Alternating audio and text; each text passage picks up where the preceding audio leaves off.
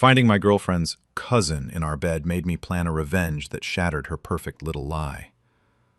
I, 30, work as a mechanic at a shop downtown.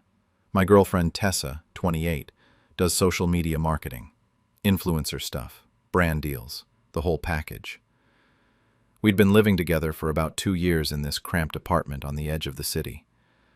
Past tense on that living situation, by the way. So there I was, standing in my own bedroom doorway at 2 p.m. on a Tuesday, staring at some guy asleep in my bed. Not just any guy, her cousin, Marcus. My hands were shaking, not from anger yet, just this cold, empty feeling spreading through my chest.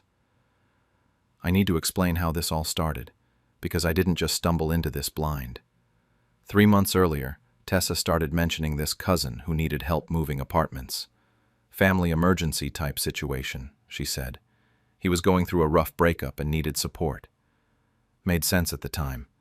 She's close with her family, always helping someone with something. The first weekend she went to help him, I thought nothing of it. She came back Sunday night, exhausted but in a good mood, talking about how grateful Marcus was for her help.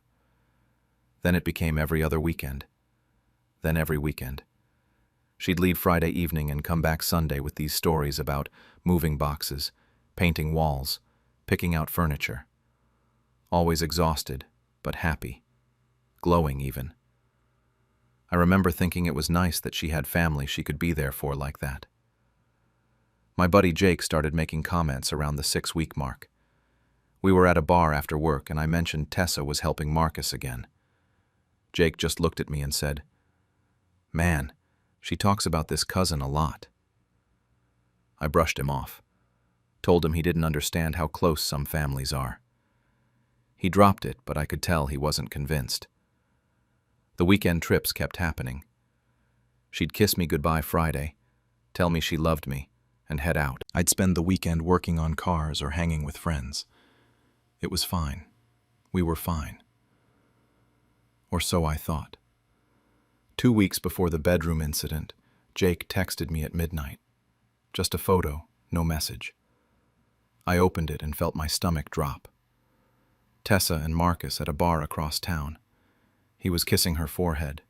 She was leaning into him, both of them laughing at something. The way she looked at him. I'd seen her look at me like that maybe twice in 2 years. I stared at that photo for an hour straight.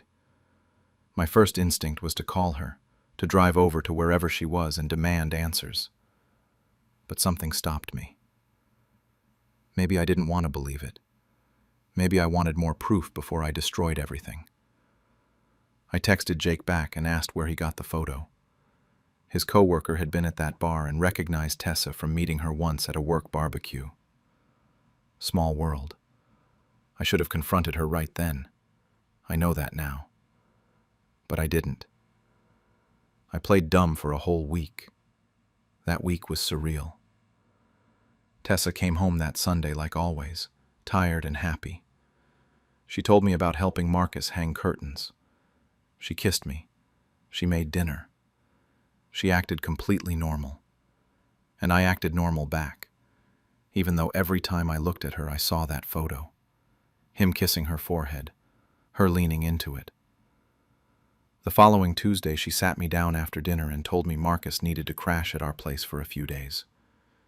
His new apartment had some issue with the lease timing and he needed a place to stay while it got sorted out. She seemed nervous asking, like she expected me to say no. I said yes immediately. Told her of course he could stay, family's important, whatever he needs. The relief on her face was almost funny. She hugged me and thanked me and said I was the best boyfriend ever, that I was so understanding. The plan formed pretty quickly after that. If she was going to bring this guy into my home, into my space, then I was going to get the proof I needed. Real, undeniable proof. The next morning was a Wednesday. She kissed me goodbye before I left for work and said she'd be gone all day, helping Marcus move his stuff into storage. Said she probably wouldn't be back until evening. I told her to take her time, that I'd probably work late anyway. I didn't work late. I told my boss I was feeling sick around noon and headed home. Her car was in the parking lot when I pulled in. That cold feeling from earlier started creeping back in. I walked up the stairs to our apartment, key in hand, trying to think of innocent explanations. Maybe she came back early. Maybe the moving fell through. Maybe she forgot something. I opened the door as quietly as I could. The apartment was silent, except for the faint sound of water running. The shower. Our bedroom door was half open. I walked to the doorway and looked in. Marcus was in our bed. My side of the bed, actually. Asleep, covers pulled up to his chest. His clothes were on the floor next to Tessa's. The shower kept running in our bathroom. That's when the anger finally hit. Not hot anger. Not the kind where you yell and break things. Cold. Calculating. The kind that settles in your bones and makes you think clearly for maybe the first time in months. I backed out of the apartment as quietly as I'd entered. Got in my car. Drove to a coffee shop 3 blocks away and sat there for 2 hours, staring at my phone. I didn't cry. Didn't call anyone. Just sat there letting it all sink in. She'd lied for months. Brought him into our home. Into our bed.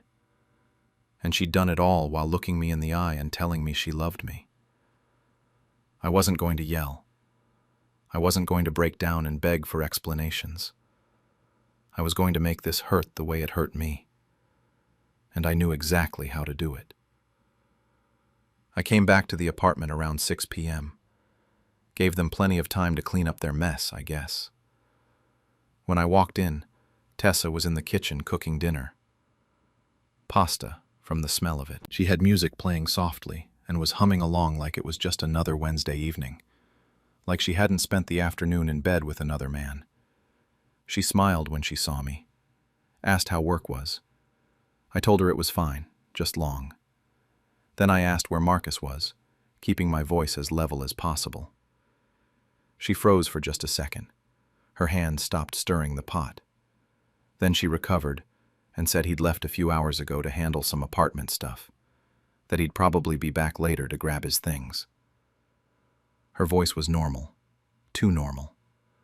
I walked over to the counter and leaned against it, looked right at her and said I came home early today, around 2 p.m., said I wasn't feeling well. The color drained from her face. The spoon slipped from her hand into the pot. She just stared at me for a moment, and I watched her brain trying to figure out what I knew, what I'd seen. Then she started crying. It wasn't even a slow build. 1 second she was standing there pale and shocked, the next she was sobbing, saying she was sorry, that she never meant for this to happen, that it was a mistake. I just stood there and watched her fall apart. Didn't move to comfort her. Didn't say anything. She kept talking through the tears, telling me it only happened twice, that she was going to end it, that she loved me and Marcus was just a moment of weakness, that she'd been confused about what she wanted but now she knew. All the classic lines you hear about in these situations. Then she said something that made my blood boil. She looked at me with those red, puffy eyes and said she never meant to hurt my feelings. Not hurt me, hurt my feelings. Like I'd be upset that she forgot my birthday or something. Like 6 months of lying and bringing another man into our home was just a minor inconvenience to my emotions. I told her I needed time to think, that I couldn't be around her right now. She grabbed my arm and begged me not to leave, asked if we could talk about it, work through it. She actually looked hopeful, like there was a chance I'd just forgive and forget, if she cried enough and said the right things. That's when I knew exactly what I had to do. I packed a bag and went to stay with Jake. Didn't tell Tessa where I was going, just said I'd be in touch when I was ready. She texted me about 30 times that first night. Long paragraphs about how sorry she was, how much she loved me, how this was all her fault and she'd do anything to fix it. I read every single one and didn't respond to any of them. Jake asked what I was planning to do. I told him I hadn't decided yet. That was a lie. I'd already decided in that coffee shop. The thing about Tessa is that her whole life revolved around her online presence. She had about 45,000 followers across Instagram and TikTok. 3 active brand deals at the time, some skincare line, a fitness app, and a sustainable fashion company. Her whole brand was built on authentic living and real relationships. She'd post about us sometimes, about how important honesty and communication were in a relationship, about being your genuine self online and in life. The irony wasn't lost on me. Over the next 3 days, I went back to the apartment when I knew she'd be out. She'd texted me her schedule, probably hoping I'd show up so we could talk. Instead, I used that information to avoid her entirely. I needed evidence, real, documented proof. I remembered her phone passcode from months ago when she'd asked me to check a message while she was driving. She'd never changed it. Her phone was sitting on the nightstand, charging. I unlocked it and started digging. The screenshots took about 20 minutes to gather. Messages between her and Marcus going back 6 months, way longer than the 2 times she'd admitted to. They'd been planning this for half a year, meeting up during her family help weekends, talking about how guilty they felt but how they couldn't stay away from each other. There were photos, too, in a hidden folder she probably thought was secure. Pictures of them together. Intimate ones. I sent everything to my email and deleted the sent messages from her phone. Put it back exactly where I found it. That night, I created an anonymous email account. Spent hours crafting the perfect message. It wasn't angry or emotional. It was professional, almost journalistic. The subject line was simple. A case study in influencer authenticity. The email talked about the disconnect between online personas and reality, how influencers sell authenticity while living completely fabricated lives. I used Tessa as a specific example. Explained how she'd built a following on honest relationships and genuine living, while conducting a 6-month affair she'd told everyone was her cousin. I attached the screenshots, the photos, time-stamped evidence of her lies. I sent it to all 3 of her brand partners, to their PR departments, their marketing teams, anyone I could find an email address for. I also sent it to 4 different influencer gossip accounts that I knew had decent followings. Then I waited. The first brand dropped her within 48 hours, posted a professional statement about values alignment and thanking her for her past work with them. Very corporate, very final. Her followers started asking questions in the comments of her posts, asking what happened, why the brand dropped her so suddenly. Tessa called me that afternoon. I almost didn't answer, but curiosity got the better of me. She was hysterical, screaming about how someone had sent lies about her to her sponsors, asking if I'd told anyone what happened, if I'd talked to my friends about us. I told her I hadn't said a word to anyone, and that was technically true. I hadn't told a single person. I'd told several companies and gossip accounts, but no people in my personal life besides Jake. The second brand dropped her 3 days later, then the third one the day after that. Her follower count started dropping. Not dramatically at first, just a steady decline. A few hundred here, 1,000 there. The gossip accounts had started posting about it. No names at first, just blind items about an influencer who'd been caught in a major lie. But her followers were smart. They connected the dots. I went back to the apartment one more time. We had this shared Instagram account she'd created about a year into our relationship. One of those couple pages that made me uncomfortable, but I went along with because she wanted it. She'd stopped posting there around the time the affair started. The account still had about 8,000 followers. I logged in and posted one of the photos from her hidden folder. Tessa and Marcus, clearly together, his arm around her waist, both of them looking at each other like they were the only 2 people in the world. The caption was simple. Family ties, right? With a white heart emoji. I didn't tag anyone, didn't explain anything. Just let it sit there for people to see and interpret however they wanted. Then I logged out and deleted the account credentials from my phone. She moved out within 3 days of that post going live. Didn't even try to fight for the apartment or ask to talk things through. Just showed up with Marcus and some guy I didn't recognize, loaded her stuff into a U-Haul, and left. I wasn't there when it happened. Jake texted me that he'd seen the truck outside our building, and I decided to stay away. Gave her space to get her things without another confrontation. When I finally went back, the apartment felt empty in a way that had nothing to do with her missing furniture. Her side of the closet was cleared out. Bathroom counter where she kept all her products was bare. The only things she left behind were a few books and this ceramic mug I'd bought her on a trip we took to the coast.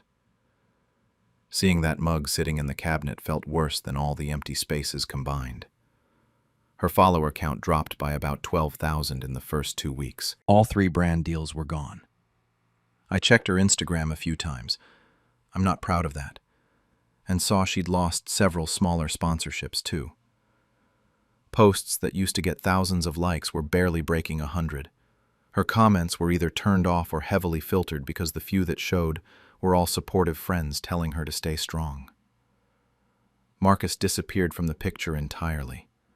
I heard through someone who knew someone that he wanted nothing to do with the drama once it went public. Apparently having an affair is one thing, but being part of a public scandal was where he drew the line. Tessa's friends started reaching out about 2 weeks in. Some were angry, calling me vindictive and cruel, telling me I'd ruined her life over a mistake. Others were just curious, probably hoping I'd give them details they could share in their group chats. I ignored most of them. But one friend, Sarah, actually met me for coffee. She seemed genuinely conflicted about the whole thing. Told me she'd known Tessa was unhappy, but didn't know about Marcus. Then she said something that stayed with me. She told me Tessa had been complaining about me for months before the affair started. Said I was boring, that I didn't understand her creativity or her ambitions, that Marcus got her in ways I never could. That hurt more than I expected. Not the boring part. I can accept that I'm not the most exciting person. But the idea that she'd been tearing me down to her friends while acting like everything was fine at home. That she'd been building a narrative where I was the problem and Marcus was the solution. Jake asked me one night if I felt better, if the revenge had been worth it. I didn't know how to answer that.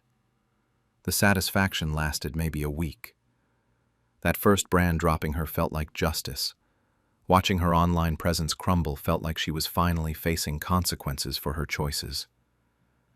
But after that initial rush wore off, it just felt empty. I still couldn't sleep in our bed.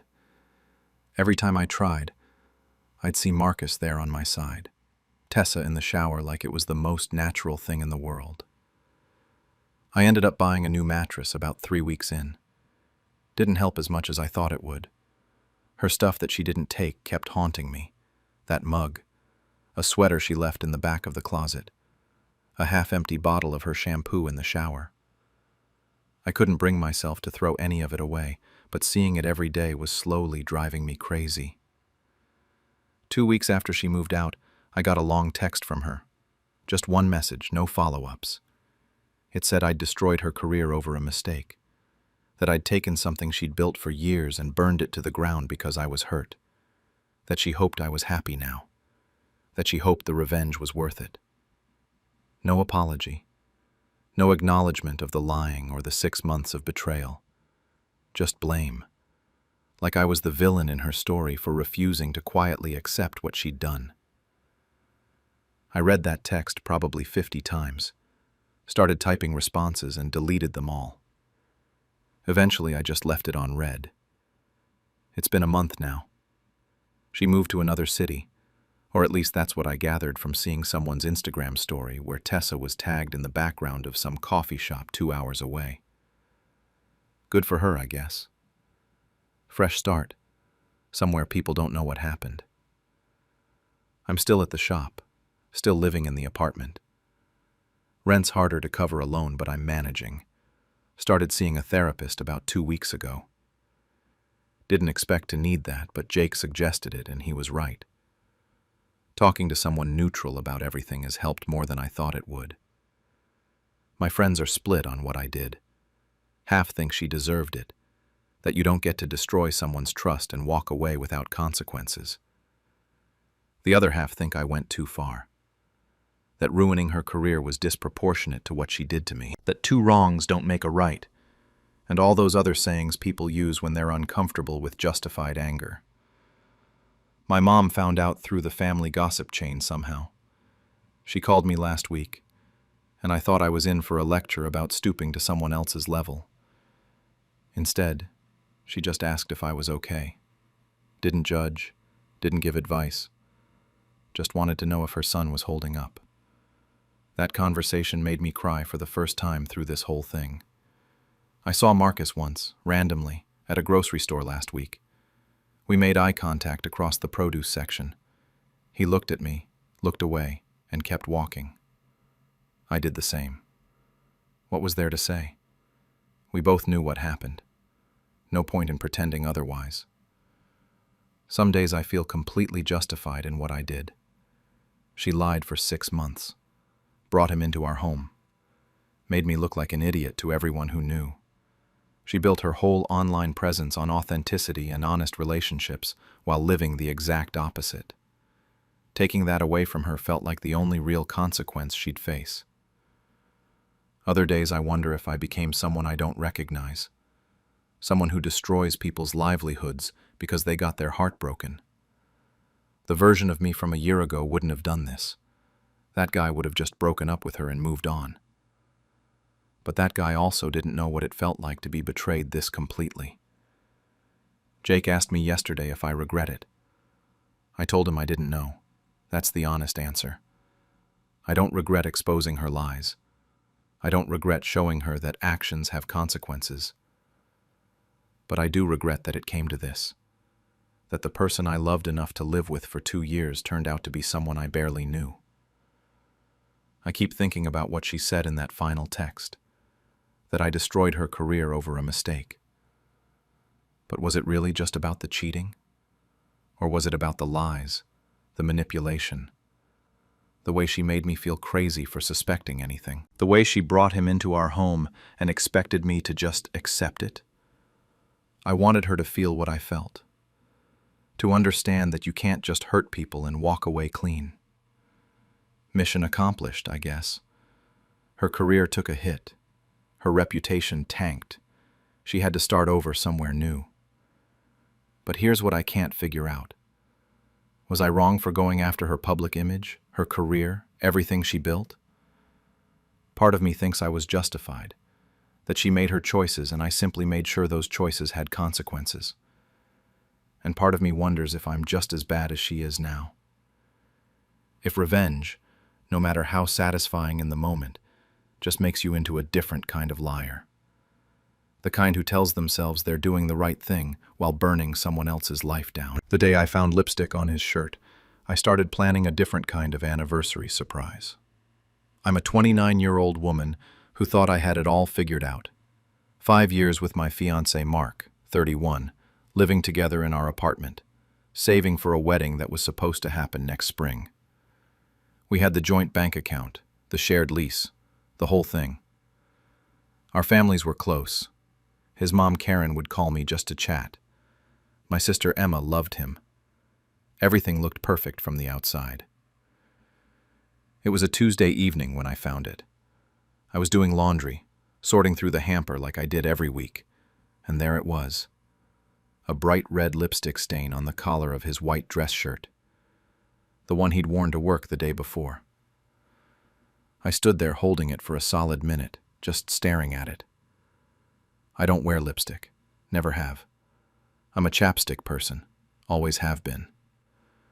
My mind immediately started racing through explanations, trying to logic my way out of what I was seeing. When Mark got home, I held up the shirt and asked him about it. He barely glanced at it before laughing. Actually laughing. Said it must have been from a hug at work, Someone probably got too close during a goodbye or something. His response was so quick, so casual, like it was the most normal thing in the world. But something in my gut twisted. The laugh was too easy. He didn't seem concerned or confused, or even curious about whose lipstick it might be. He just brushed it off and asked what was for dinner. I couldn't sleep that night. I kept replaying the conversation in my head, analyzing his body language, his tone, that stupid laugh. By morning, I'd made a decision. We shared phone passwords. We always had, for emergencies or if one of us needed to check something while the other was driving. So while he was in the shower, I checked his location history. My hands were shaking as I scrolled through it. Late nights at The Office that showed him at hotels across town. Random residential addresses I didn't recognize. A pattern of locations that made no sense for someone who claimed to work late at the office downtown. I took screenshots of everything. Then I went through his social media. He wasn't super active, but he'd been tagged in photos I'd never seen. Pictures at bars and restaurants I didn't know about, always with the same group of coworkers. And one person kept appearing. Jessica, 27, from his department. In some of the photos they were standing close. Too close. The next morning I checked our bank statements while he was out for his morning run. Flower deliveries I never received. Restaurant charges on nights when he said he was working late and brought home takeout for himself. A jewelry purchase from 3 months ago that I definitely never got. I was documenting everything now, screenshots saved to a hidden folder on my laptop. I found the hotel receipt by accident. I was looking for his car keys because mine were dead, and I needed to move my car for street cleaning. It was in his jacket pocket, crumpled up like he'd tried to throw it away but forgot. A hotel downtown. Checked in on a Friday night, he said he had to work overtime on a project deadline. The receipt showed 2 keycards issued. That's when I broke. I sat on the bathroom floor and just let myself process what was happening. Everything I thought I knew was a lie. 5 years. We were supposed to get married in 8 months.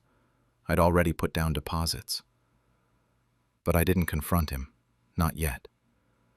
I needed more. Part of me still hoped I was wrong, that there was some explanation. The other part of me knew I wasn't wrong, and needed proof that was undeniable. I went through his laptop that weekend while he was out. He had a backup of his text messages synced to it, something he'd set up years ago and probably forgot about. I found everything. Messages with Jessica going back almost 2 years.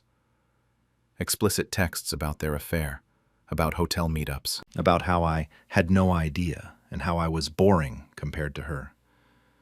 There were messages about a weekend getaway. The same weekend he told me he had a business trip to Chicago for a conference. I found the photos from that trip. They weren't in Chicago. They were at some beach resort, lying by the pool together, his arm around her. She was wearing a necklace I recognized from our bank statement, the jewelry purchase I never received.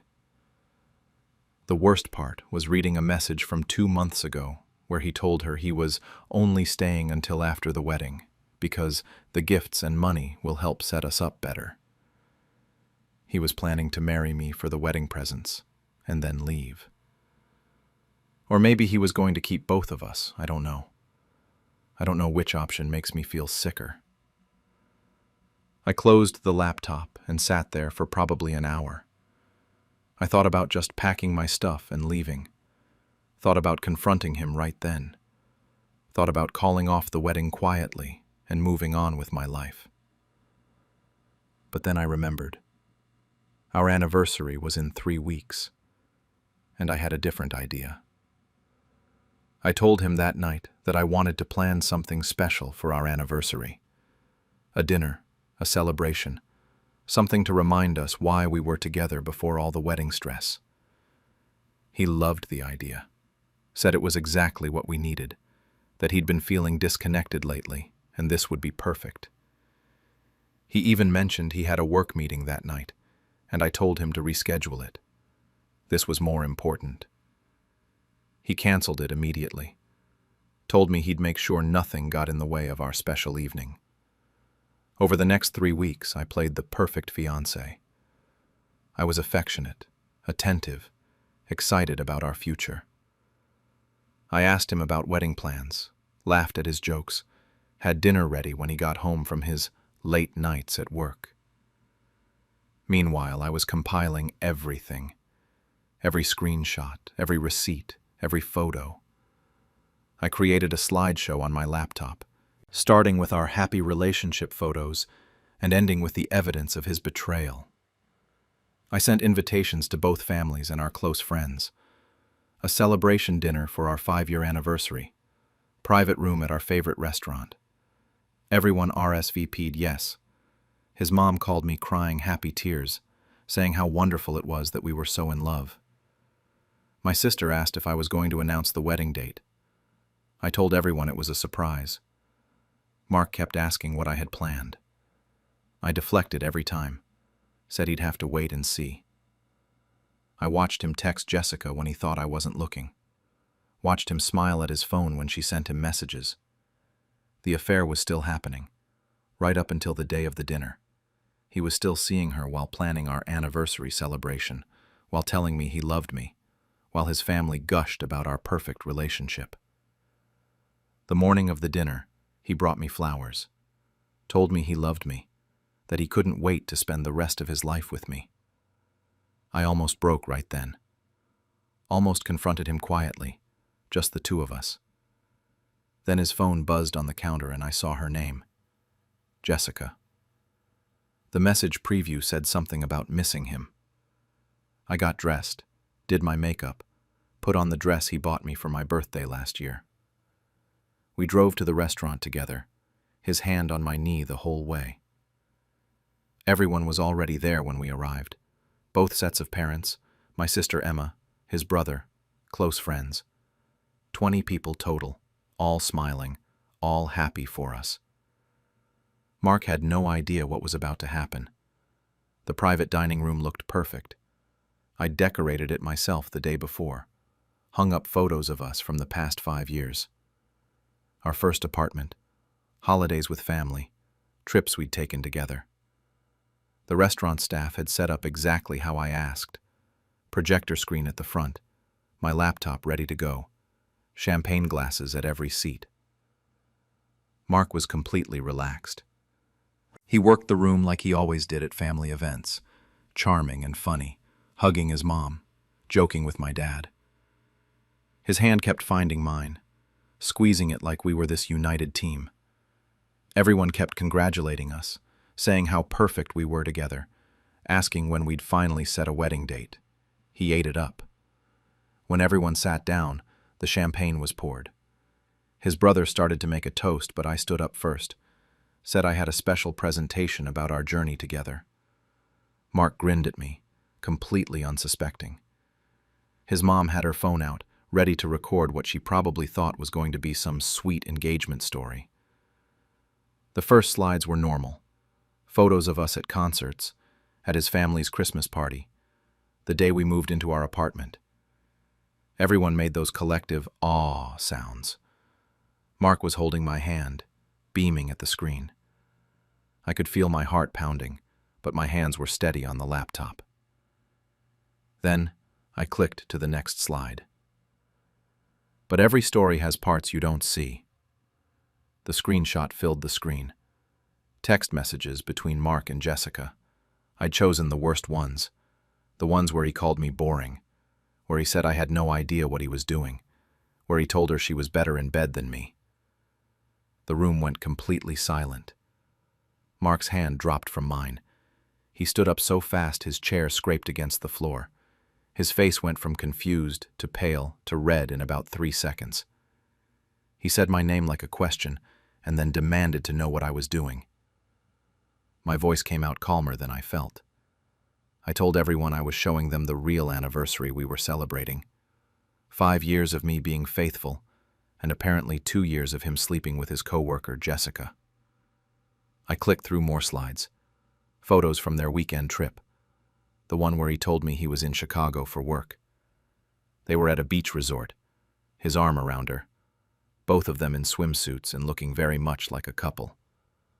Hotel receipts with both their names. Bank statements, showing flowers sent to her address. Jewelry I never received. Restaurant charges on nights he said he was working late. Mark tried to grab the laptop, but my brother-in-law stepped in front of him. His mom, Karen, started crying, asking him how he could do this. His dad, Robert, just sat there, staring at Mark like he didn't recognize him. Mark was stammering, trying to explain, saying it wasn't what it looked like, that the messages were out of context, that this was private, and I had no right to air it in public. My dad stood up and told him he was done talking. Some of the friends started leaving. They hugged me on the way out, awkwardly, not sure what to say. A couple of them looked angry at Mark. One of his friends from college just shook his head and walked out without a word. Karen kept demanding answers. She was crying harder now, asking Mark if any of it was true. He finally admitted it. Said it just happened, that he was going to tell me eventually. His voice was defensive, like he was the victim somehow. I asked him when exactly he was planning to tell me. After the wedding? After I spent all my savings on a ceremony for someone who didn't respect me enough to be faithful? That's when he tried to turn it on me. Started saying something about how if I'd been more exciting, more spontaneous, more something. I don't even remember because Robert cut him off. Told his son not to dare blame me for his own choices. Karen walked out, just stood up and left, still crying. Robert followed her, but he stopped next to me first. Told me he was sorry, that I deserved better than his son. That broke something in me, but I held it together. My sister Emma had been sitting quietly the whole time, but I noticed she had her phone out. Later, she told me she'd been recording parts of it and taking photos of the slides. While the confrontation was happening, she uploaded screenshots to Facebook and tagged everyone. Mutual friends, Mark's co-workers, everyone. She tagged Jessica too. Within 20 minutes, Mark's phone started blowing up. He looked at it, and his face went even paler. Emma's post was spreading fast. People were commenting, sharing it, reacting to it. Someone had tagged Jessica, and apparently she was getting messages from people at their company. Mark's colleagues were commenting, asking if this was real. He looked at me with something like panic and anger mixed together. Told me I'd ruined his life. I'd been holding my engagement ring the whole time, twisting it on my finger.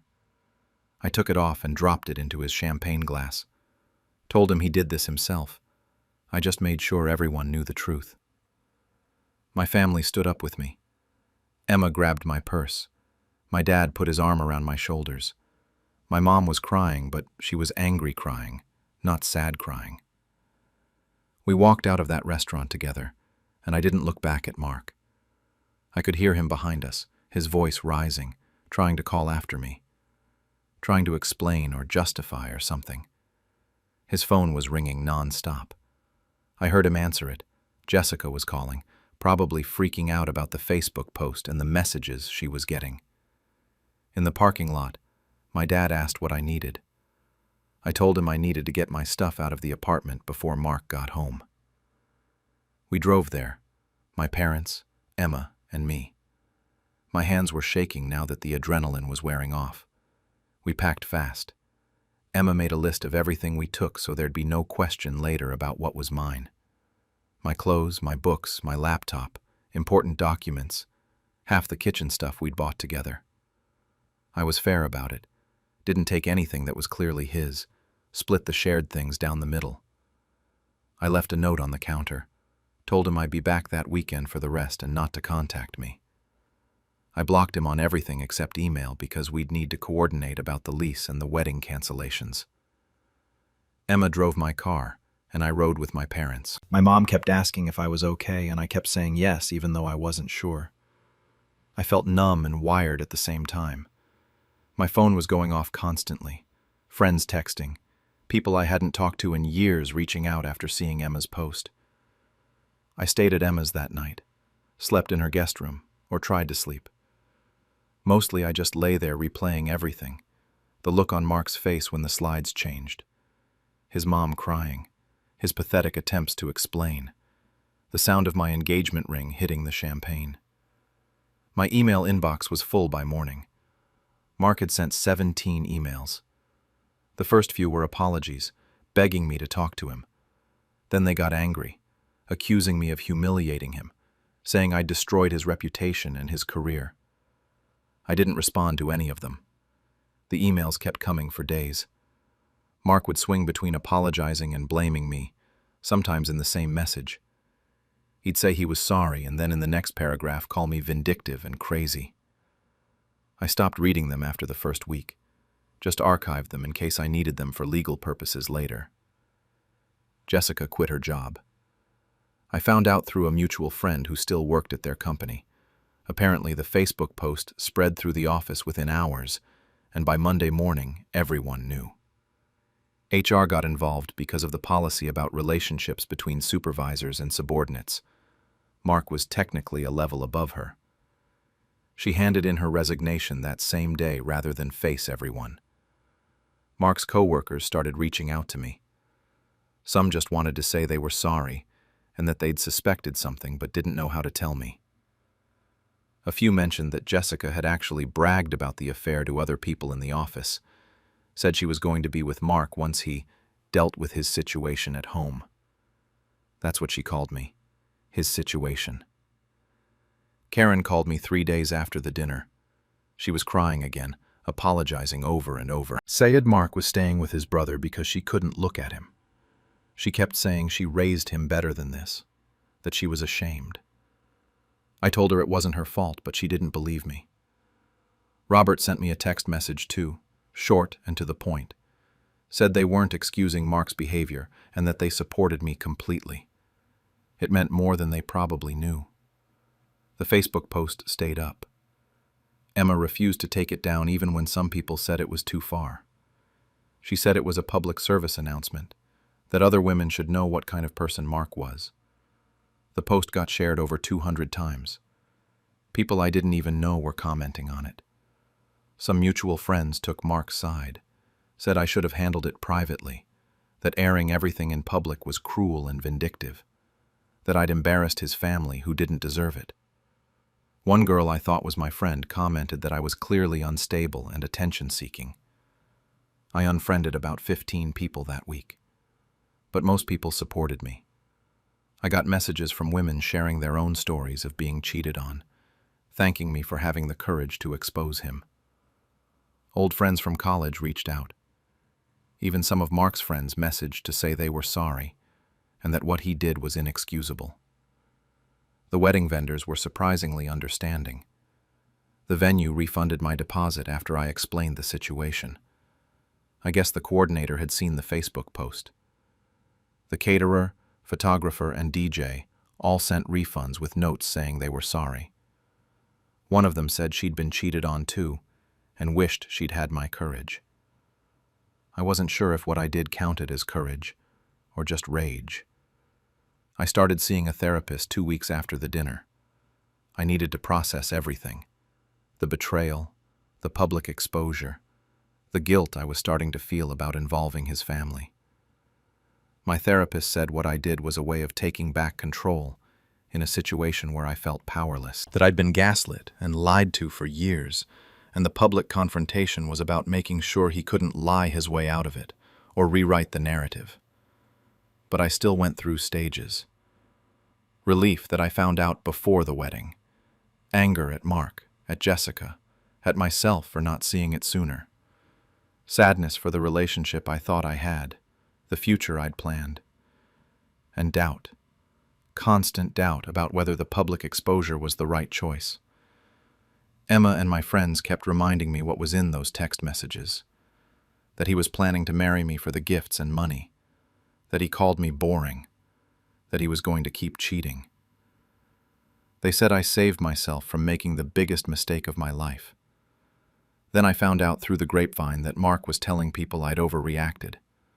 That I was always dramatic and emotional. That the affair wasn't serious. that he was going to end it with Jessica anyway. He was still not taking responsibility, still trying to make himself the victim.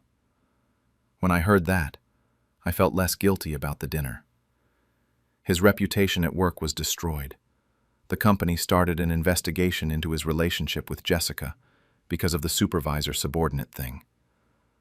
I heard he might be fired, or at least demoted. Part of me felt bad about that. His career shouldn't suffer because of his personal life. But then I remembered he was sleeping with someone he had power over at work, and maybe that did deserve consequences. I found my own apartment after a month of staying with Emma. 1 bedroom, different neighborhood, completely fresh start. It was smaller than the place Mark and I shared, but it was mine. Just mine. I didn't have to wonder if he was really working late, or check location histories, or worry about finding evidence of another affair. Going back to get the rest of my stuff was harder than I expected. I brought my dad and Emma with me. Mark was there, wanted to have a closure conversation. I refused. There was nothing left to say. He tried anyway. Followed me around the apartment while I packed, saying he made a mistake, and that what I did was worse than what he did. That I was cruel and vindictive, and that he'd never forgive me for humiliating him. My dad told him to shut up or leave. Mark left. While packing, I found more evidence I hadn't known about. Receipts shoved in drawers, a second phone tucked in the back of his closet. Emma took photos of everything, just in case. I also discovered he hadn't paid his half of rent for the last 3 months. I'd been covering it without realizing, because I handled the finances. He owed me over $4,000. I consulted with a lawyer about the lease and the money he owed me. Turns out I had all the receipts and documentation I needed. The lawyer sent him a formal letter. Mark never responded, but also never asked me for money for anything. So I guess we called it even. 2 months after the dinner, a mutual friend told me something that changed how I felt about everything. Mark had cheated before Jessica. During year 3 of our relationship, there was someone else, a girl from his gym. Multiple people knew, but nobody told me. Jessica wasn't special. I wasn't boring. Mark was just a serial cheater who was never going to be faithful, no matter what I did or didn't do. That information brought unexpected peace. I've been wondering what I could have done differently, how I could have been better, whether if I'd been more exciting he would have stayed faithful. But it was never about me. It was about who he was as a person. It's been 3 months now since the anniversary dinner. I'm doing okay. Some days are better than others. I still get occasional emails from Mark that I don't read. Karen texts me every couple weeks, still apologizing for her son, asking how I'm doing. Emma's Facebook post is still up, with over 500 reactions now. Some people think I'm a hero. Others think I'm vindictive and cruel. My therapist says I was processing trauma and taking back control in the only way that felt powerful in that moment. Mark tells everyone I'm crazy. His mom sends me apology cards. Jessica moved to another state, according to someone who still has her on Instagram. I don't regret exposing him, but I do wonder sometimes if there was a better way.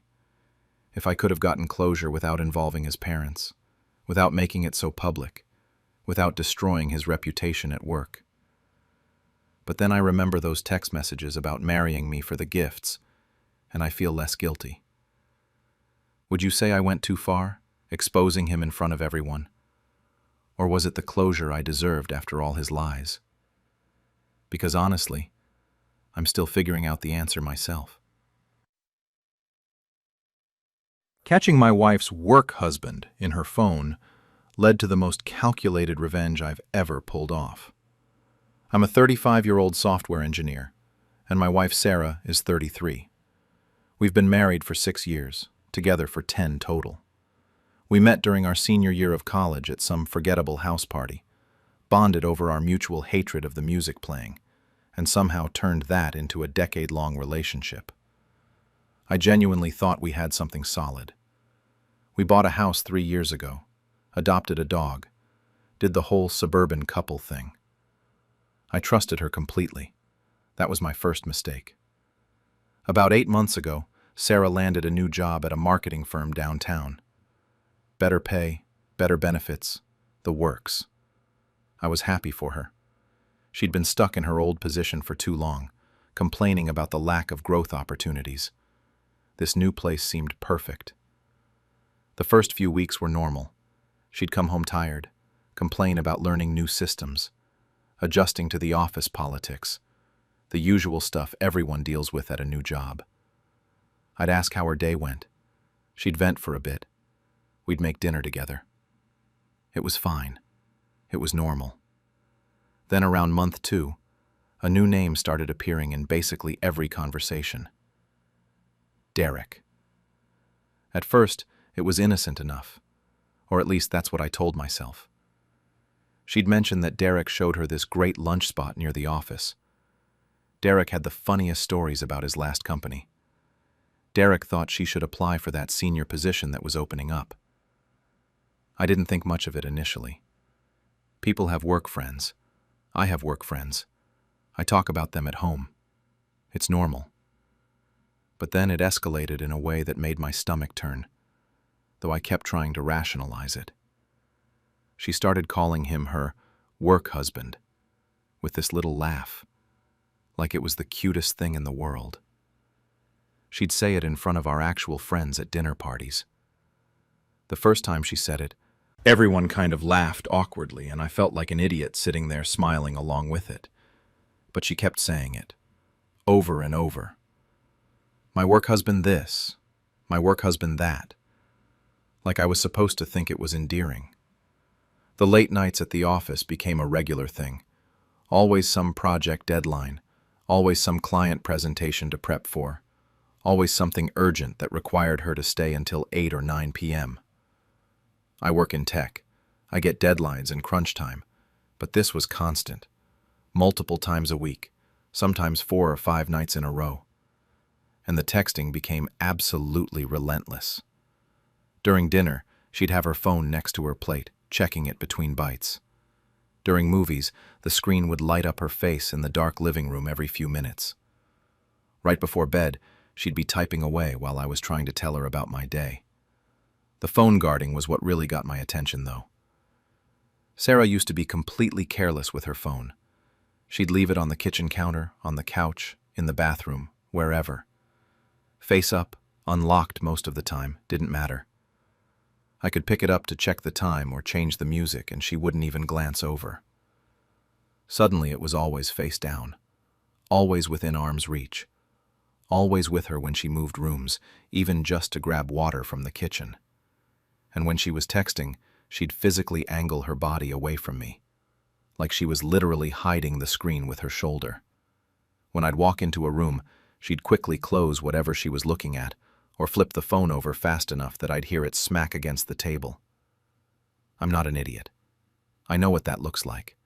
I've seen enough movies and heard enough stories from friends going through similar situations. But I kept telling myself I was being paranoid. Maybe I was projecting my own insecurities. Maybe this is just what having a close work friend looks like in the modern workplace. Maybe I was being a jealous husband who couldn't handle his wife having male friends. I kept trying to ignore the gut feeling that something was very, very wrong. I even tried talking to her about it once, about a month before everything exploded. I asked if everything was okay with us, if she was happy. She looked at me like I'd grown a second head and said everything was fine. She was just stressed with work stuff. She said I was being weird and insecure. That conversation lasted maybe 3 minutes before she changed the subject to something about needing to repaint the guest bedroom. I dropped it because I didn't want to be that guy, the controlling husband who can't handle his wife having a career and work friends. Then came the night that changed absolutely everything. It was a Tuesday in early September, around 10 at night. Sarah had just gotten home from another one of her late project meetings and went straight upstairs to shower. She'd been doing that lately, coming home and immediately showering before even really talking to me. At the time, I figured she just felt gross after a long day at the office. Now I know better. Her phone was charging on the kitchen counter. I was loading the dishwasher, just cleaning up after the dinner I'd eaten alone while she was at her meeting. I wasn't trying to snoop. I wasn't even thinking about her phone. I was literally just putting plates in the dishwasher when the screen lit up with a text notification. It was right there in my direct line of sight, maybe 2 feet from my face. The preview read, "I can still taste you. Same time tomorrow?" I froze with a plate still in my hand, soap and water dripping onto the floor. I stared at that message for what felt like an hour but was probably 5 seconds. The sender's name at the top of the notification. Derek, with a heart emoji next to it. A heart emoji, on my wife's phone, from her work husband. I could hear the shower running upstairs, the sound of water hitting tile. She was up there, probably washing off evidence of whatever the hell "I can still taste you" meant. My brain went into this weird autopilot mode where I wasn't really thinking, just acting on pure instinct. I picked up her phone. She'd never changed her passcode from our anniversary date, which would be funny if it wasn't so pathetic. I opened the messages and my hands started shaking immediately. The most recent message was the one I'd just seen. I scrolled up. More messages. Flirting that got progressively worse, then explicit content. Photos I definitely did not need to see. References to hotel visits during her team meetings. Inside jokes about their time together. Plans for their next meetup. All of it right there in black and white. I pulled out my own phone and started taking photos. Screenshots weren't enough in my head. I wanted backups of backups, something she couldn't claim was photoshopped or manipulated. My hands were shaking so badly that the first several photos came out blurred, and I had to retake them. I scrolled back through months of messages. The affair had been going on since at least May, maybe longer. There was a whole pattern to it. They'd meet at hotels during her supposed late work nights. They'd have lunch dates at restaurants across town where no one from either of their offices would see them. I opened her email on her phone and found receipts. Hotels, dinners, even a weekend getaway to some bed and breakfast 2 hours away that she'd told me was a mandatory company retreat.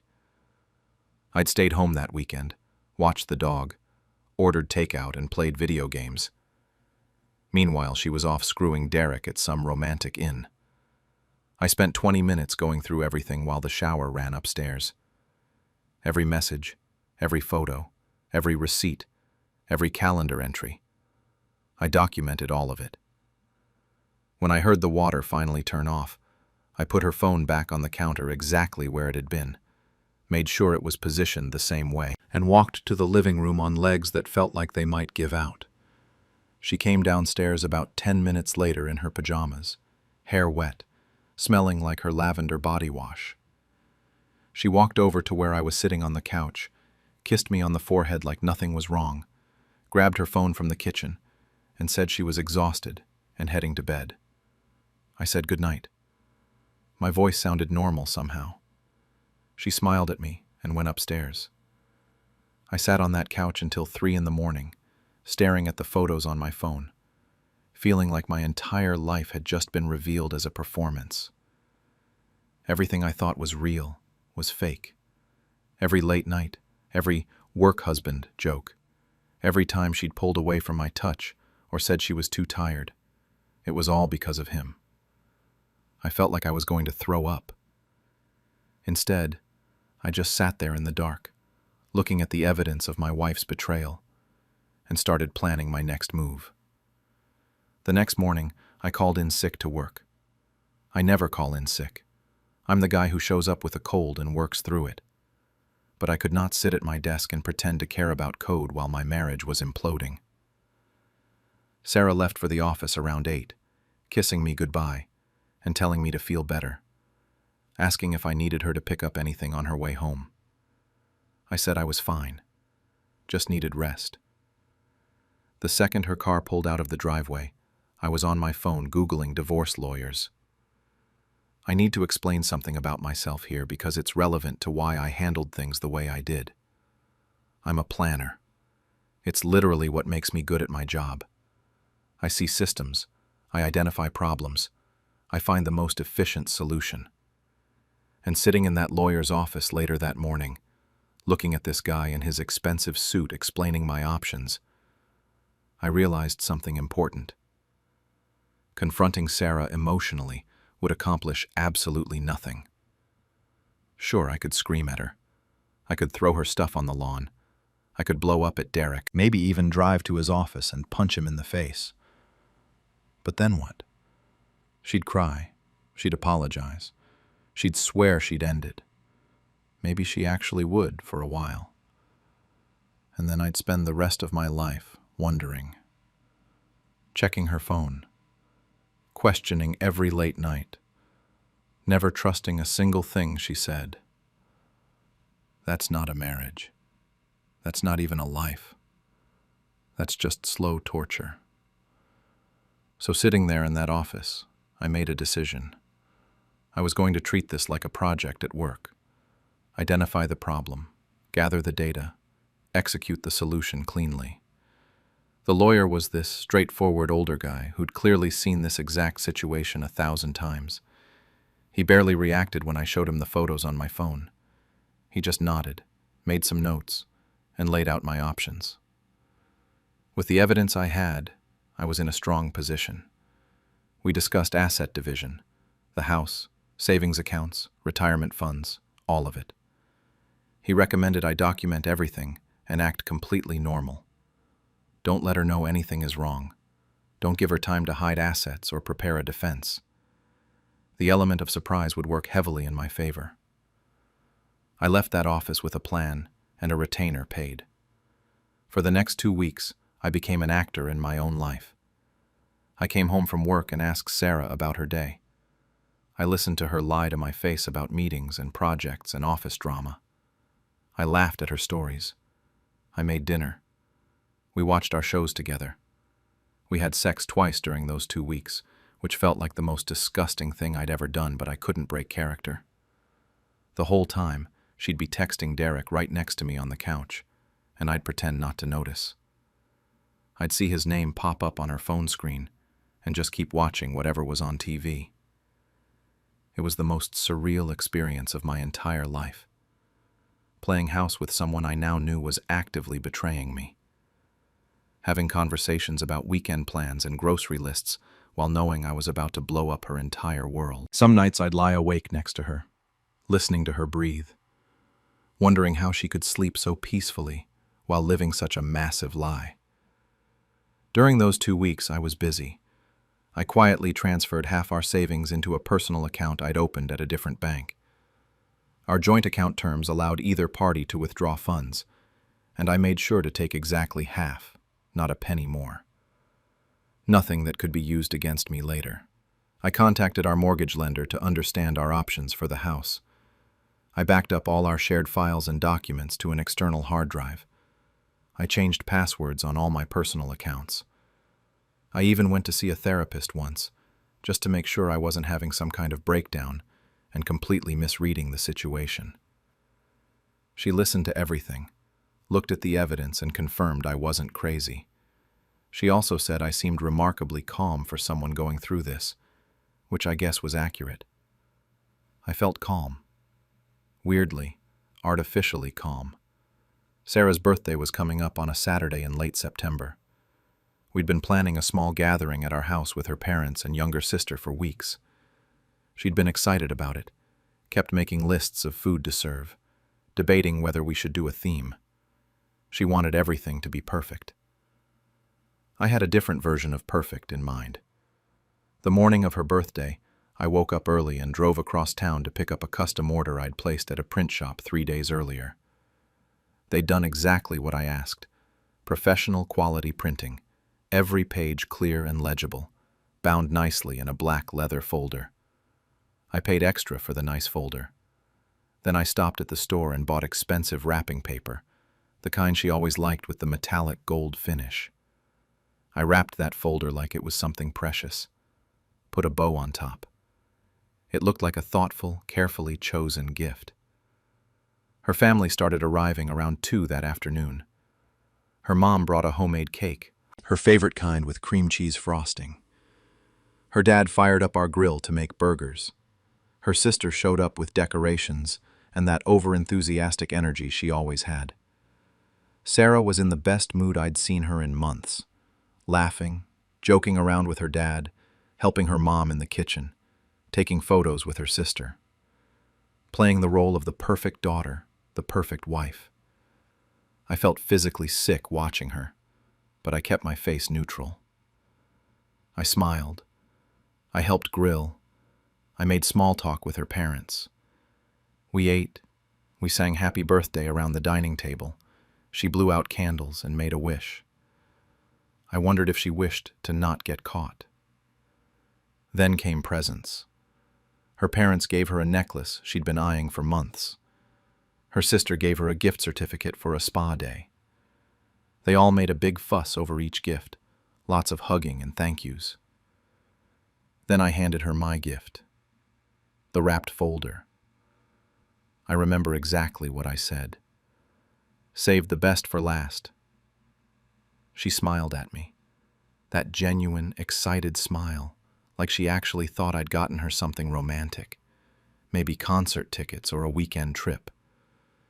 She tore off the wrapping paper while her whole family watched, eager to see what her thoughtful husband had gotten her. The folder was nice, black leather, expensive looking. She opened it, and I watched her face change in real time. The first page was the divorce papers, already filed, just waiting for her signature. Behind that were printed screenshots of her messages with Derek, organized chronologically. Then hotel receipts, then calendar entries with their coded meetups. Every single piece of evidence I'd gathered, printed and labeled and arranged neatly. It probably looked like a presentation deck. I watched her face go from confused to horrified in about 3 seconds. Like her brain was trying to process what she was seeing, but couldn't quite catch up. The color drained from her face completely. Her hands started shaking so hard the papers rustled. I kept my voice calm and even. Happy birthday. I'm giving you the gift of freedom. Now you can be with Derek full-time. No more sneaking around. Her mom grabbed the folder before Sarah could close it or hide it. I heard her gasp, this sharp intake of breath. Her dad looked over her shoulder, and his expression went from confused to absolutely furious in about 2 seconds. His face turned red. Her sister just stared at Sarah with her mouth hanging open, then grabbed the folder from their mom and started flipping through pages. With each page, her expression got more disgusted. Sarah tried to speak, but nothing came out at first. Just this strangled sound. Then stammering, "This isn't... we were just..." I cut her off. "You were just what? Friends? Work spouses?" Because I have about 4 months of documented evidence that says otherwise. Her dad slammed his beer bottle down on the table hard enough that I thought it might break. Her mom looked like she was going to cry, or throw up, or both. Her sister was still flipping through the folder, shaking her head. Sarah's mom found her voice first. "How long?" She was looking at Sarah like she'd never seen her before. Sarah was crying now, full breakdown mode, mascara running down her face. She reached for me across the table. I stepped back, moved away from her completely. I answered before Sarah could. 6 months that I found, give or take. Could be longer. That's just what I documented. Sarah finally managed to form words through the crying. Please, we can fix this. I'll end it right now. I'll do anything. Please don't do this." I was so calm it almost scared me. "I know you will. You'll sign those papers. My lawyer will contact you next week to discuss the house and dividing our assets. Until then, I'll be staying at a hotel. You should probably start figuring out your living situation. I grabbed my keys from the hook by the door and picked up the duffel bag I'd pre-packed that morning from the bedroom closet. I'd already loaded my car with my laptop, important documents, things I'd need. I'd planned every detail. Sarah was standing now, trying to come toward me, but her dad actually put his arm out to stop her. Her mom was crying. Her sister looked shell-shocked. I walked out the front door while her entire family sat there in stunned silence, and Sarah sobbed. I got in my car, drove to the hotel I'd booked 3 days earlier, checked in, went up to my room, and finally let myself feel it. I sat on the edge of that generic hotel bed with its scratchy comforter, and I cried for probably 2 hours straight. Cried harder than I'd cried since I was a kid. Then, I ordered pizza, turned on the TV, and started figuring out what the hell my life looked like now. That was 2 months ago. Feels like 2 years. The divorce is nearly finalized now. Sarah tried to fight it at first, hired her own lawyer and everything. She wanted to drag it out, maybe hoping I'd change my mind, or we could go to counseling, or whatever fantasy she'd constructed in her head. But then her lawyer apparently sat her down and explained exactly how screwed she was with all the evidence I had. After that conversation, she gave up, signed everything. We're splitting assets 50-50, which is fair. I could have pushed for more given the circumstances, but I didn't want to be that vindictive. I just wanted out. I'm keeping the house. She didn't want to fight for it after everything, and honestly, I think her parents pressured her not to. They were absolutely mortified by the whole thing. Her mom actually called me about a week after the birthday incident. That was a weird conversation. She apologized for her daughter, said she didn't raise her to be like this, that she was ashamed. I didn't really know what to say to that. I told her I appreciated the call and that I didn't blame her or Sarah's dad for any of this. She cried on the phone. I felt bad for her. None of this was her fault. The Derek situation resolved itself in the most predictable way possible, which honestly gave me more satisfaction than it probably should have. Turns out Sarah wasn't the first co-worker he'd gotten involved with. Apparently this was his pattern. He'd done it at his previous company too, and the one before that. Someone at Sarah's company found out about their relationship. I don't know if Sarah reported it herself or if someone else figured it out, and HR launched an investigation. They started digging and discovered he'd been pulling this same move for years at different companies. Serial workplace affair guy. Real winner Sarah chose there.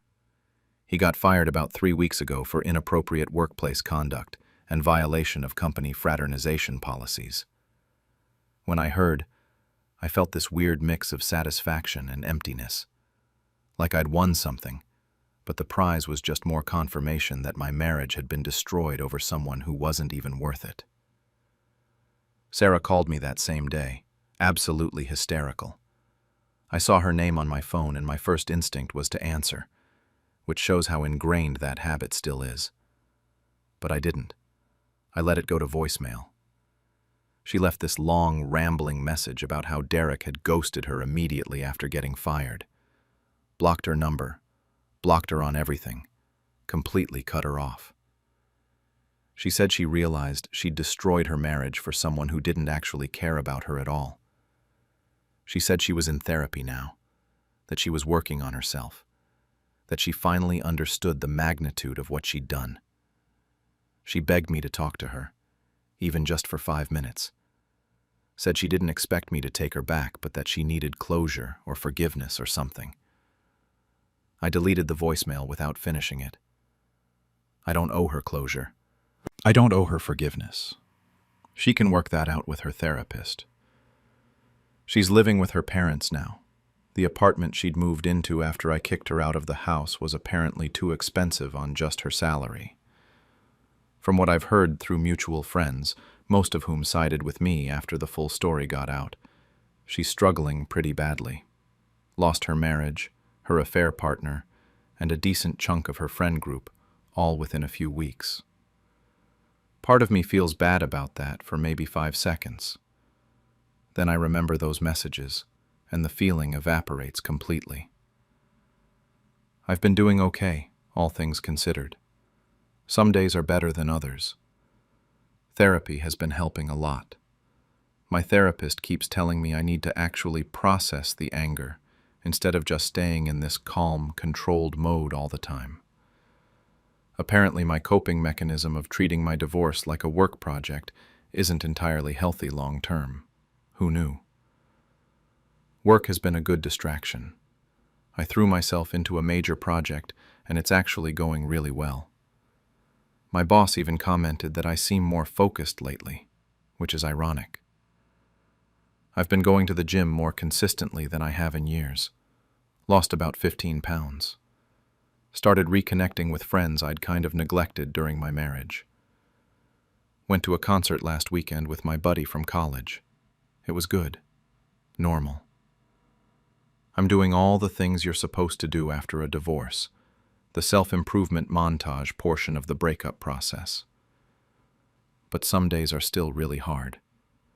I'll see something that reminds me of Sarah, or I'll instinctively start to text her about something funny, before remembering we're not those people anymore. We're not anything anymore. Sometimes I'll be at the grocery store and automatically reach for something she liked before catching myself. The muscle memory of being married to someone for 6 years doesn't just disappear. My friends are pretty split on how I handled the whole thing. About half think the birthday reveal was brutal, but completely deserved. They say she had it coming, that public humiliation was appropriate given what she did. The other half think I should have confronted her privately, that embarrassing her in front of her family was taking it too far. A couple friends have even suggested that my calculated approach was kind of cold, and maybe I should have let myself be more emotional about it. Her family definitely thinks I'm an asshole, except for her dad, weirdly enough. I heard through the grapevine that he told Sarah she got exactly what she deserved, and that he would have done the same thing in my position. Her mom and sister apparently aren't speaking to me, which is fine. I never have to see them again anyway. I don't know if I'm proud of what I did or ashamed of it. That's the honest truth. Some days it feels like justice, like I handled an impossible situation in the best way I could. Other days it feels like I let my hurt and anger turn me into someone cold and calculating, someone I don't totally recognize when I look in the mirror. I keep going over it in my head, wondering if there was a better way. If confronting her privately would have been more mature. If giving her a chance to explain before destroying her birthday would have been the right thing to do. But then I remember her lying to my face for months, and I think maybe she didn't deserve consideration, or privacy, or a gentle letdown. The divorce should be final in about 3 weeks. Then I'll officially be single for the first time in a decade. That's a weird thought. I've been with Sarah for my entire adult life, basically. I don't really know how to be a single guy in his mid-30s. I went on exactly 1 date since all this happened. My friend set me up with someone from her office. Nice woman, pretty, good job, funny. It was a complete disaster. I spent the entire dinner comparing her to Sarah. Not in a good way either, just constant hypervigilance. She checked her phone once to see the time, and I immediately wondered who she was texting. She mentioned a male co-worker, and my brain went straight to worst-case scenario. I couldn't relax at all. She definitely picked up on it because there was no second date. Can't say I blame her. Trust issues are fun like that. I know logically that not everyone is going to cheat. I know Sarah's actions are her responsibility, not representative of all women or all relationships. My therapist has explained this to me multiple times. But knowing something intellectually and actually believing it emotionally are two different things. Right now, the idea of trusting someone enough to be vulnerable with them again seems impossible. I've been thinking a lot about whether any of this was worth it. The revenge, the calculated approach, the public humiliation. Did it actually make me feel better? In the moment, walking out of that house while Sarah cried, I felt powerful, vindicated, like I'd taken control of a situation where I'd been made to feel powerless. But now, sitting alone in this house that's too big for one person, I'm not sure the satisfaction was worth what it cost. Not the marriage. That was already dead the second she started sleeping with Derek. But maybe it cost me something else. Some part of myself that used to be warmer, more trusting, less cynical. I look at who I was 2 months ago, carefully documenting evidence and planning my revenge down to the gift wrapping, and sometimes I don't recognize that person. That version of me was so controlled, so methodical about destroying someone I'd loved for 10 years. And I'm not sure if that was strength, or if it was something darker that I'll have to deal with eventually. The house is quiet now, just me and the dog. I'm doing okay. That's what I tell people when they ask, and most of the time it's even true. Caught his late-night work calls on live video, so I made sure everyone else did too. I'm a 29-year-old woman who thought she married the most loyal man on earth. My husband Jake worked in IT and frequently took late-night support calls for clients in different time zones. At least that's what he told me. I never questioned it. Why would I? We'd been together for 6 years, married for 3. He was the guy who brought me coffee in bed, who remembered my mom's birthday, who actually listened when I talked about my day. I trusted him with everything. My best friend Mara had been in my life even longer than Jake. We met in college, and she was there for everything. My graduation, my engagement, my wedding. She came over at least twice a week. Jake and I even joked about how she was basically part of our marriage. Looking back now, I want to throw up thinking about that joke. Everything started falling apart at 2 a.m. on a random Tuesday. I woke up to pee and noticed Jake's smartwatch buzzing on the nightstand. He'd fallen asleep without it, which was unusual because he was normally attached to that thing. The screen lit up with a notification, a woman's name. I'm not going to say whose name because even in my half-asleep state, my brain was already making excuses. Could be a coworker, could be his cousin, could be literally anyone. But my heart was pounding, and I couldn't fall back asleep. I lay there for 2 hours staring at the ceiling, listening to Jake snore peacefully next to me. By the time morning came, I'd convinced myself I was being paranoid. We had a normal breakfast. He kissed me goodbye and went to work. I went to my job at the marketing firm and tried to focus on the campaign I was managing. Except I couldn't stop thinking about it. That name on the screen at 2 a.m. Who texts someone's husband at 2 a.m.? The more I tried to rationalize it, the more anxious I got. I'm not usually the jealous type. I'd never checked Jake's phone, never demanded to know where he was. But something felt off, and I couldn't shake it. That evening, I did something I never thought I'd do. When Jake got home, I told him I'd read an article about smartwatch security and that we should update both of our devices. He barely looked up from his laptop, said, "Sure, whatever. Can you handle it?" So I did. I synced his smartwatch to my phone under the pretense of updating the software. The whole process took maybe 10 minutes, and he didn't suspect anything because why would he? I was his wife, helping him with tech stuff. Totally normal. The next week was torture. I kept checking my phone obsessively, looking at his smartwatch data. His heart rate, his location, his notifications. Most of it was boring work stuff. Emails from his boss, calendar reminders, step counts. I started feeling guilty for spying on him. Maybe I really was just being paranoid. Maybe that 2 a.m. text was completely innocent, and I was destroying my own peace of mind for nothing. I almost deleted the sync 3 different times. Each time, something stopped me.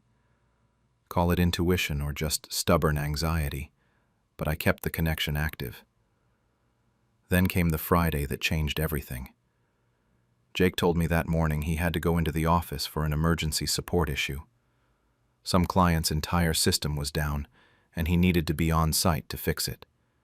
He'd probably be there until late. I said okay, told him I loved him, and he left around 7 p.m. I was on the couch watching some reality show I wasn't really paying attention to when my phone buzzed. It was a notification from his smartwatch. The camera feature had activated. I didn't even know his watch had a camera feature until that moment. Apparently he'd enabled it for some security thing and forgotten about it, and it had accidentally turned on. My hands started shaking before I even opened the notification. Something in my gut knew. I sat there for probably 30 seconds, just staring at the alert on my screen, too scared to tap it. The TV was still playing in the background. I remember some contestant was crying about getting eliminated, and I was thinking how stupid that seemed compared to what I was feeling right then. I opened the live feed. There he was, shirtless, in our bed. The bed we'd picked out together at IKEA. The one we'd argued about because I wanted the firmer mattress and he wanted the softer one. We'd compromised. That's what we did. We compromised and communicated and trusted each other. He wasn't alone.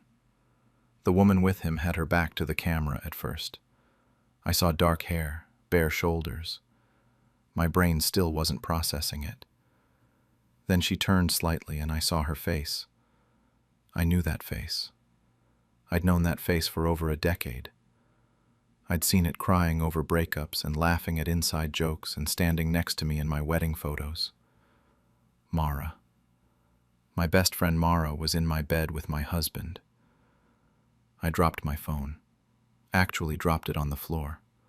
My whole body went cold and then hot and then cold again. I couldn't breathe right.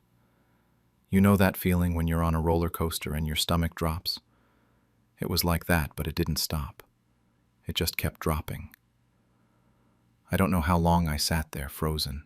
Could have been seconds, could have been minutes. Eventually, I picked up my phone with shaking hands. They were still there on the screen. I watched for maybe 2 more minutes, enough to make absolutely sure I wasn't hallucinating or misunderstanding. Then I started screenshotting everything. The video, the timestamp, the location data showing his watch was at our home address, not at his office like he'd said.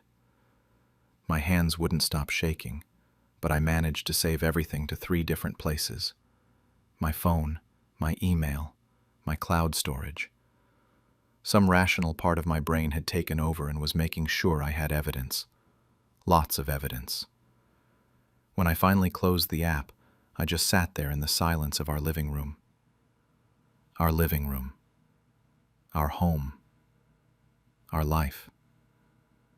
Everything I'd thought was real was happening on that tiny screen. And it was all a lie. Jake came home around midnight. Kissed me hello like nothing was wrong. Asked if I'd eaten dinner. I said yes. My voice sounded normal, even though I felt like I was screaming inside. He showered immediately, which I realized he'd been doing a lot lately, and went to bed. I lay next to him in the dark, not sleeping, already planning what came next. The next morning, Jake made me breakfast. Scrambled eggs and toast, same as every Saturday. He asked if I wanted to go to the farmer's market later. I said sure. We went to the farmer's market. We bought tomatoes and fresh bread. I smiled at the vendors. I held his hand. I wanted to scream the entire time. That's when I realized I wasn't going to confront them. Not yet. Because confronting them would give them time to get their stories straight. Time to minimize what they'd done. Time to make me feel like I was overreacting. I'd seen enough posts online to know how these things went. They'd say it was a mistake. It only happened once. They were drunk. They were sorry. They'd cry and beg and promise it would never happen again. And part of me, the part that still loved the man I thought I married, might actually believe them. So I decided to wait. Our anniversary was coming up in 2 weeks. We'd already planned a dinner party at our house with family and friends. About 20 people total. His parents, my parents, his younger brother, a few couples from our friend group, and, yes, Mara. She'd already RSVP'd yes. She'd even asked if she could bring anything. I needed to explain something about Mara and me. We met freshman year of college when we got assigned as roommates. She was the outgoing one who dragged me to parties. I was the organized one who made sure we both graduated. After college, we ended up in the same city by coincidence. She was at my apartment at least twice a week. She knew where I kept my spare key. She was supposed to be my maid of honor, but she got food poisoning the morning of the wedding and missed it. I'd felt so bad for her. I'd actually apologized to her for getting married on a day she felt sick. She'd met Jake through me. I introduced them at a birthday party 3 months after Jake and I started dating.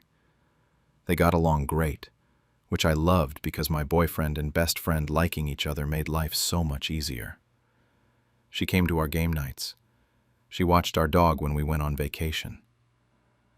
Last Christmas, Jake and I got her a gift card to her favorite spa because she'd been stressed at work. 2 months ago, she'd come over crying about some guy who'd ghosted her. I made her tea and let her vent for 3 hours. Jake had been working late that night, or at least that's what he'd told me. Now I wondered if he'd actually been with her, and she'd come over after to throw me off. The thought made me physically sick. But I didn't let myself fall apart. I had 2 weeks to plan and I needed to stay focused. Every day I acted completely normal. I texted Mara about random stuff. She sent me memes. We made plans to get brunch the following month. She told me about a new guy she was talking to on a dating app. I wanted to throw my phone across the room every time she lied to me, but I just sent back supportive messages and emojis. Jake kept coming home and kissing me like everything was fine. He asked about my day at work. He complained about his boss. He suggested we try that new Italian restaurant everyone was talking about. Some nights he'd spoon me in bed and I'd lie there rigid, wanting to shove him off but forcing myself to stay still. Twice he initiated sex and I had to fake a headache because I couldn't stomach the thought of him touching me. I checked the smartwatch data every single day. I found so much more than that one video. Location data showing he was at Mara's apartment multiple times over the past 6 months when he'd told me he was at the office or hanging with his brother. Text notifications that I couldn't read the full content of, but I could see they were from her, sent late at night. His heart rate spiking at times when he was supposedly in boring work meetings. 6 months. They'd been doing this for 6 months at minimum. Half a year of lying to my face. Half a year of inside jokes I didn't understand. Half a year of him coming home to me after being with her. The anniversary dinner planning became my focus. I threw myself into it like it was my job. I picked the menu carefully, stuff I knew everyone would love. I ordered his favorite wine. I cleaned the house until it was spotless. His mom called to ask if she could bring anything, and I told her just herself. She said she was so happy Jake had found such a wonderful wife. I thanked her and hung up before I could start crying. 3 days before the dinner, I had a moment where I almost backed out. I was in our bedroom, setting up the slideshow on my laptop. I'd collected photos from our relationship. Our first date at that terrible Mexican place where we both got food poisoning. Our engagement at the beach. Our wedding day. Holidays with family. Vacations to Colorado and Florida. All these moments that I'd thought were real and happy. Then I loaded the video file at the end. The one from the smartwatch. I watched it again to make sure it was clear enough, that you could see both their faces, that there was no possible way to misinterpret what was happening. It was crystal clear. Timestamp showing the date and time. Our bedroom in the background. Everything undeniable. My finger hovered over the delete button. I could just file for divorce quietly. Take the high road. Not humiliate everyone involved. That would be the mature thing to do. But then I thought about how Jake had kissed me that morning before work. How Mara had texted me yesterday asking if I needed help setting up for the party. How they were both going to show up at my house, eat my food, smile at me, and pretend. How they'd probably done this at every gathering for the past 6 months, every birthday, every holiday, every casual dinner. They'd sat at my table and lied to my face while everyone around us had no idea. I saved the slideshow. I didn't delete anything. The day of the anniversary dinner arrived. I spent the whole day cooking. Roasted chicken, garlic mashed potatoes, grilled vegetables, homemade rolls. I put on my navy blue dress, the one Jake always said brought out my eyes. I did my makeup carefully. I looked at myself in the mirror and barely recognized the woman staring back. She looked calm, put together, happy even. Guests started arriving at 6. I greeted everyone at the door with hugs and smiles. Jake's parents came first. His mom brought flowers, and his dad shook Jake's hand. My parents arrived next, and my mom immediately went to help in the kitchen, even though everything was already done. Jake's brother showed up with his girlfriend. Then our friends started trickling in. Mara arrived at 6:30. She was wearing a red dress and carrying a bottle of wine. She hugged me tight and said something about how beautiful the house looked. I hugged her back and thanked her for coming. Jake gave her a casual one-armed bro hug like she was just another friend. They were so good at acting normal. If I didn't know better, I never would have suspected anything. Dinner went smoothly. Everyone ate and laughed and complimented the food. Jake kept touching my hand across the table, calling me babe, playing the devoted husband. Mara sat 3 seats down, chatting with Jake's mom about some TV show they both watched. At one point, she caught my eye and smiled at me. I smiled back. After dessert, Jake stood up with his wine glass. He gave this whole speech about how lucky he was to have found me, how I made him a better person, how he couldn't imagine his life without me. People were getting teary-eyed. His mom was dabbing at her eyes with a napkin. I sat there with a smile frozen on my face. Then it was my turn. I stood up, glass in hand, and said I'd like to share some memories from our relationship. I pulled out my phone and connected it to the TV. Everyone shifted in their seats to see the screen better. Jake was smiling at me, completely unsuspecting. The slideshow started. Wedding photos first. Everyone made those appreciative aw sounds. Then vacation pictures, holiday photos, all these sweet moments from our life together. I watched Mara smiling at the screen. I watched Jake's arm draped casually over the back of my chair. Then the video started playing. The timestamp appeared in the corner. Our bedroom filled the screen. Jake, shirtless. Mara, unmistakable. The room went dead silent. For about 5 seconds, nobody moved. Everyone was just frozen, staring at the TV screen. I could see their brains trying to process what they were seeing. Then everything exploded at once. Jake lunged across the table, knocking over wine glasses as he scrambled toward the TV. He was yelling something, but I couldn't even hear him over the blood rushing in my ears. Mara shot up from her chair so fast it fell backward and crashed to the floor. She just stood there for a second, with her hand over her mouth, then bolted for the door. I heard it slam behind her. Jake's mom made this awful gasping sound, and her eyes rolled back. She actually fainted. Jake's dad caught her before she hit the ground and started fanning her face with his napkin. My own mother burst into tears. My dad looked like he wanted to murder someone. Jake's brother was just sitting there with his mouth open, girlfriend clinging to his arm. Jake finally got to the TV and ripped the plug out of the wall. The screen went black, but it was too late. Everyone had seen enough. He spun around to face me, and I'll never forget the look on his face. Panic and anger and something that might have been shame all mixed together.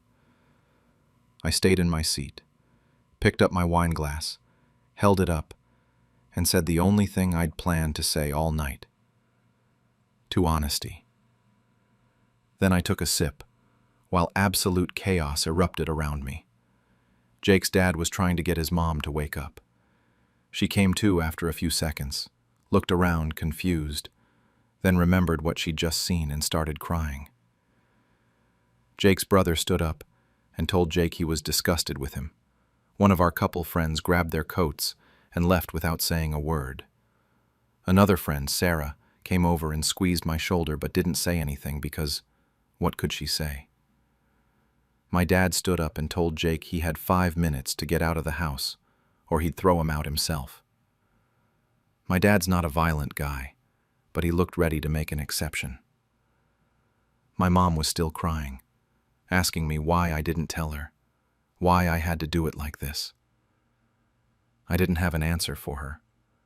I just sat there feeling completely numb. Jake kept trying to talk to me. He was saying things like, "It's not what it looks like, and we can talk about this," which was insane because it was literally exactly what it looked like, and there was nothing to talk about. I just kept repeating the same thing. Leave. Now. Over and over, until he finally grabbed his keys and walked out. Jake's parents left right after, his dad basically carrying his mom out the door. She didn't look at me. His brother apologized to me before he left, said he had no idea, said Jake was a piece of shit.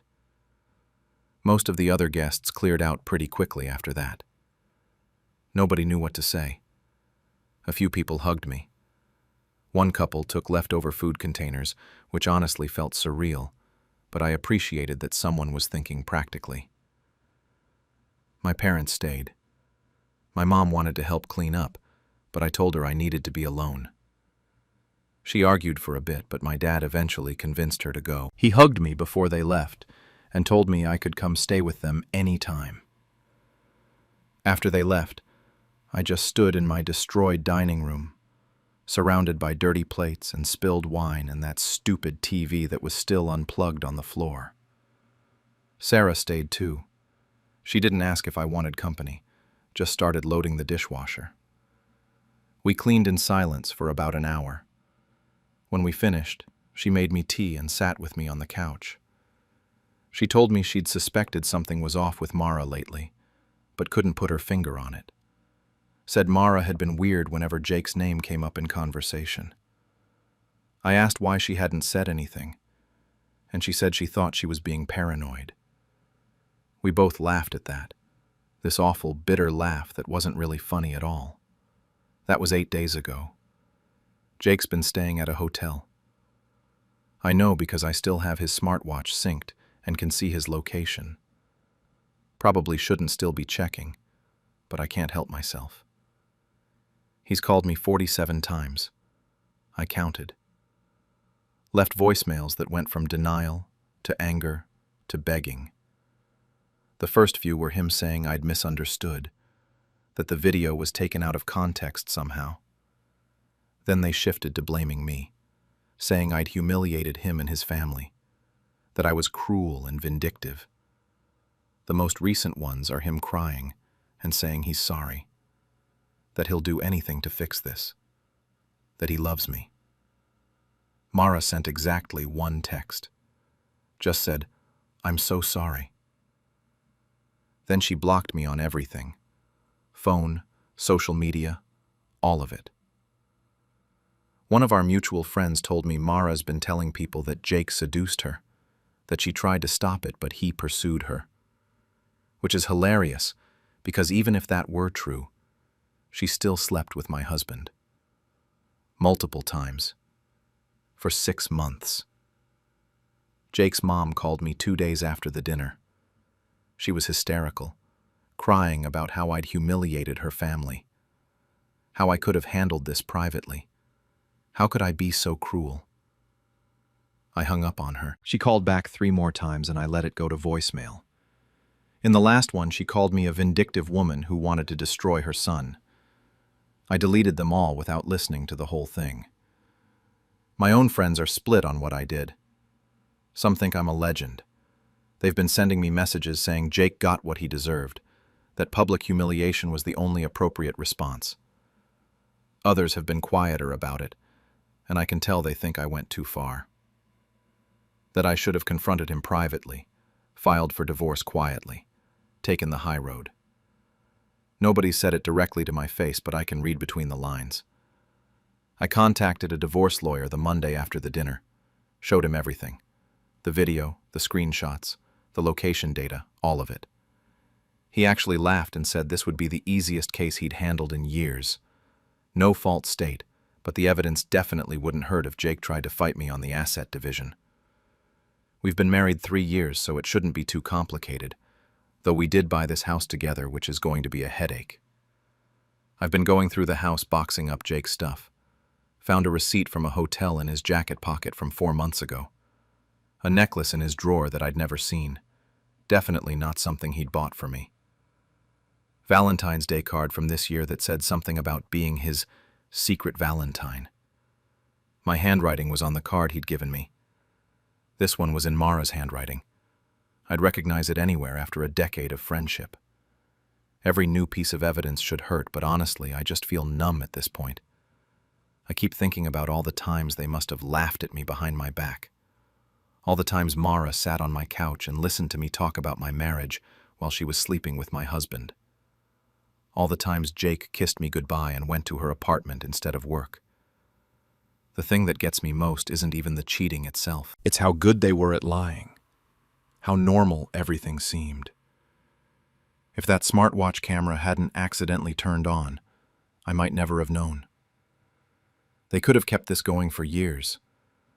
I could have had kids with this man while he was living a double life. I don't regret exposing them. Some people think I should. Think I took it too far. But I don't. They got to lie to everyone for 6 months. They got to play happy family at every gathering while carrying on behind closed doors. They deserve to have everyone know the truth. Maybe that makes me vindictive, like Jake's mom said. Maybe it makes me petty. I don't really care. What I do wonder about sometimes, late at night when I can't sleep in the bed they desecrated, is whether I gave them exactly what they needed. A villain. Someone they can point to and say, "See, look how crazy she is. Look what she did to us." Maybe in their version of events, I'm the bad guy who overreacted and ruined everything. Maybe they're together now, bonding over how poorly I handled the situation. That thought bothers me more than I want to admit, but at least everyone knows the truth now. His family, my family, all our friends. Nobody can say I'm the one who broke our marriage. Nobody can paint me as the jealous wife who couldn't handle her husband having a female friend. The evidence was right there, on that TV screen for everyone to see. I'm not okay yet. I don't know when I will be. But I'm getting up every day, going to work, meeting with the lawyer, moving forward. Some days are better than others. Yesterday I had a full breakdown in the cereal aisle at the grocery store because I grabbed Jake's favorite brand without thinking. Today, I made it through a whole work meeting without crying. Small victories. The house feels different now. Too big and too empty and full of memories I don't want anymore. I'll probably sell it once the divorce is final. Start fresh somewhere else. Maybe get a smaller place, just for me. Somewhere Jake and Mara have never been. somewhere I can build a life that's actually mine. Would you have exposed them in front of everyone like I did, or kept the proof for a quiet divorce? Part of me feels vindicated. Another part wonders if I just gave them a villain origin story to tell their side of things. Either way, at least everyone knows the truth now. He cheated on me with my coworker, so I made sure they both got what they deserved at work. I'm a 32-year-old woman working in marketing at a mid-sized tech company in the city. My boyfriend Jake, 34, and I had been together for 5 years, living together for the past 2. Things were good. Not perfect, but good. We had our routines, our inside jokes, our plans for the future. I thought we were solid. 6 months ago, when a sales position opened up at my company, I practically begged my manager to consider him. Jake had been job hunting for months, getting nowhere, and I knew he'd be great at sales. I wrote him a glowing reference. Talked him up to HR. He got the job within 2 weeks, and I felt like such a good girlfriend for helping him out. We worked in the same building but different floors. I was on the 3rd floor with the marketing team. He was on the 5th with sales. It felt perfect. We could grab lunch together, commute together, all of it. Around 3 months after he started, I began noticing Jenna from his floor hanging around him a lot during lunch breaks and company happy hours. Jenna, 28, was one of those overly bubbly types who always found excuses to touch people's arms when she laughed. I'd met her a few times at office events. She seemed nice enough, I guess. Maybe a little too friendly, but I told myself I was being paranoid. They worked together. They were just being friendly. I wasn't going to be that girlfriend who got jealous over workplace friendships. But then Jake started coming home later. He'd say he had to stay for team meetings or client calls. He was on his phone more, always tilting the screen away from me when I walked by. When I'd ask about his day, he'd give me these vague answers and change the subject. I noticed, but I didn't push. I didn't want to seem insecure or controlling. Then one Thursday night, we were watching TV, and his phone lit up on the coffee table. The preview showed a message from Jenna that said, "Last night was amazing. Can't stop thinking about you." My stomach dropped. Everything just stopped. Jake lunged for the phone, but I'd already seen it. He immediately started explaining that it was a joke between coworkers about a successful client pitch they'd landed. The emoji? That's just how Jenna texts everyone, apparently. She's just like that. I pretended to believe him. I smiled. I nodded. I said something like, "Oh, okay, that makes sense." But inside, something cold and calculated had already taken over. I knew he was lying. I could feel it. That night after he fell asleep, I went into full detective mode. Here's the thing about working in marketing. I had access to company communication tools for campaign coordination. That included internal messaging logs for compliance purposes. It was part of my role to occasionally review communications for brand consistency, so technically, I had legitimate access to the company's internal messaging system. I spent 3 hours that night going through his messages with Jenna on the company system. Late-night messages, plans to meet at his apartment, when she's out of town. Inside jokes, heart emojis, everything. There was one message from him that made me want to throw up. Can't wait until she's at her sister's wedding next weekend. Whole night to ourselves. That wedding, my sister's wedding, 2 weeks ago. I'd asked Jake to come with me, but he said he had food poisoning the morning we were supposed to leave. He looked so sick that I felt guilty for being annoyed. I went alone, and I FaceTimed him that night to check on him. He was in bed, looking miserable, saying he'd been throwing up all day. I felt so bad for him. I didn't confront him, not yet. Instead, I started documenting everything. Every message thread, saved and time-stamped. I noticed they'd call each other during lunch breaks, sometimes for 30 or 40 minutes. I checked Jenna's Instagram. She'd posted a photo at some bar I'd never heard of about 3 weeks back. 2 weeks later, I found a receipt in Jake's wallet from that same bar, same night. He'd told me he was having drinks with his college buddies that night. The best evidence came from expense reports. Part of my access also included reviewing expense submissions for marketing events, and I could see other departments' reports in the system. Jake had submitted a hotel charge as a client meeting location.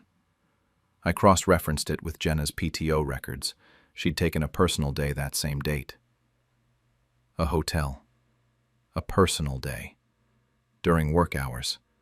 For 2 weeks, I acted completely normal.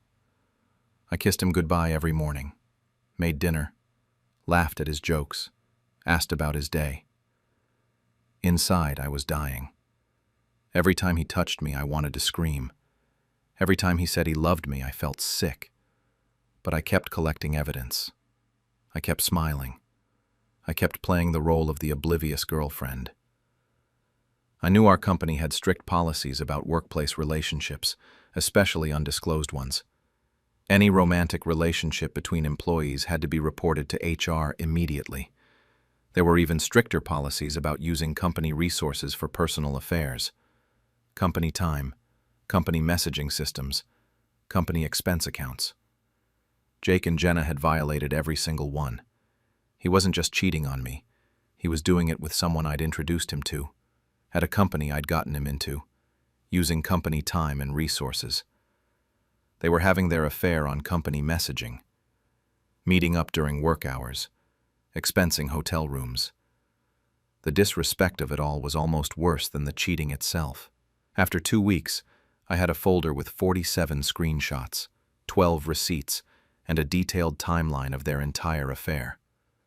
I documented everything: dates, times, messages, expense reports, PTO records. I had proof of policy violations that would make any HR department's head spin. I made my decision. I logged into the HR anonymous reporting portal from a library computer during my lunch break. I didn't mention I was the girlfriend. I framed it as a concerned employee who'd noticed 2 coworkers violating company policy by having an undisclosed relationship and using company resources inappropriately. I attached every screenshot, every receipt, every piece of evidence that showed they'd been using company time, company messaging, and company expenses for their affair. I submitted it on a Tuesday morning. Then I went back to my desk, made myself a coffee, and got back to work on a campaign deck. And I waited. By Thursday, I heard through the office grapevine that both Jake and Jenna had been called into separate HR meetings. My coworker mentioned it casually at lunch, saying something about drama on the sales floor. I just nodded and kept eating my salad, like I had no idea what was happening. That night, Jake came home stressed. He was quiet during dinner, kept checking his phone. Finally, he told me there was some anonymous complaint about workplace relationships. He said it was nothing, probably just someone being petty, trying to start trouble. I rubbed his shoulders and told him I was sure it would blow over. I asked if he wanted to watch a movie to take his mind off it. He said yes. We watched some action movie and I pretended everything was fine. I could have won an Oscar. Over the next week, they were both called in 3 more times. HR was being thorough, which I appreciated. I'd given them a lot to work with. People started talking. The sales floor was buzzing with gossip. My coworkers asked if I knew what was happening since Jake worked there. I just shrugged and said he mentioned something about an investigation, but didn't know the details. Jake became paranoid. He kept asking if I'd heard anything about him at work, if anyone in marketing had mentioned his name, if HR had talked to my department. He'd pace around the apartment at night, obsessively checking his email. I played concerned girlfriend perfectly. I'd ask what was going on, why he was so worried if it was nothing. He kept saying it was just a misunderstanding, that someone had it out for him and Jenna, but they hadn't done anything wrong. Every night, watching him stress about it while lying to my face felt like a small victory. He still hadn't confessed, still hadn't come clean. He was more worried about his job than about our relationship. That told me everything I needed to know. Exactly 2 weeks after I filed the report, HR made their decision. They were both terminated, effective immediately, for violation of company policy regarding undisclosed workplace relationships and misuse of company resources. I found out the same way everyone else did, through the office gossip chain. Someone from sales texted our group chat that 2 people had been walked out by security that morning. Jake called me from the parking lot around 10 in the morning. His voice was shaking. He said they'd fired him. They'd fired both of them. He said it wasn't fair, that they were overreacting, that he didn't understand how this had happened. I told him I was leaving work early and would meet him at home. I told my boss it was a family emergency. She was sympathetic, told me to take care of whatever I needed. I drove home in silence, didn't turn on music, didn't call anyone. Just drove and thought about what I was going to say. When I got there, he was pacing in our living room, panicking. He was going on and on about unemployment, about his career, about what he was going to tell his parents. He'd been there less than 6 months. This was going to look terrible on his resume. How was he going to explain getting fired? What was he going to do for money? He was spiraling hard. I just sat on the couch and watched him. Let him talk. Let him panic. Let him work himself up into a complete mess. Not once did he mention Jenna. Not once did he apologize for anything except not being more careful with company policies. He was treating this like it was just some bureaucratic mistake, some HR overreach that had screwed him over. Finally, I interrupted him. I asked when it started. He stopped pacing and looked at me confused. He asked what I meant. I said it clearly. When did you start sleeping with Jenna? His face went white. All the color just drained out. He started stammering, denying it, asking where this was coming from. He said people at work were probably spreading rumors because of the investigation, that I couldn't believe office gossip. I pulled out my phone and started reading messages, word for word. The one about my sister's wedding. The one about meeting at his apartment. The one where he called her baby. Dates, times, specific conversations. His face kept getting paler. He kept asking how I got those, when I found out, who showed me. I told him I'd known for 2 weeks, that I'd found out the night I saw Jenna's message on his phone, that I'd been collecting evidence ever since. And then I said it. I'm the one who filed the HR report. He just stared at me. His mouth literally hung open. He couldn't form words for a solid minute. Then he started yelling, asking if I was serious, if I'd really done that. I stayed calm. I told him yes. I documented everything and sent it to HR anonymously. He tried to explain. He said it was a mistake, that he loved me, that Jenna meant nothing. It had just happened. He didn't plan it. He was going to end it soon anyway. All the usual cheater excuses. Then he literally got on his knees, started crying, saying he'd do anything to fix this, that we could go to couples therapy, that he'd never speak to Jenna again. I told him he had until the end of the week to move out, that we were done, that I wanted him out of the apartment and out of my life. That's when he got angry. He stood up and started yelling that I'd gotten him fired, that I'd ruined his career because I was jealous and vindictive, that I'd destroyed his life over a mistake. He called me crazy, said I'd gone too far, that what I did was worse than anything he'd done. I stood up and got right in his face. I told him he ruined his own career by having an affair with a coworker using company resources.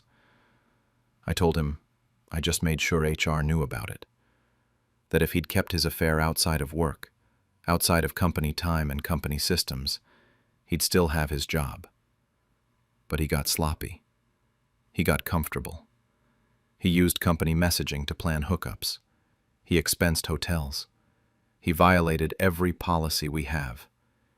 He tried to argue, but I was done.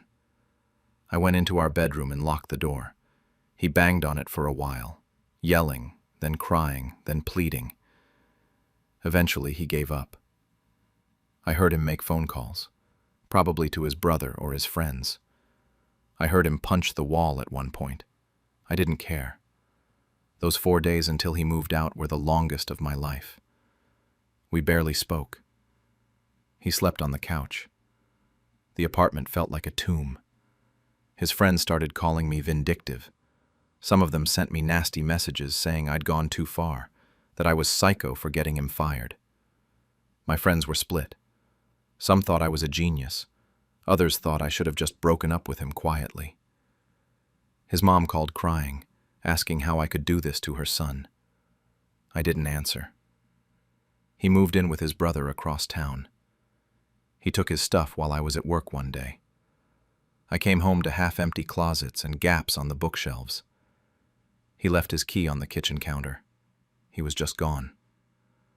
A month after the firing, I got a long text from Jake. Pages and pages about how he'd been in therapy, how he realized what he'd done, how he saw clearly now that he'd destroyed the best thing in his life.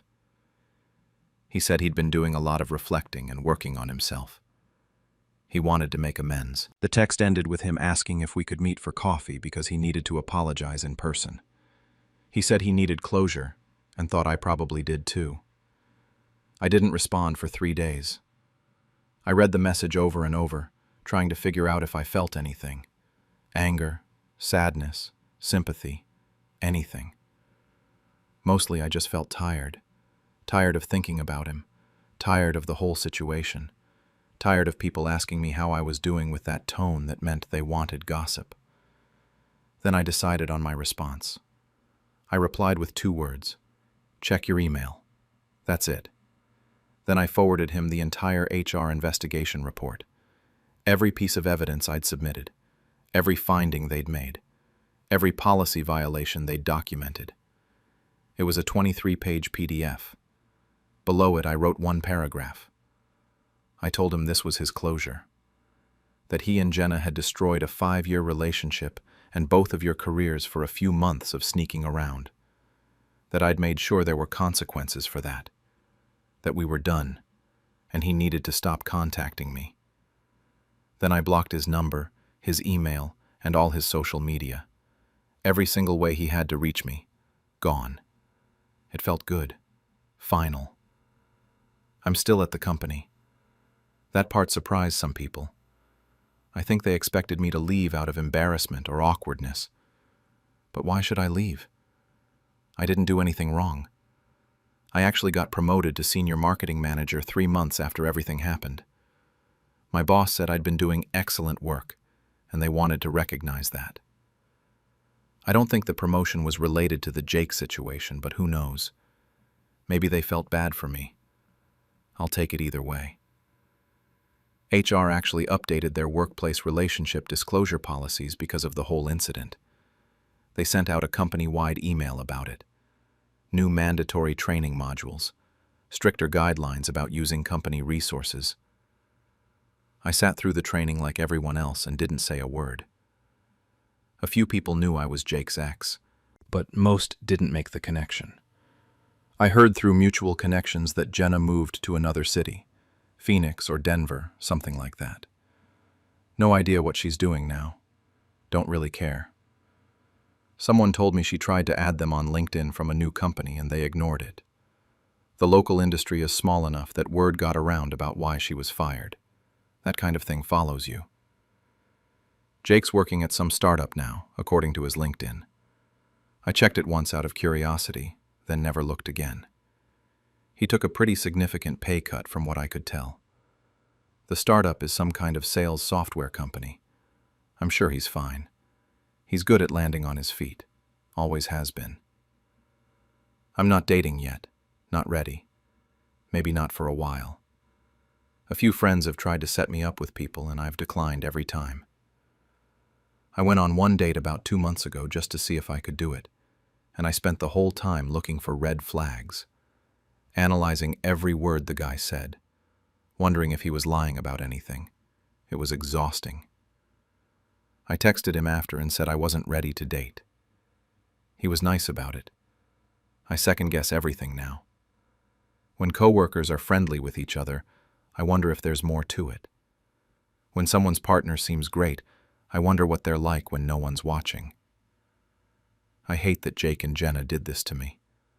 Not just the cheating, but the way it's changed how I see people. I used to trust easily. Now I trust no one. But I don't regret what I did. Not for a second. People ask me that sometimes, usually after a few drinks when everyone's feeling philosophical. They ask if I ever wish I'd handled it differently. The answer is no.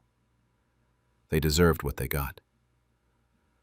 Sometimes I think about what would have happened if I'd just confronted them immediately. If I'd walked in on them or called them out the night I saw that text message. Maybe they would have both quit to avoid the drama. Maybe Jake would have gotten to keep his job and just moved to another company.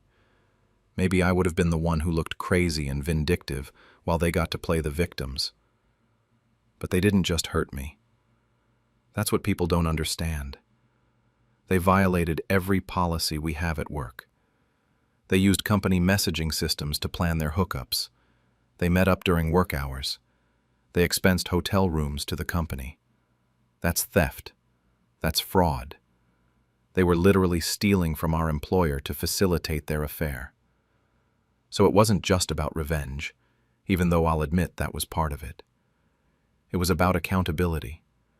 They made choices, lots of choices, over and over, for months. They chose to have an affair. They chose to do it at work. They chose to use company resources.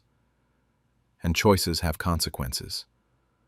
Though I'll admit, part of me enjoyed watching it all crumble for them. Watching Jake panic, seeing him realize that I knew everything and had known for weeks. The look on his face when I told him I'd filed the report. That moment made everything worth it. Does that make me a bad person? Maybe. I don't really care. My mom thinks I went too far. She said I should have just broken up with him and moved on with my life, that getting him fired was vindictive and cruel. My sister thinks I didn't go far enough. She wanted me to blast them both on social media and tell everyone we knew. My therapist, who I started seeing about a month after Jake moved out, says I need to process the anger in healthier ways. She's probably right, but I don't feel angry anymore. I feel satisfied. So I'm putting this all out there because I need outside perspective. Everyone in my life is too close to it. They're either team get revenge or team take the high road, and I can't get an objective opinion anymore. Would you have done what I did? Filed the HR report and gotten them both fired?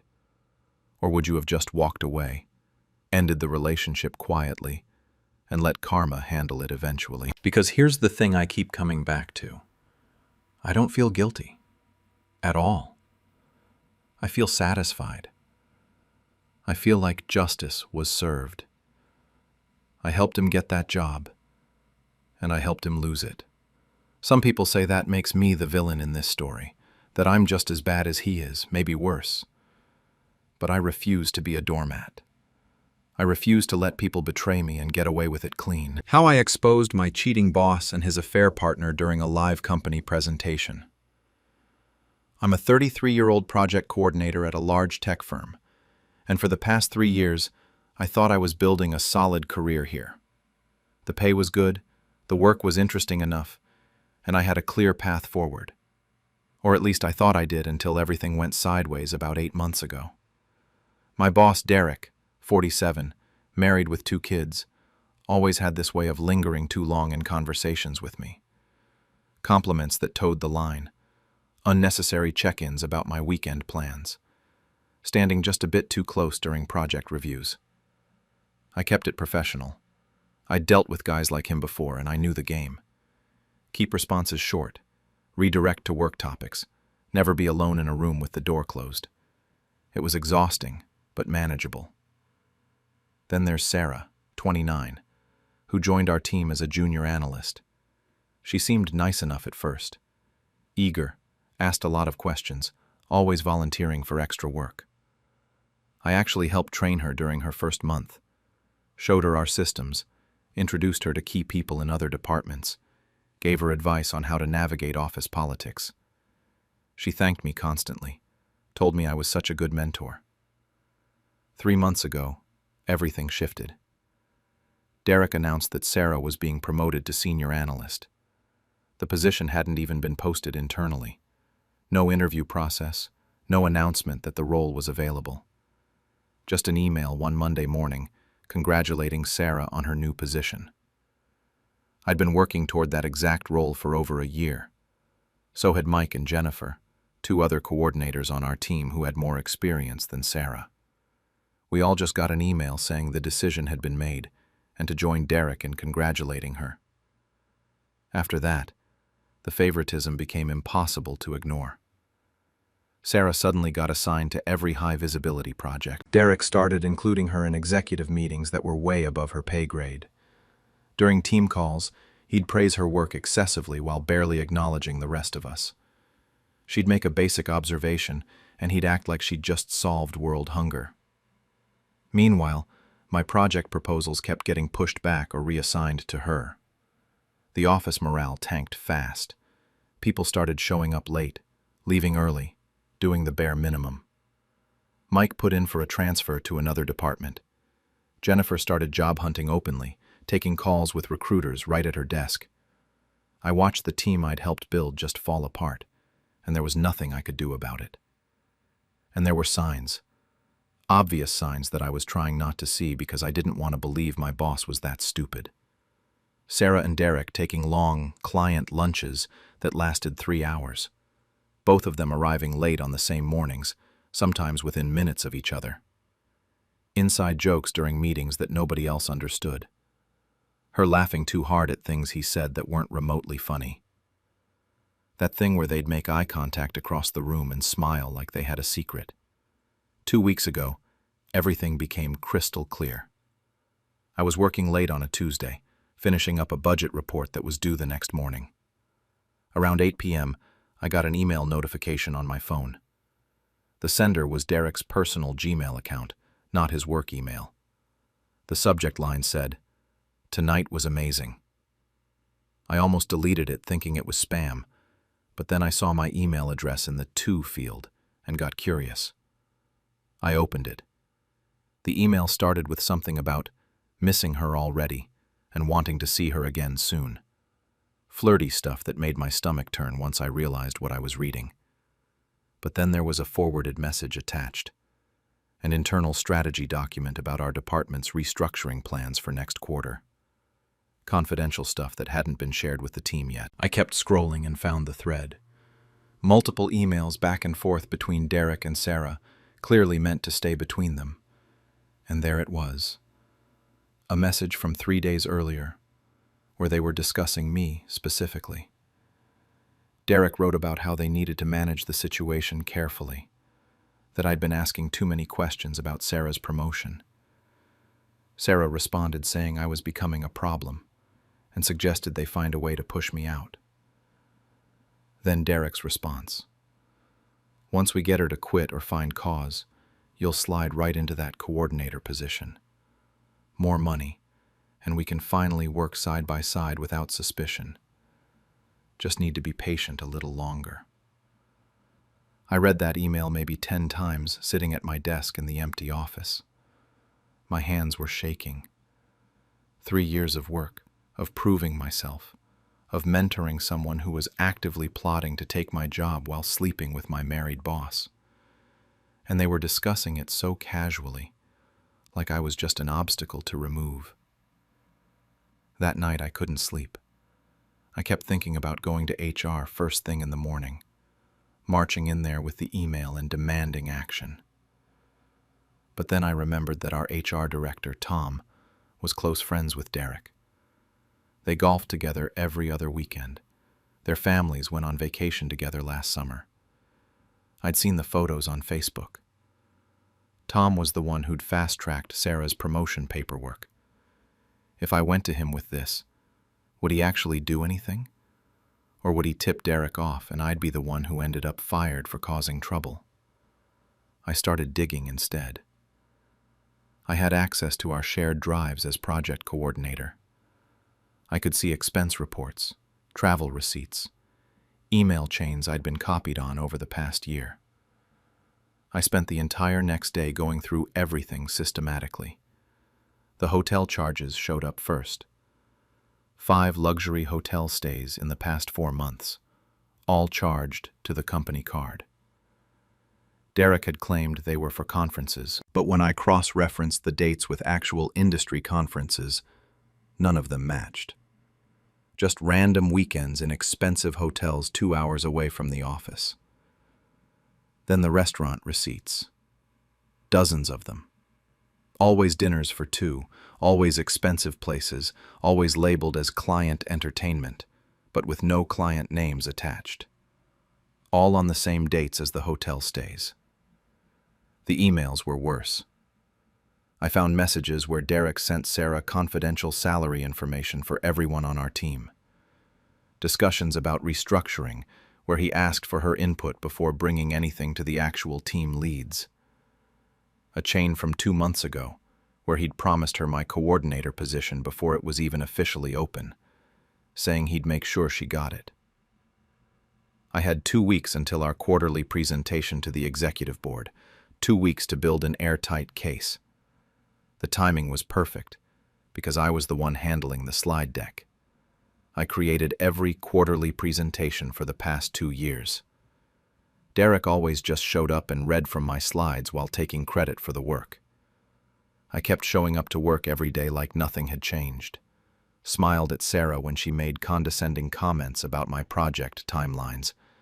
Nodded along when Derek gave me fake, concerned looks and asked if everything was okay. Meanwhile, I was building a presentation that would burn their careers to the ground. Over the next 10 days, I became someone I didn't recognize. I'd get to the office early, leave late, and spend every spare minute compiling evidence. I had a folder on my personal laptop at home labeled Backup Projects that contained everything I was finding: screenshots, downloaded expense reports, forwarded emails sent to my personal account. I wasn't taking any chances with this disappearing from company servers. The expense reports were damning on their own. I made a spreadsheet tracking every questionable charge over the past 6 months. The Ritz-Carlton in San Diego for 3 nights, $2,100. Ruth's Chris Steakhouse, party of 2, $340. Another hotel in Santa Barbara, Ocean View Suite, $1,800. All of it billed to the corporate card under vague descriptions like client development or industry research. When I added it all up, we were looking at $47,000 in what was clearly personal spending disguised as business expenses. But the emails were the real gold mine. There was one chain where Derek sent Sarah the salary ranges for every position in our department before annual reviews. She responded asking if he could bump her up to the highest tier, and he said he'd make it happen. Another thread showed him giving her advance notice about projects before they were announced to the team, so she could prepare proposals that would look impressive. He was literally feeding her insider information to make her look good. The worst one was from 6 weeks ago. Sarah had complained that I questioned one of her project decisions in a team meeting.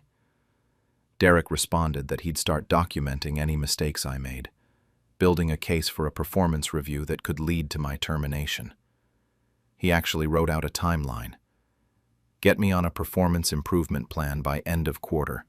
Document failures for 60 days. Terminate before the holidays. They had a whole plan mapped out. The psychological toll of knowing all this while pretending everything was normal nearly broke me. I'd sit in team meetings watching them exchange glances, seeing Sarah smirk when Derek shut down one of my ideas, listening to him praise her mediocre work. My friend Marcus, who worked on the data analytics side, kept asking if I was okay. I looked exhausted, he said. Was something going on at home? I told him I was fine, just working on a big project, which wasn't technically a lie. Sarah got bolder as the days went on. She started making comments about how maybe I should focus on smaller projects since I seemed overwhelmed. She volunteered to take over the quarterly presentation prep, saying it might be above my pay grade now that the executive team was asking for more detailed financial analysis. Derek actually considered it for a minute, before I reminded him that I'd been doing these presentations for 2 years and knew exactly what the board wanted to see. 5 days before the presentation, Derek officially assigned me the slide deck. He sent over the usual outline: revenue updates, project completions, team achievements, budget allocation overview. Standard stuff that I could build in my sleep. What he didn't know was that I'd already been working on 2 versions. The official version had everything he asked for: clean charts, positive metrics, professional formatting with our company colors. I showed him this version during our rehearsal 3 days before the actual presentation. He barely looked at it, just scrolled through quickly and said it looked great. Sarah was there too, sitting in his office like she had any right to be involved. She said something about hoping I didn't mess it up since it was important. I smiled and told her I'd do my best. The real version was different. Buried between the budget allocation slide and the Q4 projections, I'd added slide 23. The header read, "Unauthorized company expenses," in the same corporate font as everything else. It looked like it belonged there, like just another financial review slide. Underneath were 2 columns of itemized expenses, with dates, locations, and amounts.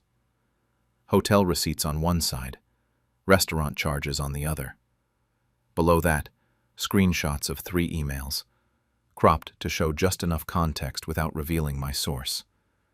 The affair was obvious from the language, but more importantly, the fraud was undeniable. I created a backup of this version on 3 different USB drives, one in my purse, one in my car, one at home. I also emailed it to my personal account from a coffee shop near my apartment. If anyone tried to make this disappear, I had copies everywhere. The days before the presentation crawled by. I kept having moments of doubt, usually around 3 a.m. when I couldn't sleep. Was I really going to do this? Could I just report it quietly through the ethics hotline? Maybe go to someone on the board directly? But then I'd remember that email about getting me fired before the holidays, and the doubt would disappear. The final push came 2 days before the presentation. I was working late again, and Derek's office door wasn't fully closed. I could hear him and Sarah talking inside. He was saying something about the timeline, asking if she was ready to take on more responsibility. She laughed and said she'd been ready for months. Then I heard her ask when they were going to make the move with me. Derek said by end of quarter. They'd already drafted the performance review. A few more documented issues, and they'd have enough to either put me on a plan or let me go. Sarah said something about finally not having to pretend to be nice to me anymore. They both laughed. I stood in the hallway outside his office with a stack of folders in my arms, listening to them plan my professional execution like it was nothing. That was it. Any remaining hesitation I had evaporated. They'd made their choice, and I'd made mine. The morning of the presentation, I barely ate breakfast. I was running on coffee and adrenaline.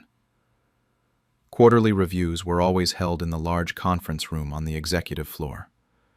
The entire board would be there: CEO, CFO, COO, all the C-suite executives, plus all the department heads, and Derek's full team including Sarah. Usually around 40 people total. These presentations were treated seriously. Careers were built or broken based on how departments performed. I arrived an hour early to set up, tested the projector, made sure the laptop connection was solid, ran through the slides one more time. The version loaded on the presentation laptop was the real one, the one with slide 23 embedded in the middle. I'd timed it perfectly. By the time anyone realized what they were seeing, it would already be up on the screen for everyone to witness. Derek and Sarah arrived 15 minutes before start time. He was wearing his expensive suit, the one he saved for important meetings. She had on a dress that was just slightly too nice for a normal workday. They both looked confident, relaxed even. Sarah caught my eye and gave me this little smile, like we were sharing a secret. I smiled back. The room filled up quickly. Everyone took their usual seats. Derek at the head of the table, Sarah beside him, me at the laptop running the presentation. The CEO called the meeting to order and handed things over to Derek to begin our department review. The first 22 slides went exactly as planned. Revenue numbers, project completions, client satisfaction scores. Derek read from the slides in his usual style, taking credit for everything, while I clicked through. A few people asked questions. The CFO wanted clarification on one of our budget line items. Standard stuff. People were engaged but not overly interested. These presentations tended to get boring in the middle. Then we reached slide 23 of 30. I advanced the slide and said something about reviewing departmental expenses. The screen changed. Unauthorized company expenses, in bold across the top. Everything went quiet. I watched every person in that room sit up straighter. The CFO leaned forward in his chair, squinting at the screen. The CEO's expression shifted from bored to confused to focused in about 3 seconds. I kept my voice steady and explained that during a routine budget review, I discovered some expenses that seemed inconsistent with company policy and thought the board should be aware. The slide showed everything. Hotel names, dates, amounts, all lined up in neat columns. The email screenshots were below, cropped just enough to show the relationship and the planning, but not so much that it looked like I was airing personal drama. This was about the fraud, the misuse of company resources, the breach of ethics policies. The affair was just context. Derek stood up halfway from his chair. His face had gone completely white. He stammered something about a technical error, reached toward the laptop like he was going to close it or switch slides. I moved the laptop slightly away from him and said this was important information the board needed to see. My hands were shaking, but my voice stayed calm. Sarah grabbed Derek's arm. She wasn't looking at the screen anymore, just staring at Derek with this frozen panic on her face. Someone in the back of the room made a noise. Might have been a gasp or a laugh, I couldn't tell. The CFO pulled out his phone and started taking pictures of the screen. The CEO held up his hand and asked Derek and Sarah to wait outside the conference room. Derek tried to say something, started a sentence about how this was all a misunderstanding, but the CEO cut him off. Just asked them again to step outside and wait. They left. Sarah was crying by the time she reached the door. Derek kept looking back at me, and I couldn't read his expression. Shock, maybe. Betrayal. Like he couldn't believe I'd actually done this. The CEO told me to continue with the presentation, so I clicked to slide 24, which was about Q4 projections, and kept going like nothing had happened. My voice was steady, but my heart was pounding so hard I thought everyone could hear it. The rest of the presentation took maybe 15 minutes. Nobody asked questions. Everyone just sat there in this heavy silence, looking at me differently than they had an hour ago. The meeting ended, and I was immediately escorted to HR. Not Tom, the guy who golfs with Derek. They brought in the senior HR director and legal counsel, people I'd only seen in all-hands meetings. We sat in a windowless conference room for 3 hours while they asked me everything. How did I find this evidence? Was I authorized to access those files? Why didn't I report it through proper channels first? I explained about the email I received, showed them the original on my phone, told them about HR's personal relationship with Derek and how I didn't trust the information would be taken seriously if I reported it quietly. Showed them the email where Derek and Sarah discussed forcing me out. Legal took notes on everything. They made copies of all the evidence I had on my personal laptop. Their faces stayed professional, but I could tell they were trying to figure out if I'd crossed any legal lines getting this information. I hadn't. Everything I accessed was through normal company systems that I had legitimate permission to use as project coordinator. The misdirected email was just that, an accident. I didn't hack anything or go through anyone's personal belongings. It was all right there in company files that I was authorized to review. They sent me home around 6 p.m., told me not to come in the next day, that they'd be in touch. I drove home in a daze, the adrenaline finally wearing off. I sat in my apartment that night wondering if I'd just ended my own career along with theirs. I didn't hear anything for 3 days. Radio silence from work, just an automated email saying I was on paid administrative leave pending an investigation. But Marcus texted me on day 2, saying Derek and Sarah were both gone. Their offices had been packed up. Security had walked them out. He wanted to know what happened, but I told him I couldn't talk about it yet. The company moved fast once they started digging. Apparently my evidence was just the beginning. They pulled phone records from company devices and found text messages between Derek and Sarah that were even more explicit. They audited Sarah's entire employment file and found that her starting salary was 40% higher than anyone else at her level. Derek had personally approved bonuses for her that weren't tied to any performance metrics. There were other expense reports, trips I hadn't even found, dating back almost to when Sarah started. A week after the presentation, I got the official email. Derek and Sarah had both been terminated for cause. The list of violations was long: expense fraud, misuse of company resources, conflict of interest, creating a hostile work environment. Derek was being required to repay the $47,000. Both of them were potentially facing legal action, depending on what else the investigation uncovered. The office grapevine filled in the rest. Derek's wife filed for divorce within a week of his termination. Someone saw the court documents posted online. Sarah apparently tried to get another job in our industry, but word travels fast in tech. Last anyone heard, she'd moved to another state. 2 weeks after everything went down, they offered me Derek's position. Interim department director at first, then permanent after a month.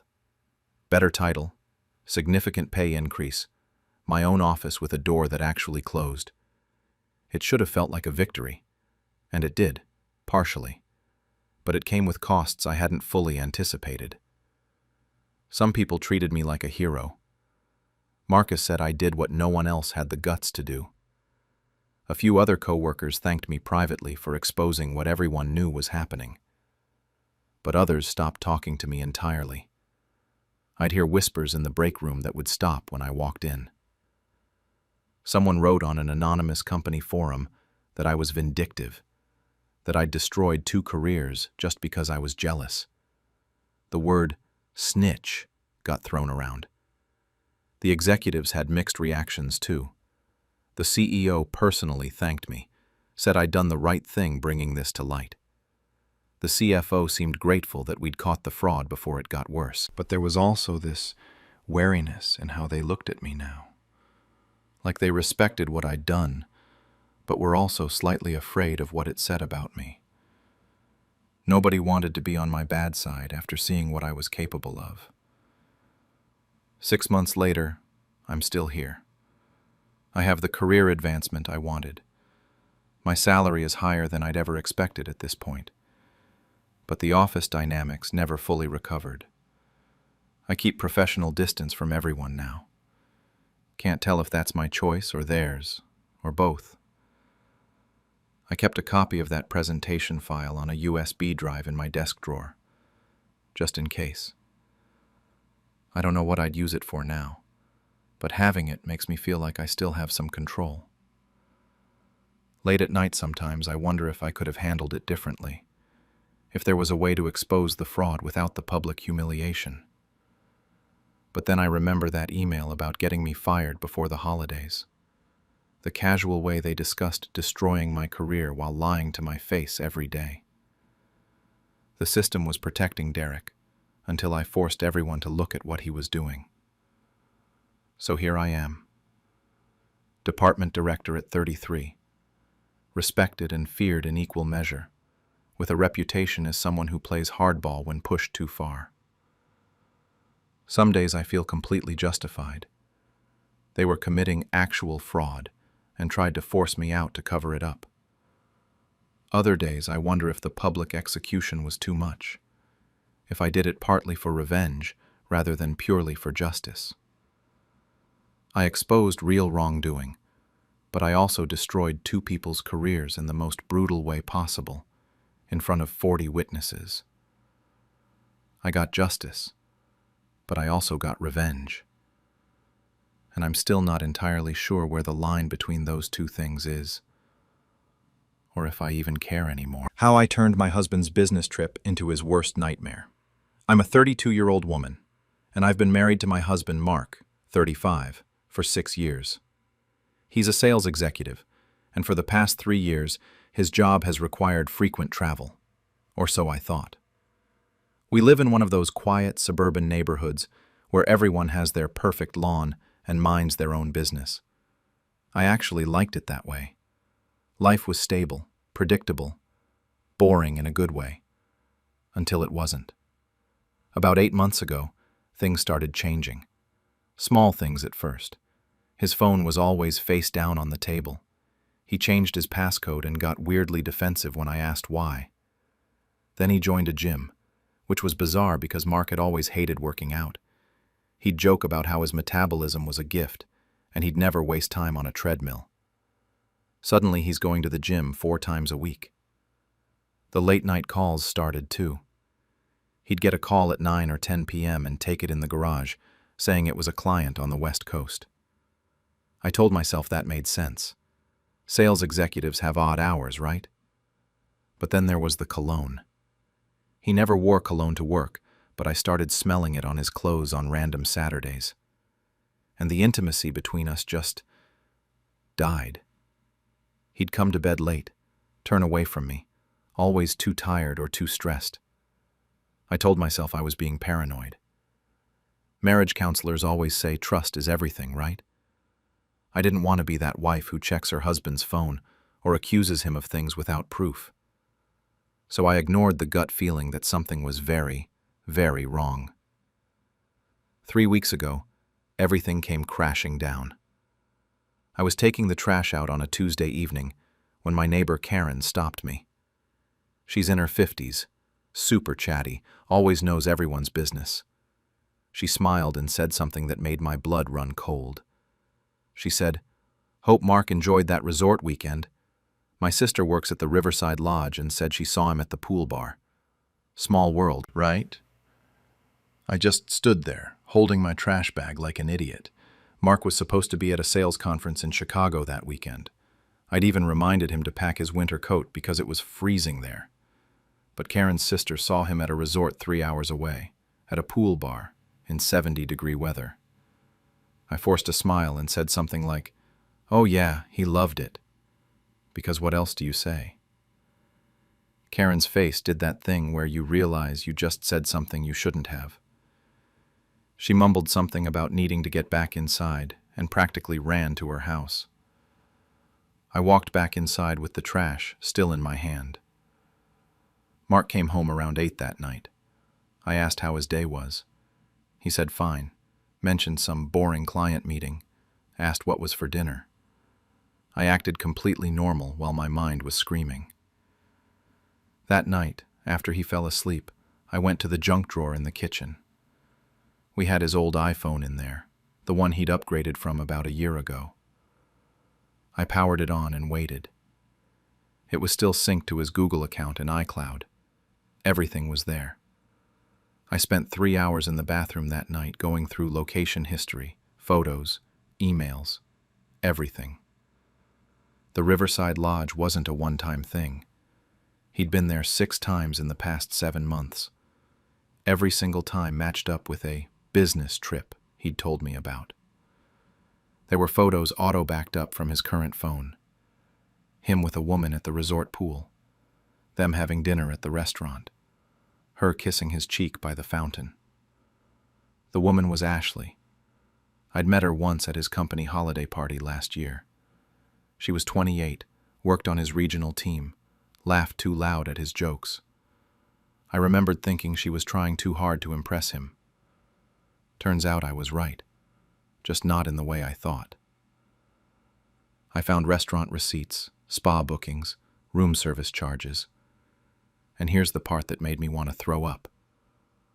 All of it was on our joint credit card, the one we used for business expenses because it had better rewards. He was using our money to wine and dine his mistress. Couples massages, champagne, fancy dinners. I added it up. Over $8,000 in 7 months. I sat on the bathroom floor until 4 a.m. just staring at the photos. There was one of them in those resort bathrobes, her head on his shoulder, both of them smiling. They looked happy. That's what killed me. Not just that he was cheating, but that he looked genuinely happy with her, in a way he hadn't looked at me in months.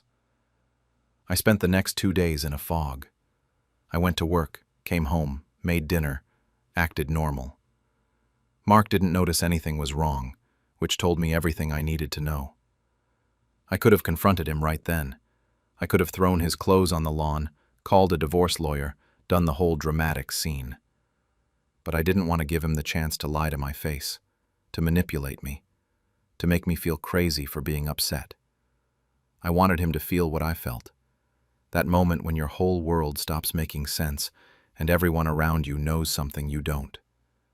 That humiliation of being the last to know. I checked his calendar.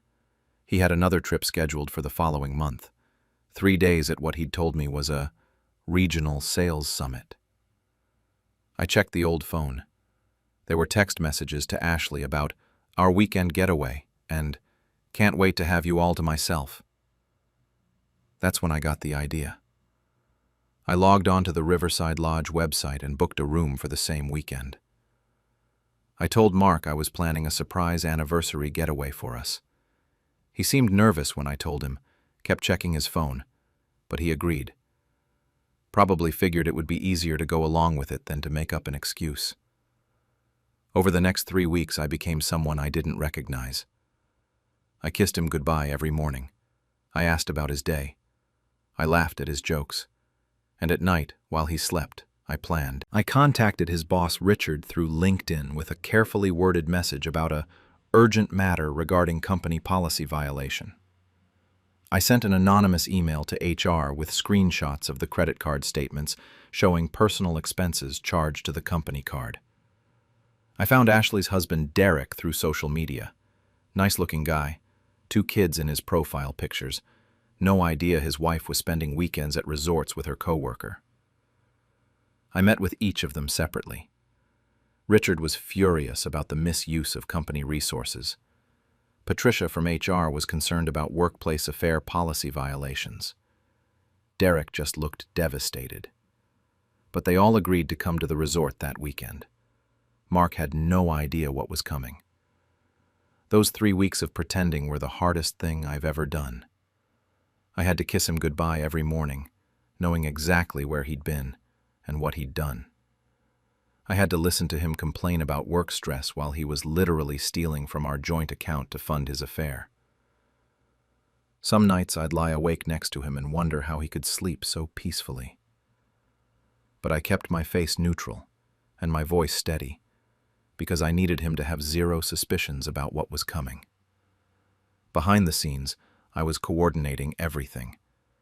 Richard responded to my LinkedIn message within hours. When I showed him the credit card statements with charges from the Riverside Lodge on dates Mark had claimed to be at client sites, he went from skeptical to livid in about 30 seconds. He told me Mark had been submitting expense reports for those trips, claiming them as business costs. That's fraud. That's a fireable offense even without the affair. Patricia from HR was more clinical about it. She explained their policy. Workplace relationships have to be disclosed, especially between people on the same team. the power dynamic issues, the potential for harassment claims, all of that. The company card misuse was just icing on the cake. She said Ashley had already been contacted and had resigned to avoid termination. I felt a small surge of satisfaction at that. Meeting Derek was harder. He showed up to the coffee shop looking confused and worried. I showed him the photos from Mark's cloud.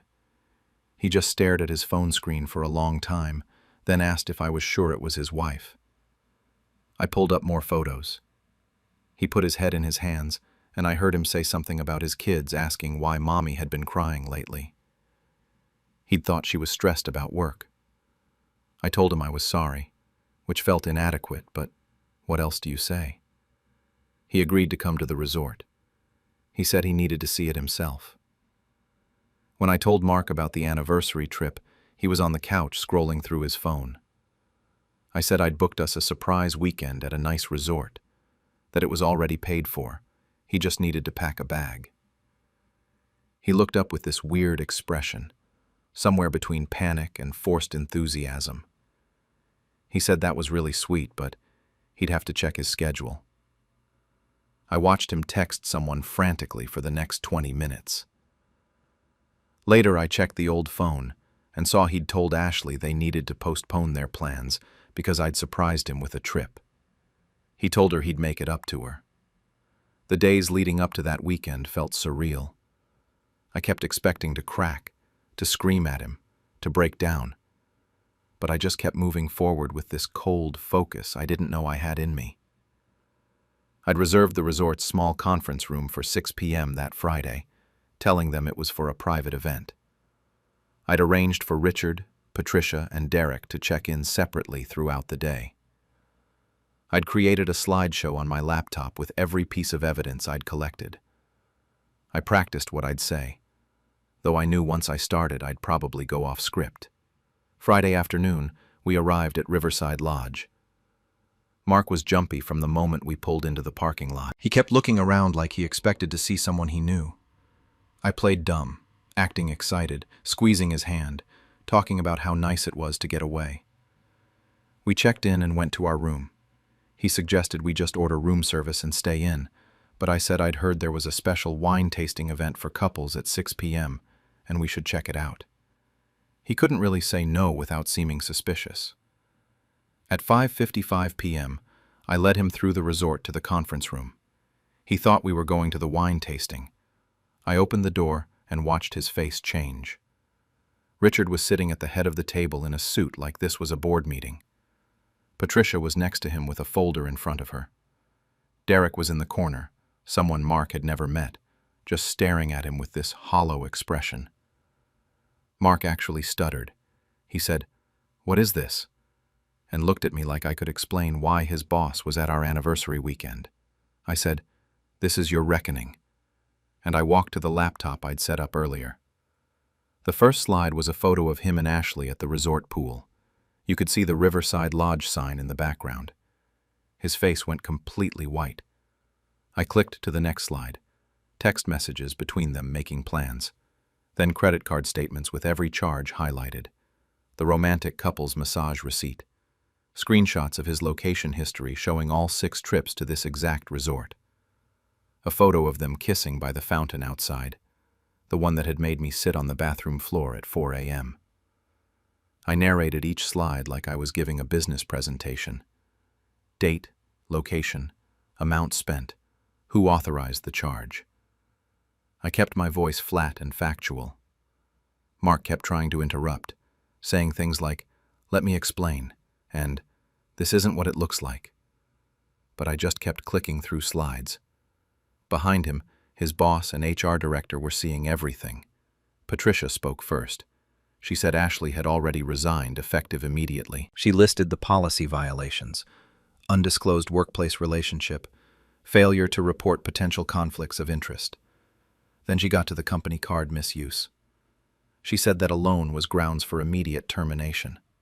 Richard added that Mark had submitted false expense reports for trips that were clearly personal, which constituted fraud. He said effective immediately, Mark was on unpaid leave pending investigation, but they both knew what the outcome would be. Mark tried to defend himself. He said Ashley had pursued him, that the charges were mixed with real business expenses, that he'd planned to pay it all back. It was pathetic watching him scramble for excuses that might have worked if we were alone, but sounded insane in front of his boss.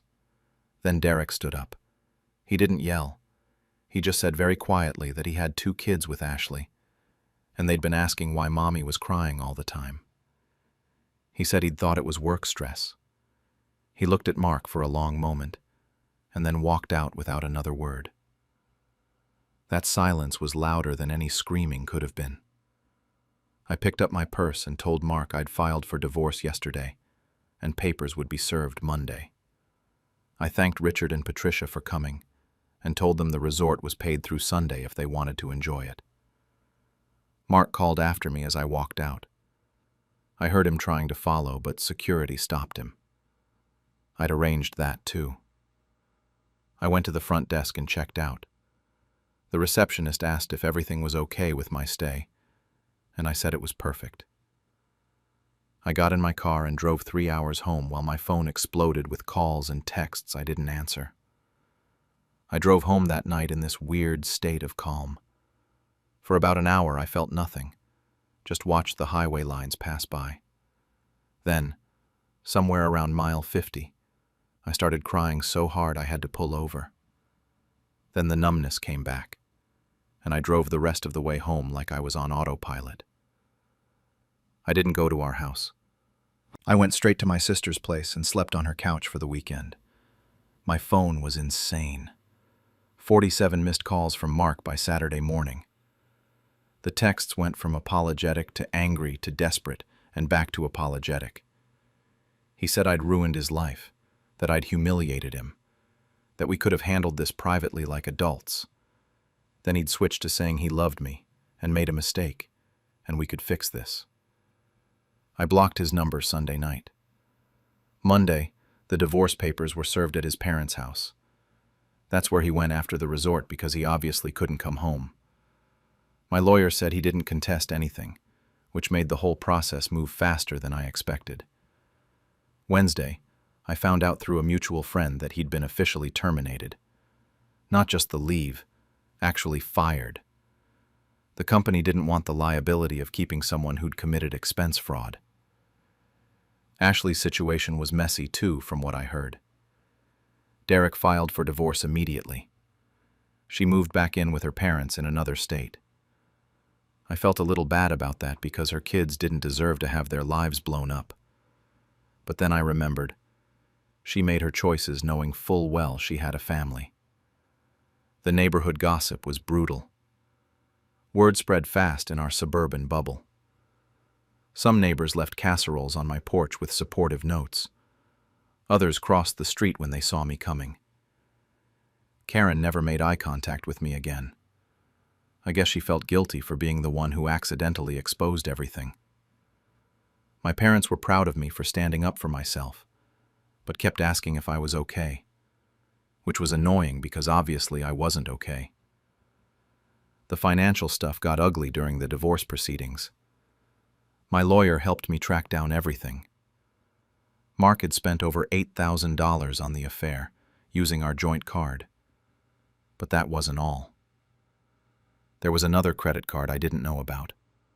$12,000 in debt. Our savings account that should have had about 30 grand had less than half that. He'd been draining it slowly for months. My lawyer said I had an excellent case because of the adultery and financial fraud. The settlement ended up heavily in my favor. I got the house, most of our savings, and he had to pay for half the credit card debt, even though he'd accumulated all of it. He tried to argue he couldn't afford it since he lost his job, but the judge didn't care much about that. It's been 2 months since that night at the resort. I'm still living in our house, but I'm thinking about selling it. Every room has memories I don't want anymore. The kitchen where I found out. The bathroom where I spent 3 hours going through his old phone. The bedroom where he'd lie next to me and I had no idea he was living a completely different life. I started therapy 3 weeks ago because my sister said I needed to talk to someone. My therapist doesn't tell me whether what I did was right or wrong, which is frustrating but probably healthy. We mostly talk about processing the betrayal and figuring out who I am after all this. Some days are better than others. I got a new job in a different field, something totally unrelated to my old work. I needed a fresh start in every part of my life. Mark is living with his parents at 35 years old. I heard he's struggling to find work because when potential employers call his old company for references, they can't exactly give him a glowing review. He lost most of his friends, too. Our mutual friends had to pick sides, and most of them picked mine. He tried to reach out twice through people we both know, asking if I'd be willing to talk. I said no both times. I heard through the grapevine that he's in therapy, too. Part of me feels vindicated by that. Another part of me wonders if I broke something in him that can't be fixed. Then I remember the 7 months of lies and I stop feeling guilty. People have strong opinions about what I did. My friends think I'm a hero. They say I stood up for myself and exposed him for what he was. My mom's book club apparently discussed it, and half of them think I'm savage in the best way. The other half think public humiliation is never acceptable, no matter what someone did. Mark's family thinks I'm a monster who destroyed his career and his life over a mistake. My sister said something that stuck with me. She said he humiliated me for 7 months, making me look like an idiot in front of neighbors and coworkers and anyone who saw him with Ashley. I just did it to him once, in front of the people who needed to know. I don't know if that makes it justified, or if I'm just trying to make myself feel better about it. Some days I feel empowered, like I took control of a situation where I had no power, and I made sure he faced consequences for his actions. Other days, I feel like I became someone I don't recognize. Someone cold and calculating who could plan revenge for 3 weeks while sleeping next to him every night. I don't know which version of me is the real one. The thing is, revenge didn't actually heal anything. It just redistributed the pain. He's suffering now instead of me. Or maybe we're both suffering, just differently.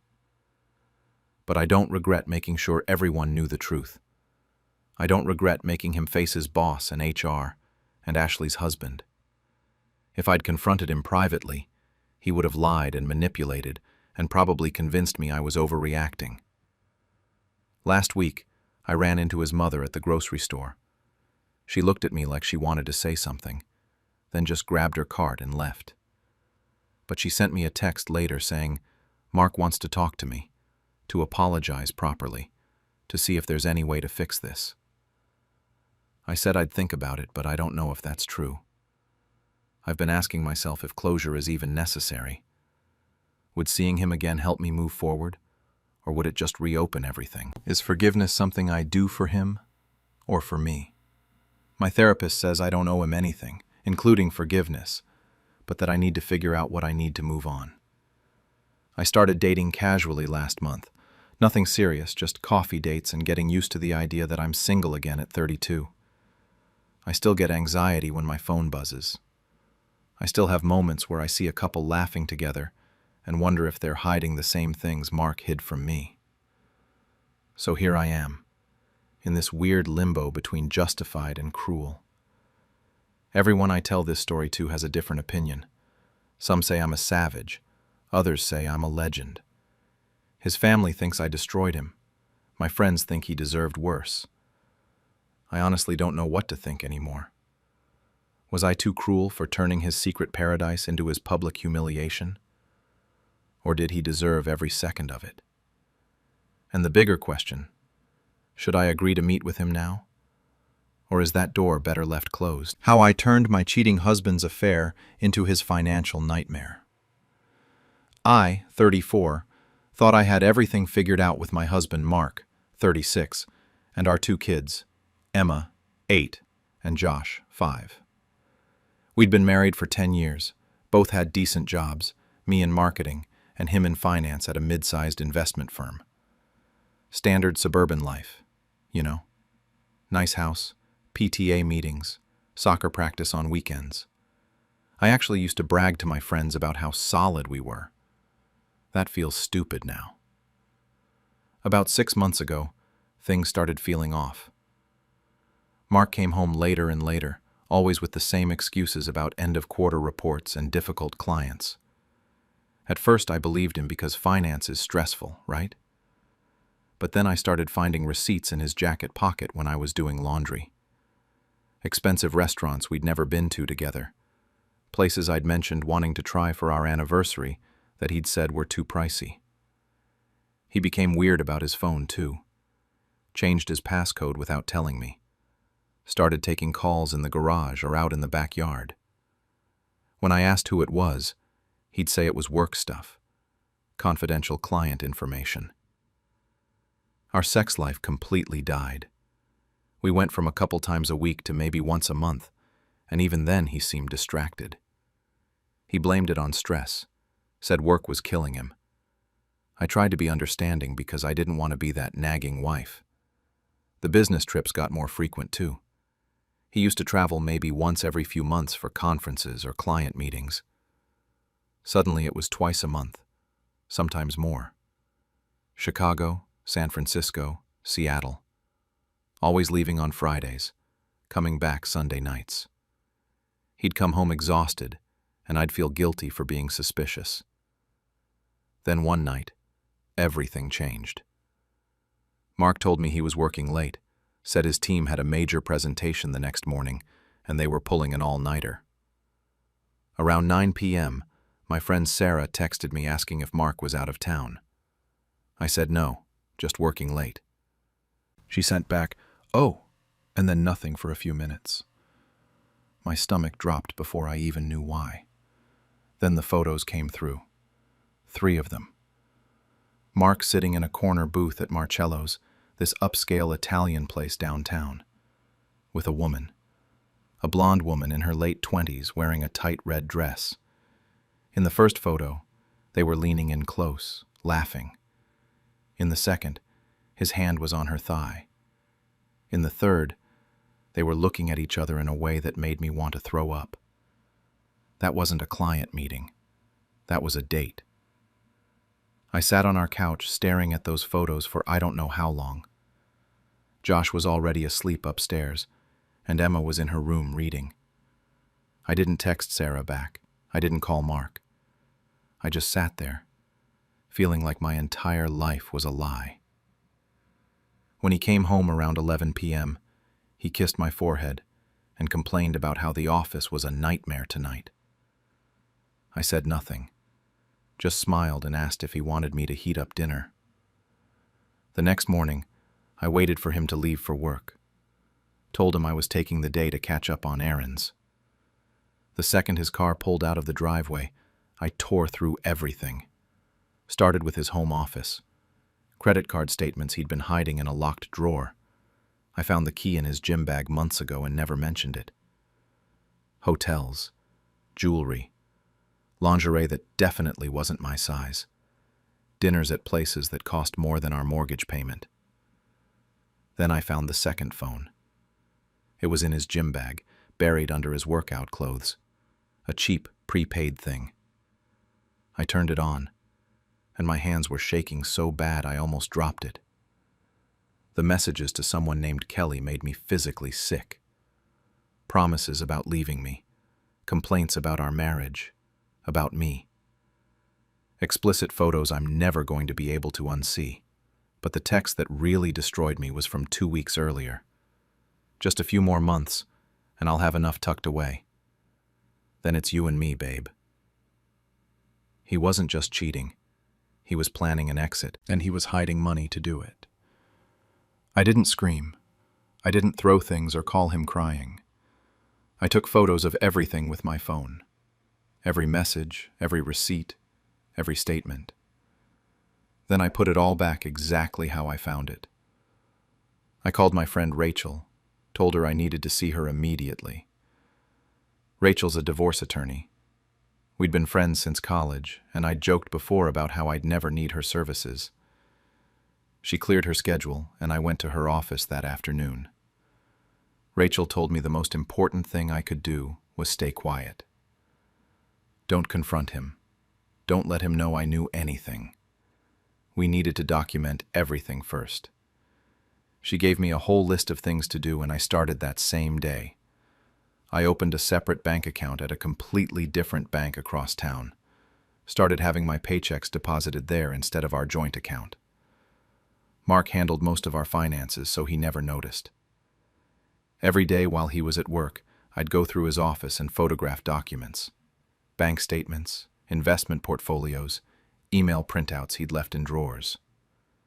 That's when I found the offshore accounts. Plural.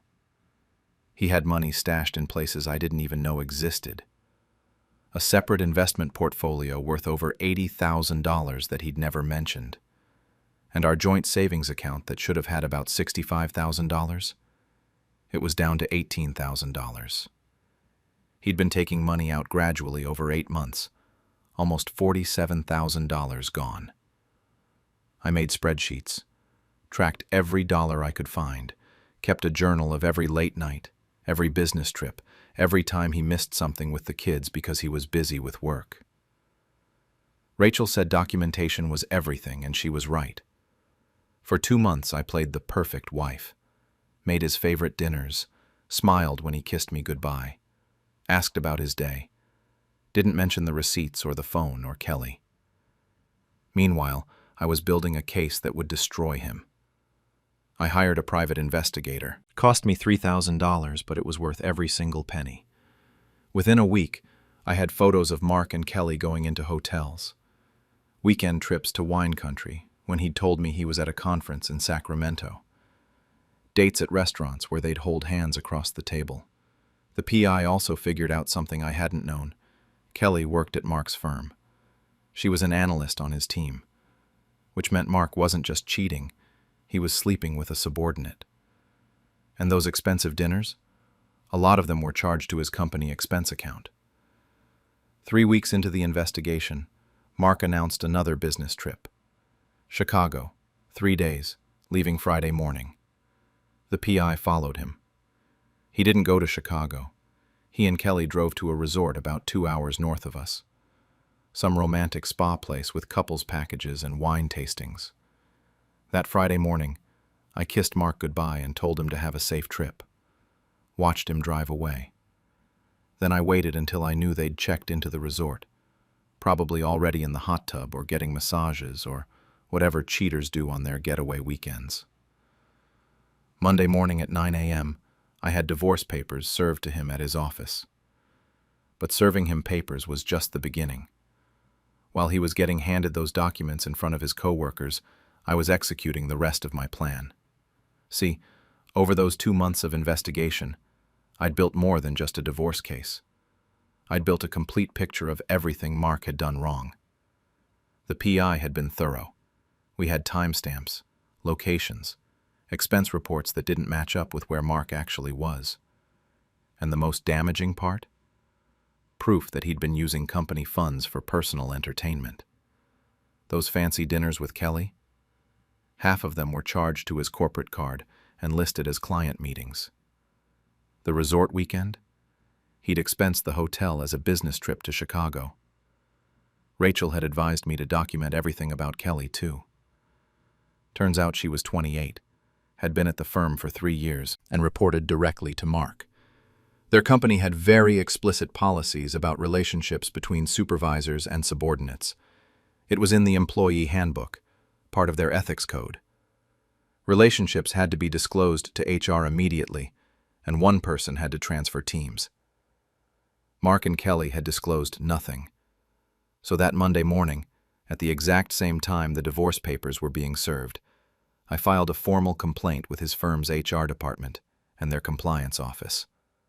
I included copies of everything, photos of them together, screenshots of expense reports next to photos proving he was actually with Kelly, not clients, credit card statements showing charges at the same restaurants on the same nights, hotel bookings, everything dated and organized in a binder that probably cost them hours to go through. I also froze our joint accounts. Rachel had helped me file an emergency motion that morning, citing dissipation of marital assets. The judge granted it immediately once he saw the evidence of Mark transferring and spending our money. Every joint account, every joint credit card, frozen. Mark couldn't access a single dollar. Then I changed the locks on the house. Had a locksmith come that morning and rekey everything. Put his stuff in boxes in the garage. Rachel had also helped me get a temporary restraining order. I told the judge I was afraid of how Mark would react, that he'd been volatile lately, that I feared for my safety with the kids in the house. It wasn't entirely true, but it wasn't entirely false either. The order said he couldn't come within 500 feet of the house or contact me except through lawyers. Mark called me around 11 a.m. I was at work, sitting in my office, trying to act normal while my entire life was imploding. He was screaming so loud I had to hold the phone away from my ear. I could hear Kelly in the background asking what was wrong. He was yelling about the accounts, about being served at work, about how I was insane and vindictive. I stayed completely calm, told him he needed to talk to his lawyer, and hung up. Then I blocked his number. He tried calling from Kelly's phone, blocked that too. He tried from the resort's phone. I didn't answer. Rachel had been clear, no contact except through attorneys. Anything he said to me could be used in court, and anything I said could be twisted against me. By the time Mark made it back from the resort that evening, he couldn't get into the house. I watched him on the Ring camera, standing on the porch with his suitcase, trying his key over and over. Then, trying to look through the windows. The kids were at my parents' house. I'd told them Grandma and Grandpa wanted a sleepover, and they were excited. I wasn't going to have them here for whatever happened next. Mark started banging on the door, yelling my name. A neighbor must have called the police because a squad car showed up about 20 minutes later. I watched the whole thing on my phone from my parents' house. The cops told him about the restraining order and said he needed to leave. He tried explaining that it was his house too, that his crazy wife had locked him out. They told him he could take it up with a judge, but right now he needed to go. He left. Drove to his parents' house from what I heard later. His firm put him on immediate administrative leave the next day. Paid leave while they investigated, but still. Everyone at his office knew why. The rumor mill in finance is vicious, and by Wednesday, people I barely knew were texting me asking if it was true that Mark had been cheating with someone from work. The fallout spread fast. His parents called me that Friday, absolutely furious. His mom was crying, calling me cruel and heartless, saying I was destroying their son over a mistake. His dad was more direct, said I was a vindictive bitch who was going to regret this. I let his mom finish her rant and then, very calmly, told them to ask their son about Kelly and the $52,000 of our money he'd spent on her. His mom went quiet. His dad hung up. They haven't called since. But the biggest shock came about a week after I filed. I got a call from a number I didn't recognize. Normally I wouldn't answer, but something made me pick up. It was a man's voice, asking if I was married to Mark. I almost hung up, thinking it was a reporter or something, but he said his name was Derek, and he was Kelly's husband.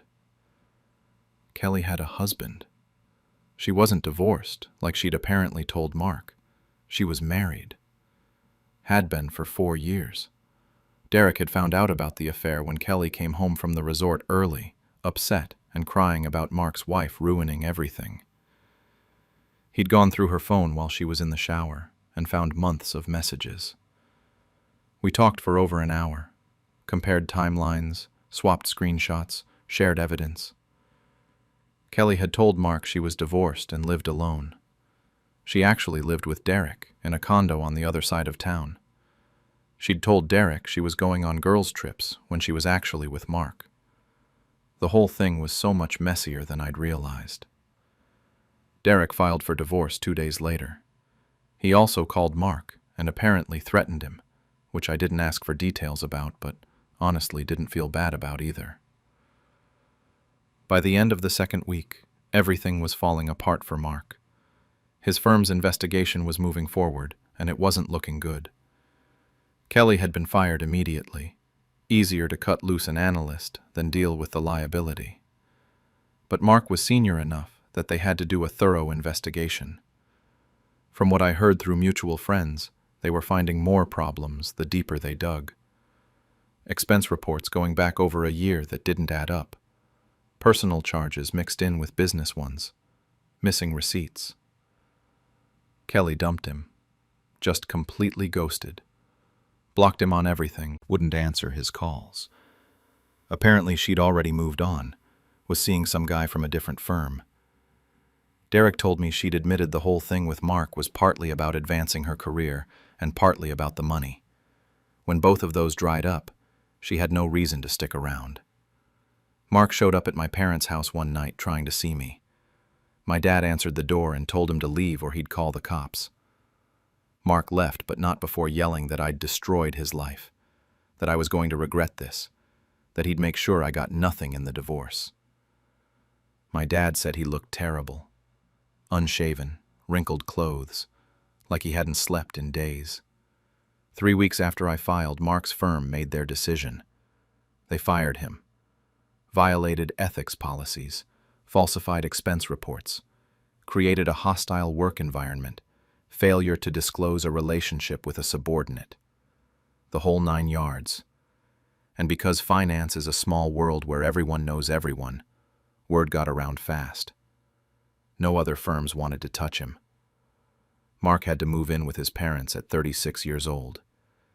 His mom apparently made up the guest room for him like he was a college kid home for the summer. I heard this from Emma after one of her weekend visits. She said Daddy's new room had his old high school football trophies on the shelf. That detail made me feel a weird mix of satisfaction and sadness. The court proceedings dragged on for 4 months. Mark kept trying to negotiate, wanting to split everything 50-50, claiming I was being unreasonable. His lawyer argued that yes, he'd made mistakes, but that didn't mean he should lose everything. My lawyer presented our binder of evidence. All $52,000 worth of receipts and withdrawals. The judge was a woman in her 60s who did not look amused as she flipped through photos of Mark and Kelly at expensive restaurants while I was home with our kids. Mark wanted to force a sale of the house, said we should sell it and split the proceeds. The judge said no, said that I'd been the primary caregiver, that the kids needed stability, and that Mark had depleted marital assets for an extramarital affair. I got the house. He was furious. Started yelling in the courtroom about how unfair it was until his own lawyer told him to shut up.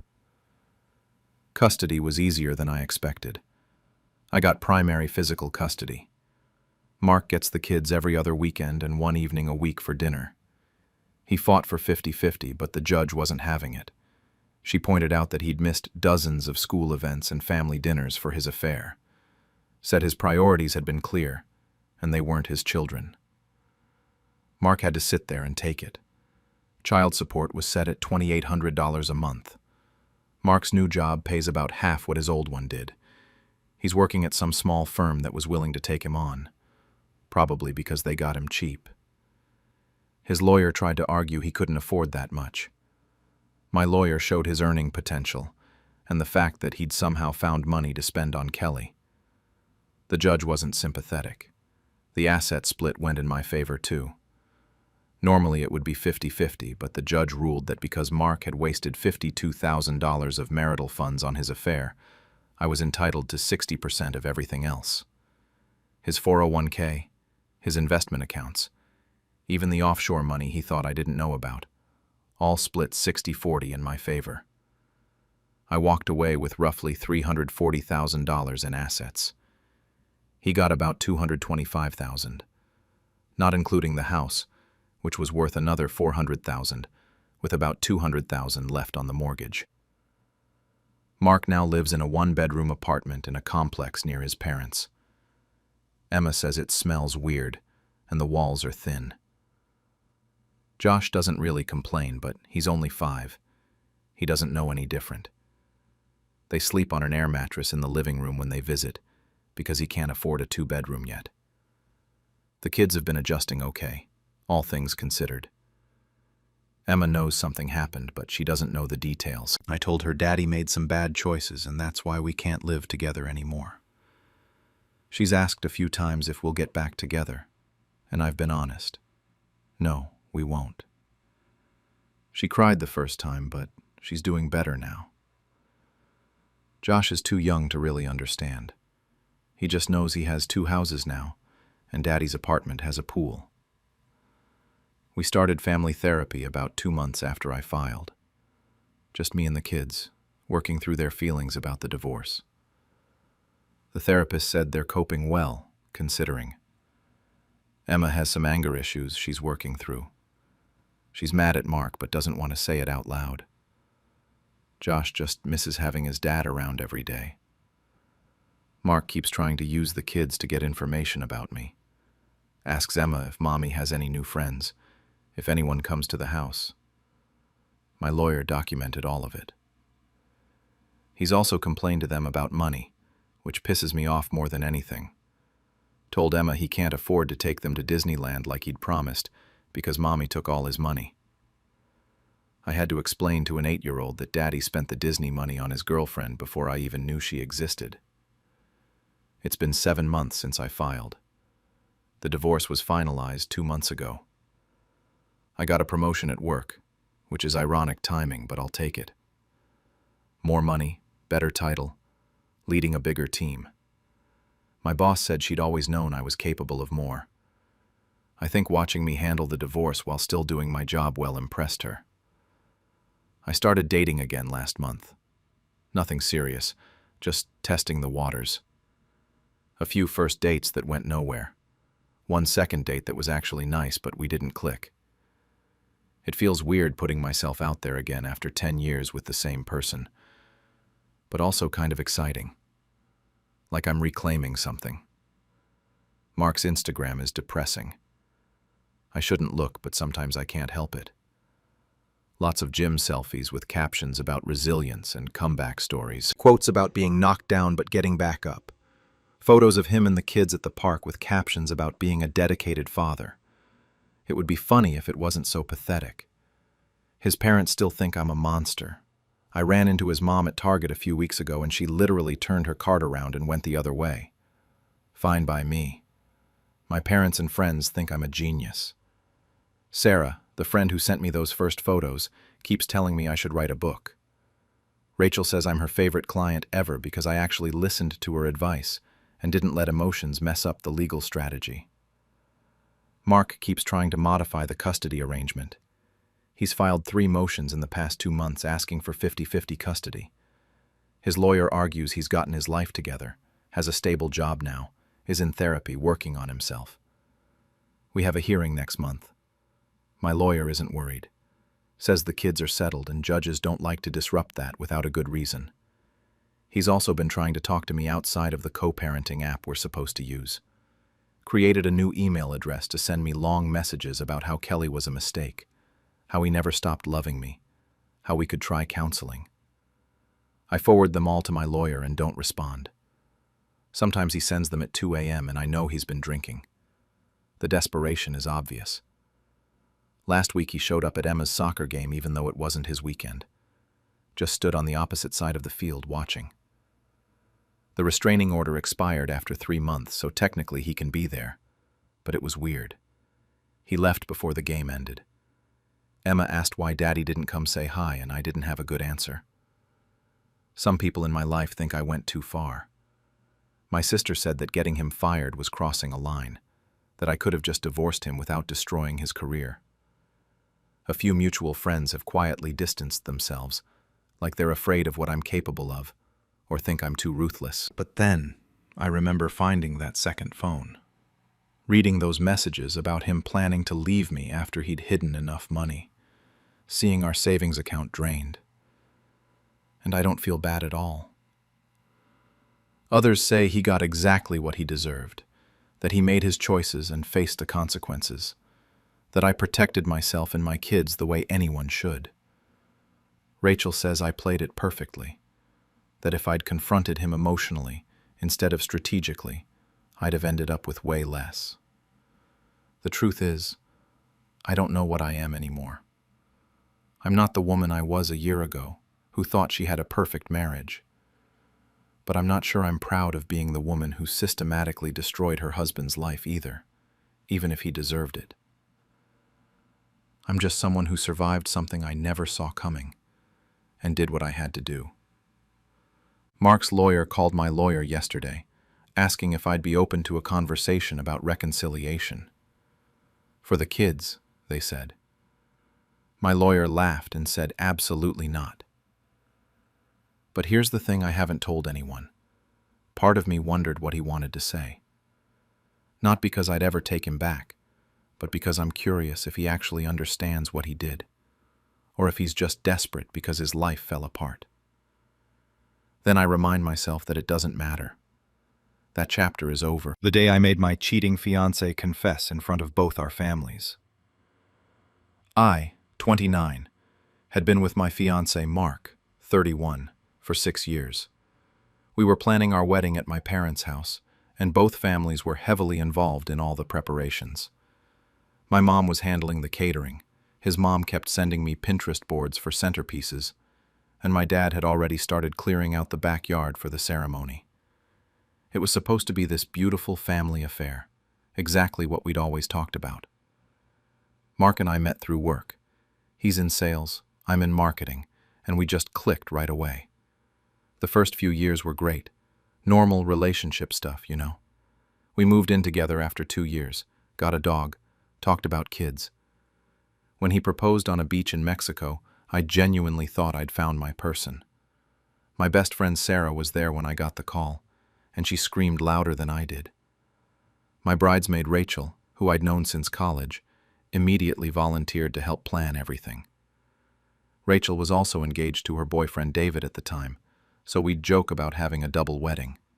Looking back, that's almost funny. Almost.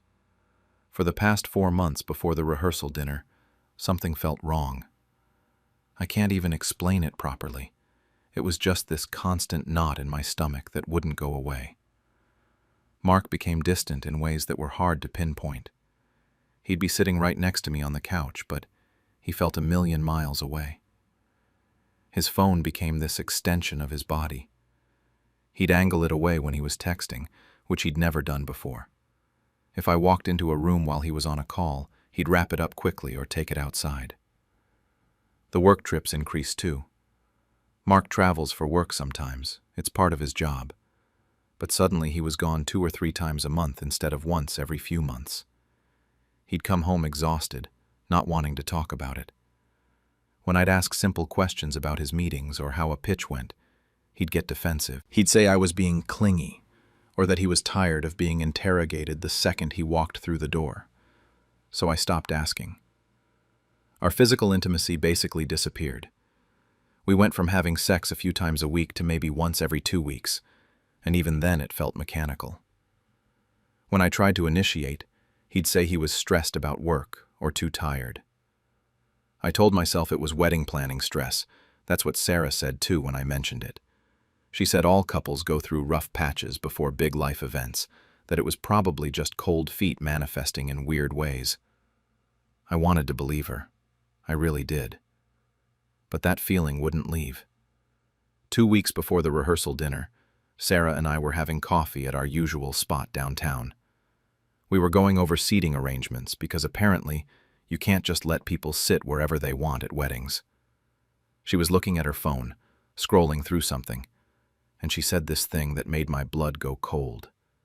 She goes, "Oh, that hotel Mark stays at downtown, the Meridian, right? I heard they're doing renovations." Just casual, not thinking about it. I put my coffee down. I told her Mark always stayed at the courtyard by the airport for work trips. He'd complained about it multiple times, said it was convenient, but depressing. Sarah's face changed immediately. The color just drained out of it. She stammered something about maybe misremembering, that maybe she'd mixed him up with someone else. And then she very obviously changed the subject. Started talking about her sister's new job or something random, but I could tell. She knew she'd said something she shouldn't have. That night I couldn't sleep. Mark was right there next to me, snoring softly, and I just stared at the ceiling. My mind was racing through every weird moment from the past few months, every defensive comment, every time he'd pulled his phone away. The Meridian was a nice hotel downtown. The kind of place you take someone you're trying to impress. Not the kind of place you book for a work trip when you're trying to save the company money. The next morning, I did something I'd never done before. While Mark was in the shower, I grabbed his phone off the nightstand. My hands were shaking. His passcode was our anniversary date, which felt like a sick joke. The phone unlocked, and I just sat there for a second, staring at his home screen. Part of me wanted to put it back, to not know, to keep living in whatever reality I'd been existing in. But I couldn't. I opened his messages. There was a contact saved as Danny with a wrench emoji next to it. I almost scrolled past it, but something made me click on it. The messages that came up were not work-related. They were graphic. They were romantic. They were everything you don't want to see on your fiancé's phone. Plans to meet up, descriptions of what they wanted to do to each other, complaints about having to keep things secret. I scrolled up, my stomach turning, and there were months of these messages. Months. Then I saw a photo. It was a selfie someone had sent to Mark, someone I recognized immediately. Rachel, my bridesmaid, the one who'd been helping me address wedding invitations 2 weeks ago in my kitchen. Rachel, who was engaged to David. Rachel, who I'd known for almost a decade. I heard the shower turn off and I panicked. I started screenshotting everything as fast as I could. The messages, the photos, everything. I airdropped them all to myself and then quickly deleted the airdrop notifications from his phone. My heart was pounding so hard I thought I might pass out. I put his phone back exactly where it had been, grabbed my own phone, and walked into the living room. I opened my email on my phone while I waited for him to get dressed. There were hotel receipts, reservation confirmations at the Meridian, dozens of them over the past year. The most recent one was from 3 days ago, when Mark told me he was visiting a client in Boston. The hotel was 20 minutes from our apartment. Nearly a year. They'd been doing this for nearly a year. Mark came out of the bedroom asking what I wanted for breakfast, completely normal, like nothing was wrong, like he hadn't been destroying our entire relationship for months. I looked at him, and I smiled. I told him whatever he wanted was fine.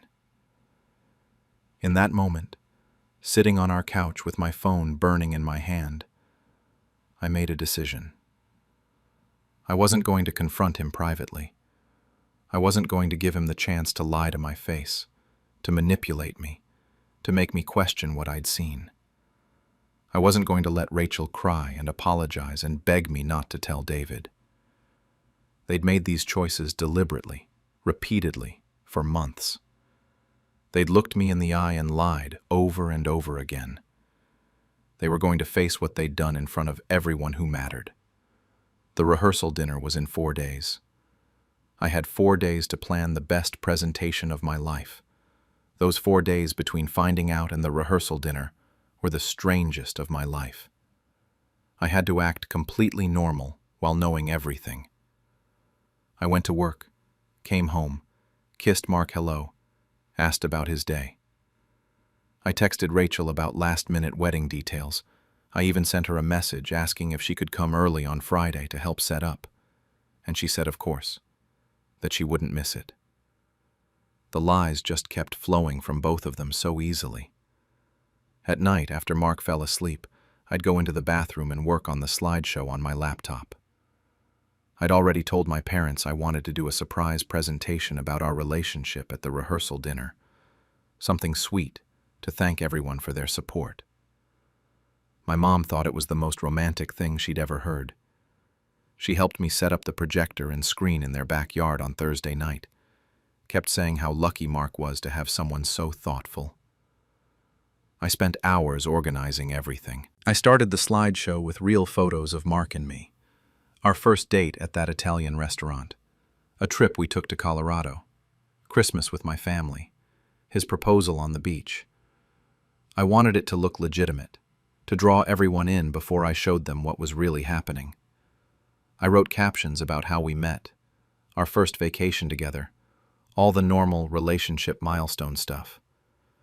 The first 3 minutes of that slideshow were genuinely sweet. That was the point. Friday came, and I woke up surprisingly calm. Mark was in a great mood, joking around while we got ready. He kept saying how excited he was to see everyone, how lucky he felt. I just smiled and nodded. We drove to my parents' house together, and he held my hand the whole way. I wondered if he felt guilty at all, or if it was just that easy for him to compartmentalize. Everyone started arriving around 6. My parents, my younger brother, Mark's parents, his 2 sisters. Our wedding party showed up, about 8 people total, extended family members. By the time everyone was there, we had maybe 30 people in the backyard. It was a perfect evening, not too hot, string lights hanging over the patio. My mom had gone all out with the food. It looked exactly like what a rehearsal dinner should look like. Mark was working the crowd like he always did at family events, hugging people, laughing at my dad's bad jokes, complimenting my mom's cooking. His parents kept telling me how happy they were to be gaining a daughter. His mom showed me photos on her phone of Mark as a kid, telling me stories about what a sweet boy he'd always been. I kept the smile on my face and wondered when it would all implode. Rachel showed up with David around 6:30. She looked pale, said she'd been feeling a little sick all day. I told her she should definitely stay, that she wouldn't want to miss this. She gave me this weird look but didn't say anything. David seemed fine, normal, shook Mark's hand and grabbed a beer. I felt bad for David. He had no idea what was coming. After dinner, once everyone had eaten and people were standing around talking, I announced the surprise slideshow. Everyone got excited, started gathering chairs to face the screen. Mark looked genuinely surprised, put his arm around me, and squeezed my shoulder. He whispered that I was amazing. I told him to just watch. The slideshow started exactly how I'd planned. Our first date photo came up, with a caption about how nervous we both were. People smiled. A picture from our Colorado trip with a story about how Mark got altitude sickness and I had to take care of him. People laughed. His proposal photo, that beautiful sunset on the beach. His mom started crying those happy tears, dabbing at her eyes with a napkin. The music playing was that cheesy romantic song from our first dance at a wedding we'd attended together. Everything was perfect and sweet and exactly what you'd expect. I felt Mark relax next to me. He thought this was real. He thought I'd forgiven him without even knowing I knew. Then the music changed. It cut to something harsh and jarring. The next slide came up and it just said, "But every story has another side." People kind of laughed nervously, like maybe this was part of the presentation. Like maybe I was about to show some funny blooper photos or something. Mark's arm tensed on my shoulder. The next slide was a screenshot of text messages, blown up huge on a 6-foot screen in my parents' backyard. Messages between Mark and Danny with the wrench emoji. Explicit messages about what they wanted to do to each other. People stopped laughing. I heard someone say, "What the hell?" Mark's arm dropped from my shoulder completely. Another slide. More messages. These ones were about sneaking around, about lying to me, about how hard it was to keep the secret, but how worth it was. Mark stood up. He said my name like a warning. I didn't look at him. Then came the photo. Rachel's selfie that she'd sent to Mark, the one I'd found in his phone, along with his response about how beautiful she looked. The backyard went completely silent, except for someone's sharp inhale. I'm pretty sure it was David. Rachel gasped from somewhere behind me. The slides kept coming. Hotel receipts from the Meridian with dates and times. A screenshot of a reservation confirmation from when Mark told me he was in Boston. showing he was actually 20 minutes away downtown. More messages. Can't wait to see you tonight. Tell her you have a work dinner. I hate lying to David, but I can't stop thinking about you. Mark was yelling now. He kept saying, "Turn it off, turn it off." He tried to move toward the laptop, but my brother physically stepped in front of him. I stayed exactly where I was, arms crossed, watching the screen like everyone else. Someone needed to see this through, and it wasn't going to be him. I said, calm as anything, that everyone should see what they'd been doing, that they deserved to know who they'd been celebrating. Mark grabbed at the laptop again, but my brother shoved him back. Mark started trying to deny it, saying I'd photoshopped everything, that I'd been acting crazy for weeks and this proved it. I pulled out my phone and held it up. I told everyone I could show them the original messages from his phone if anyone wanted proof, that these were screenshots, not edits. The real confirmation came from Rachel's face. She was sobbing, full body shaking sobs, and she couldn't even look up. She definitely couldn't look at David. Guilt was written all over her, and everyone could see it. That's when Mark's story started falling apart. His mom was crying, but they weren't happy tears anymore. His dad looked disgusted, wouldn't even look at Mark. My mom walked over to me and just stood there, her hand on my back. My dad's face was red, angry in a way I'd rarely seen. Mark tried a different approach. He said it wasn't serious, that it was just a mistake, that he loved me and wanted to work through this. He actually said that in front of 30 people who'd just watched a slideshow of him cheating for a year. My dad cut him off and told him to get out. Just get out of the house. Now. Rachel ran out first, still crying. David stood up without saying a single word, his face blank, and walked out after her. I heard a car door slam a minute later. Mark tried to explain more, tried to talk to his parents, but they were already gathering their things. His mom hugged me on the way out, whispered that she was so sorry. His dad wouldn't look at anyone. Within 20 minutes, they were all gone. Mark, Rachel, David, Mark's whole family.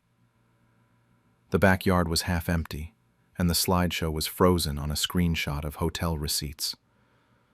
Someone turned off the projector. My remaining friends and family just stood there in the silence, nobody knowing what to say. After everyone left, my family and the friends who'd stayed tried to help clean up. Nobody really knew what to say.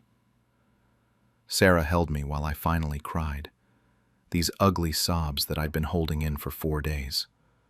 I didn't feel victorious or satisfied or any of the things I thought I might feel. I just felt empty and exhausted. But even then, even crying in my best friend's arms in my parents' backyard, I didn't regret it. I needed them to see it. I needed everyone to know I wasn't making it up, wasn't exaggerating, wasn't the crazy one. My mom made me sleep in my old bedroom that night. She didn't want me going back to the apartment I shared with Mark. I lay there staring at my childhood ceiling, and my phone started blowing up around midnight.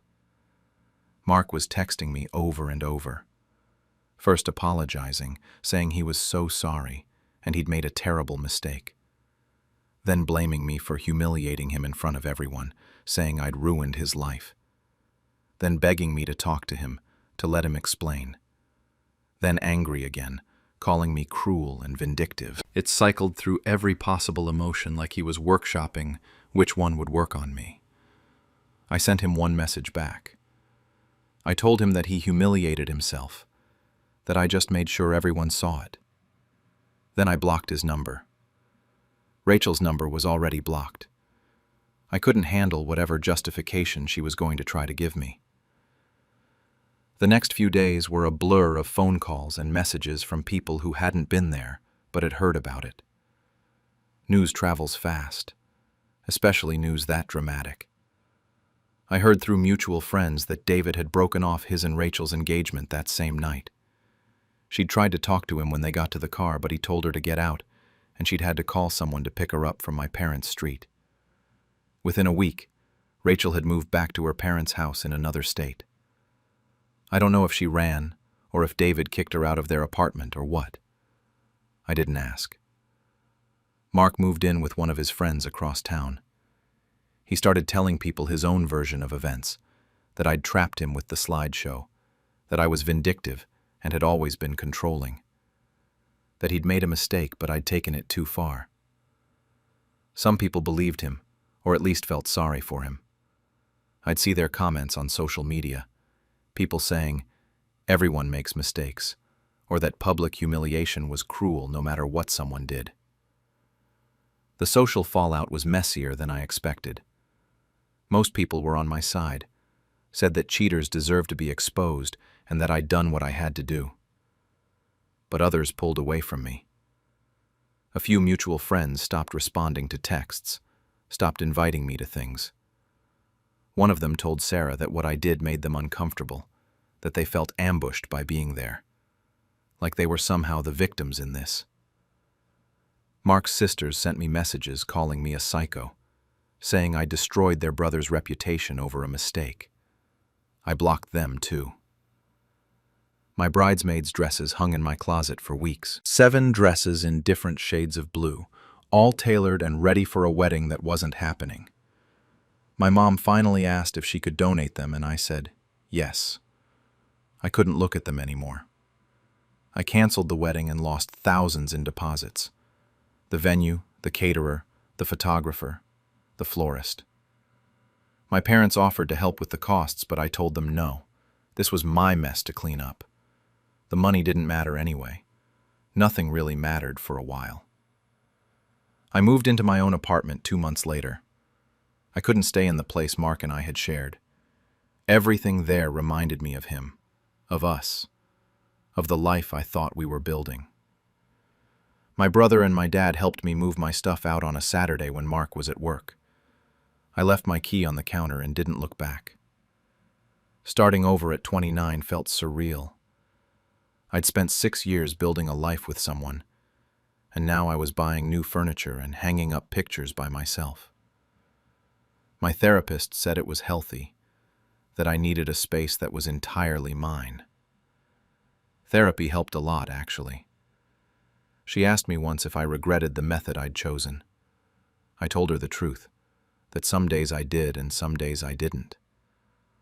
On the bad days, I thought about how I could have just called off the wedding quietly. I could have confronted Mark privately, returned the ring, told our families that things didn't work out. I could have let Rachel and David figure out their own relationship without my interference. The slideshow was cruel, objectively. It was designed to humiliate them in the worst possible way in front of the people whose opinions they cared about most. But then on the other days, I thought about how many more months or years they would have lied if I hadn't found out. I thought about the possibility that they might have even continued after the wedding, that I could have married Mark while he was still seeing Rachel. I thought about standing at an altar and promising forever to someone who'd already broken every promise that mattered. The slideshow stopped that from happening. It made sure everyone knew the truth all at once, so there was no room for gaslighting or alternative narratives. It's been 5 months now since the rehearsal dinner. I'm not dating, and I don't want to. The idea of trusting someone like that again makes me feel sick. I see Mark's social media sometimes through mutual friends who still follow him. He's not with Rachel anymore. Apparently that burned out fast once it wasn't a secret, once it wasn't exciting and forbidden. Funny how that works. My family still brings it up sometimes. My brother calls it the best PowerPoint presentation in family history, which makes me laugh even though probably nothing about this is funny. Dark humor helps though. It's better than crying. I still don't know if I did the right thing.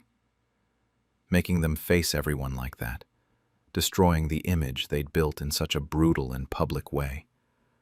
Part of me feels like they deserved it, that actions have consequences and they'd made their choices. Part of me wonders if I became someone I didn't want to be in that moment, if I let anger turn me into something cruel. My mom says I gave myself closure, that I took back power in a situation where I had none. My therapist says I should focus less on whether it was right or wrong, and more on moving forward with my life. But I can't help replaying it in my head. The looks on their faces when the first screenshot came up. The silence in the backyard. Mark's voice when he was yelling at me to turn it off. Sometimes I'm proud that I made them confess without them having to say a word. Sometimes I'm ashamed of how calculated it was, how I planned every slide to maximize the impact.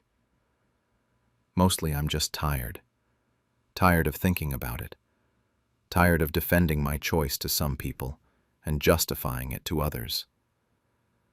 I don't have a clean ending to this. I'm not happily moved on with someone new.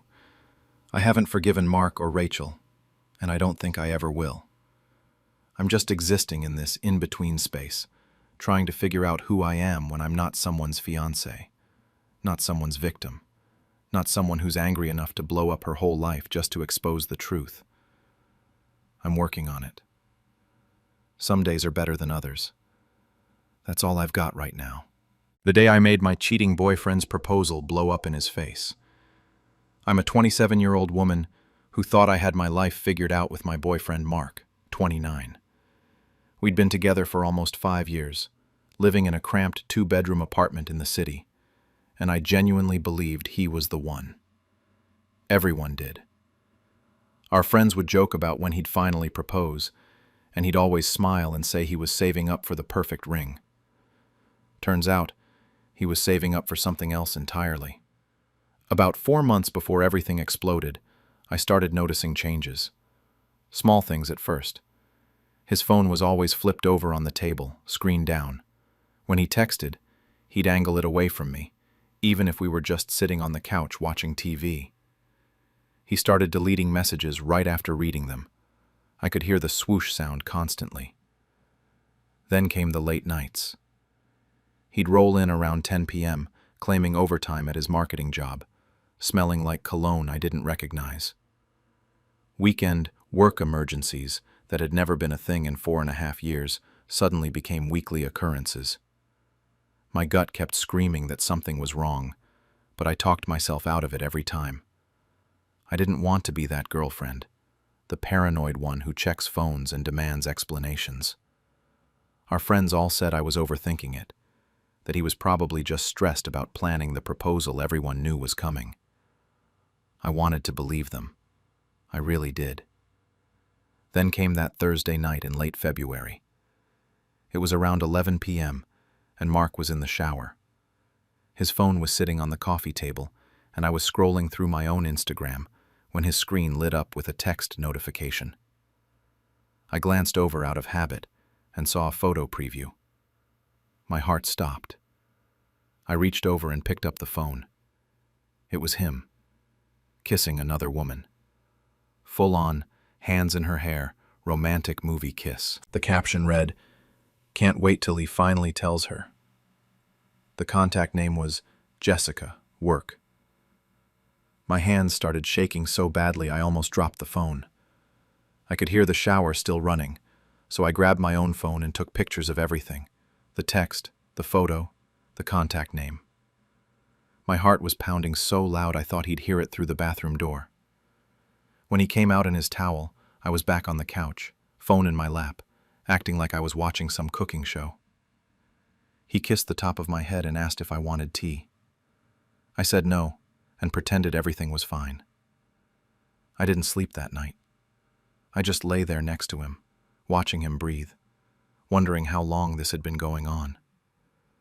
Wondering who Jessica was. Wondering if I'd been the biggest idiot in the world. The next morning, he kissed me goodbye like always and headed to work. I called in sick, spent the entire day crying on the bathroom floor, then pulled myself together and started digging. I logged into our phone account online and looked at the records. Hundreds of texts to an unknown number over the past 6 months. Hundreds. I went through his Instagram follows and found her. Jessica, 25, blonde, marketing associate at his company according to her bio. I spent hours going through her posts, finding Mark's account leaving comments that seemed innocent on the surface, but made my stomach turn. Heart emojis on her selfies, looking good on a photo from some work event. Inside jokes I didn't understand. The sadness turned into rage somewhere around hour 3 of my stalking session. 2 days later, on Saturday morning, Mark was making breakfast when he casually mentioned that he had something special planned for next month. He winked at me and said I was going to love it, that he'd been planning it for weeks. My stomach dropped. This was it. The proposal everyone had been waiting for. He was going to propose while actively cheating on me with Jessica from work. In that moment, standing in our kitchen, watching him flip pancakes like he wasn't destroying my entire life, I made a decision. I wasn't going to just break up quietly. I wasn't going to be the girl who found out and slunk away with her tail between her legs. If he wanted to make a public spectacle of our relationship with a proposal, then I'd give everyone a show they'd never forget. I spent the next 3 weeks being the perfect girlfriend. I laughed at his jokes. I told him I loved him. I pretended I didn't notice when he texted Jessica right in front of me. Every time he left his phone unattended, and he got careless, probably thinking he was in the clear, I grabbed more screenshots. Texts about their secret date nights, him complaining about me to her. Her saying she couldn't wait until he finally ended things. I created a burner Instagram account and followed Jessica. Watched her post photos with captions like, "Best night ever," on the same nights Mark claimed he was working late. I found receipts too. In his coat pocket one day, there was one from Romano's, an expensive steakhouse we'd never been to together. Another from a jewelry store dated 2 weeks prior. He really had bought a ring. He was planning to propose to me while sleeping with someone else. The audacity of it made me want to scream, but I kept it together. I had to. My best friend Sarah was the only person who knew what I was planning. She thought I was crazy, but also said she'd help me bury the body if it came to that. Everyone else, my mom, my sister, our mutual friends, they all just saw us as the happy couple about to get engaged. It was exhausting pretending everything was fine, but I reminded myself every single day why I was doing this. Then, 2 days before the big night, Mark officially announced the details. Saturday evening, 7 p.m., Celestino's downtown. He'd invited friends and family to a celebration dinner. He was so excited, kept checking his phone and grinning to himself. I went to FedEx that afternoon and printed out 30 copies of everything I'd collected. 5 pages per packet. Text screenshots, photos of him and Jessica, the receipts, all of it organized chronologically. My hands were shaking when I paid for the printing, but it felt like the most powerful thing I'd ever done. I spent the next 21 days being the perfect girlfriend while planning his complete humiliation. Those screenshots I took that first night were just the beginning of what I had in store for him, and I'd never felt more certain about anything in my entire life. Saturday morning arrived, and Mark was a nervous wreck. He kept checking his watch, checking his phone, pacing around the apartment. He must have changed his shirt 3 times. I almost felt bad for him, watching him stress about pulling off the perfect proposal. Almost. Then I'd remember Jessica's face in those photos, and the feeling would disappear completely. I put on the red dress he'd always loved, the one he bought me for our anniversary 2 years ago. Did my makeup carefully, curled my hair. When I came out of the bedroom, he looked at me and said I looked beautiful. He seemed genuinely happy, like this was going to be the best night of our lives. I smiled back and told him he looked handsome. For a split second, I wondered if I was taking this too far. If maybe I should just break up with him privately, like a normal person. Then my phone buzzed with a text from Sarah. "Don't chicken out. He deserves this." She was right. I grabbed my purse with all 30 packets of evidence inside and we headed out. We got to Celestino's at 6:45 p.m., and people were already there. His parents, Carol and Steve, were at the head of the long table they'd reserved. His mom waved excitedly when she saw us. Tyler, Mark's best friend since college, was there with his girlfriend. My own mom and sister were sitting together, and I'd sent them a warning text that morning, telling them not to react no matter what happened, told them to trust me. My sister had called immediately, asking what I meant, but I just said she'd understand soon. There were about 15 people total, all dressed up, all smiling like they were in on the world's best secret, which I guess they were, just not the secret they thought. The restaurant was busy, other tables filled with Saturday night diners who had no idea they were about to witness something spectacular. Everyone made small talk while we waited for our food. Carol kept reaching over and squeezing my hand, giving me these knowing looks. Tyler was cracking jokes about Mark finally manning up. Mark was sweating through his shirt despite the air conditioning. I sipped my wine and nodded along to conversations, my purse sitting in my lap, my heart beating steadily. I felt weirdly calm, like I'd already made peace with what was about to happen. Dinner took forever. Appetizers, salads, entrees. Mark barely touched his food. He kept looking at his watch, clearly waiting for the right moment. His dad made a toast about family and love. People laughed and clinked glasses. It all felt surreal, like I was watching it happen to someone else. Finally, around 8:30 p.m., Mark stood up. He tapped his wine glass with a fork and the table went quiet. Other diners nearby noticed and started paying attention too.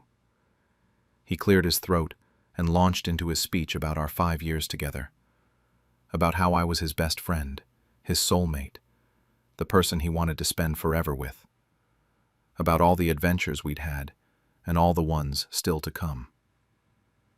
I watched him lie to everyone's faces, watched him play the role of devoted boyfriend while knowing he'd been texting Jessica probably an hour before we left the apartment. It was honestly impressive how good of an actor he was.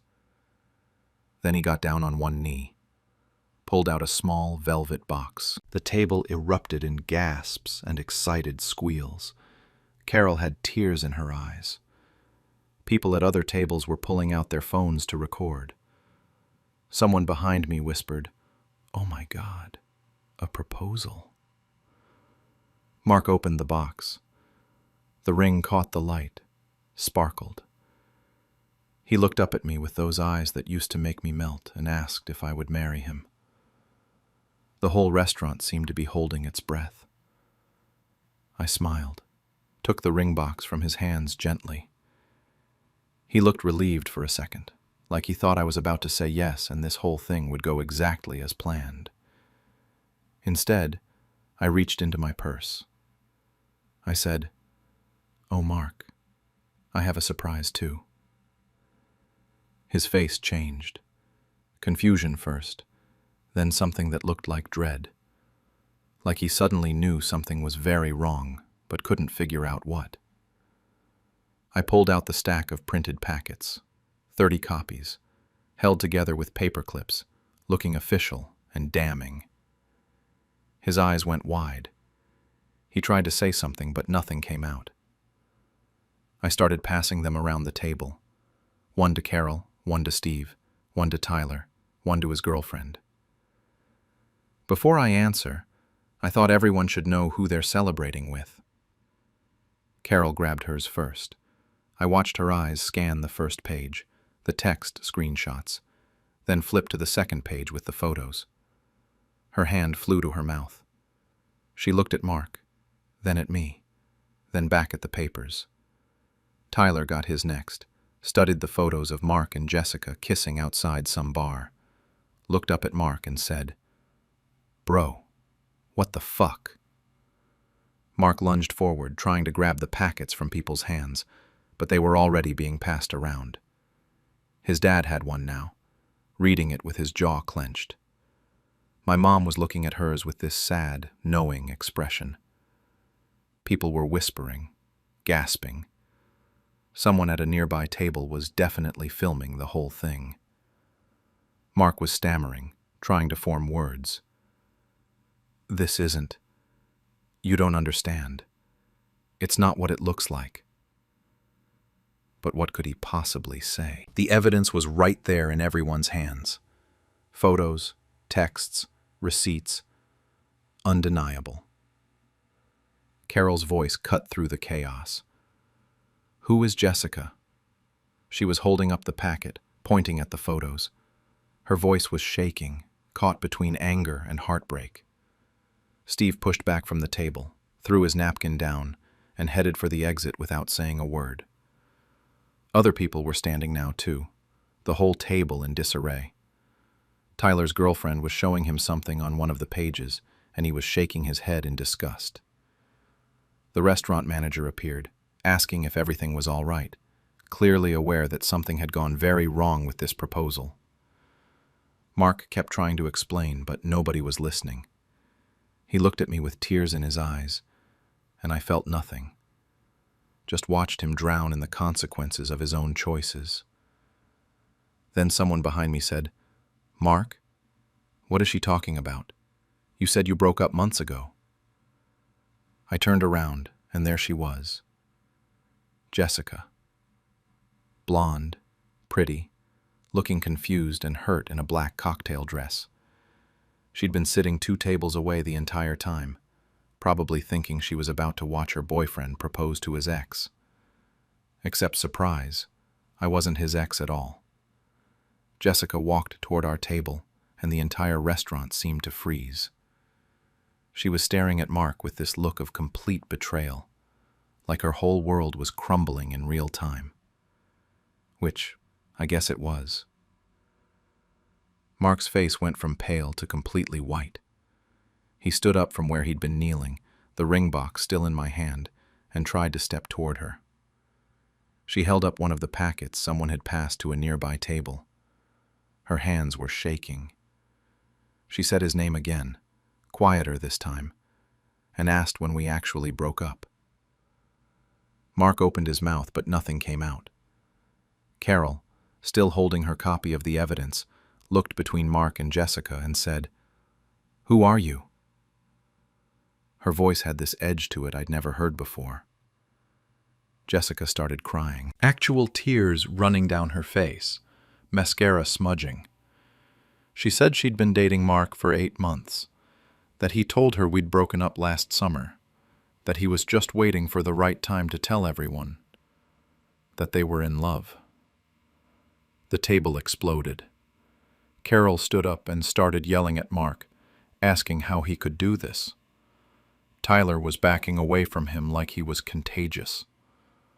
Mark was trying to talk to everyone at once, his mom, Jessica, me, and failing spectacularly at all of it. The restaurant manager came back over, this time with another staff member, asking us firmly but politely to lower our voices or take it outside. Other diners were full-on staring now, phones out, definitely recording. I could see the exact moment this whole thing would end up on social media. I just stood there, calm, watching it all unfold exactly the way I'd imagined it, except somehow better, because I hadn't known Jessica would actually be there.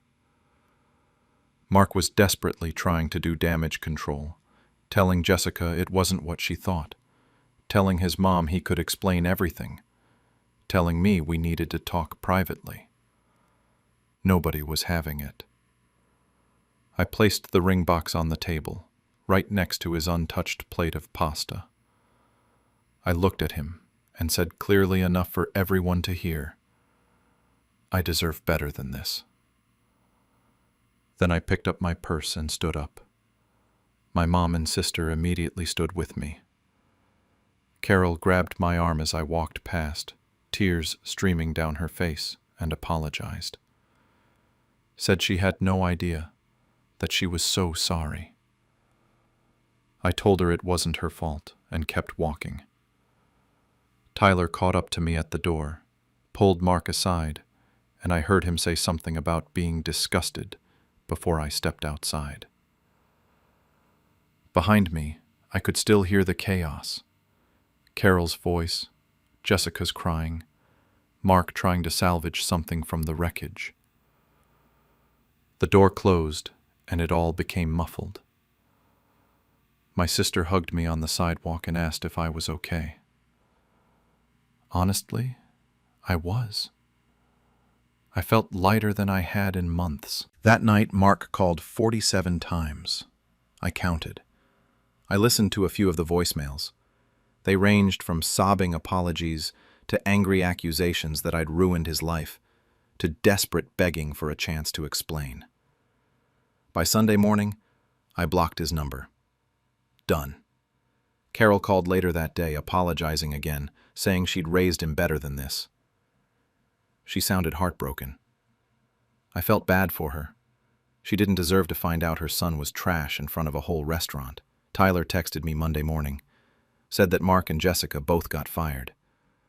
Apparently, there's a strict policy at their company about relationships between employees, especially when one person is in a supervisory role, which Mark was, and Jessica wasn't. HR found out everything Monday morning. Whether someone reported it or they saw the videos circulating online, I don't know. My sister stayed with me for 3 days after the proposal disaster. She kept asking if I was really okay or just pretending. I told her I was genuinely fine, which surprised me as much as it surprised her.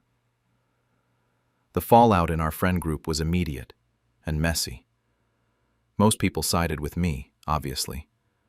A few mutual friends, mostly guys who were closer to Mark, said I'd gone too far, that humiliating him publicly was cruel, that I could have just broken up with him privately like an adult. One of them actually said I'd ruined his life over a mistake. I blocked those people too. If they thought cheating for 8 months was a mistake, I didn't need them in my life. Mark moved his stuff out while I was at work about a week later. My mom came over and changed the locks the same day. He left the ring on the kitchen counter with a note that just said, "I'm sorry." I stared at that ring for a solid 10 minutes, remembering when I thought I'd be excited to wear it. Then I listed it on eBay, sold it within 3 days, and used the money to book a solo trip to Portugal. Best decision I ever made. About 2 months later, I ran into Tyler at the grocery store. He told me Mark and Jessica had tried to date officially after everything exploded, but it fell apart within a month. Apparently, when you build a relationship on lies and sneaking around, it doesn't work so well in the real world. Mark was living with his parents and telling people I'd overreacted, that I'd ruined his life over nothing. Tyler said he wasn't friends with him anymore, that a lot of their mutual friends had cut him off. I thanked him for telling me and moved on with my shopping.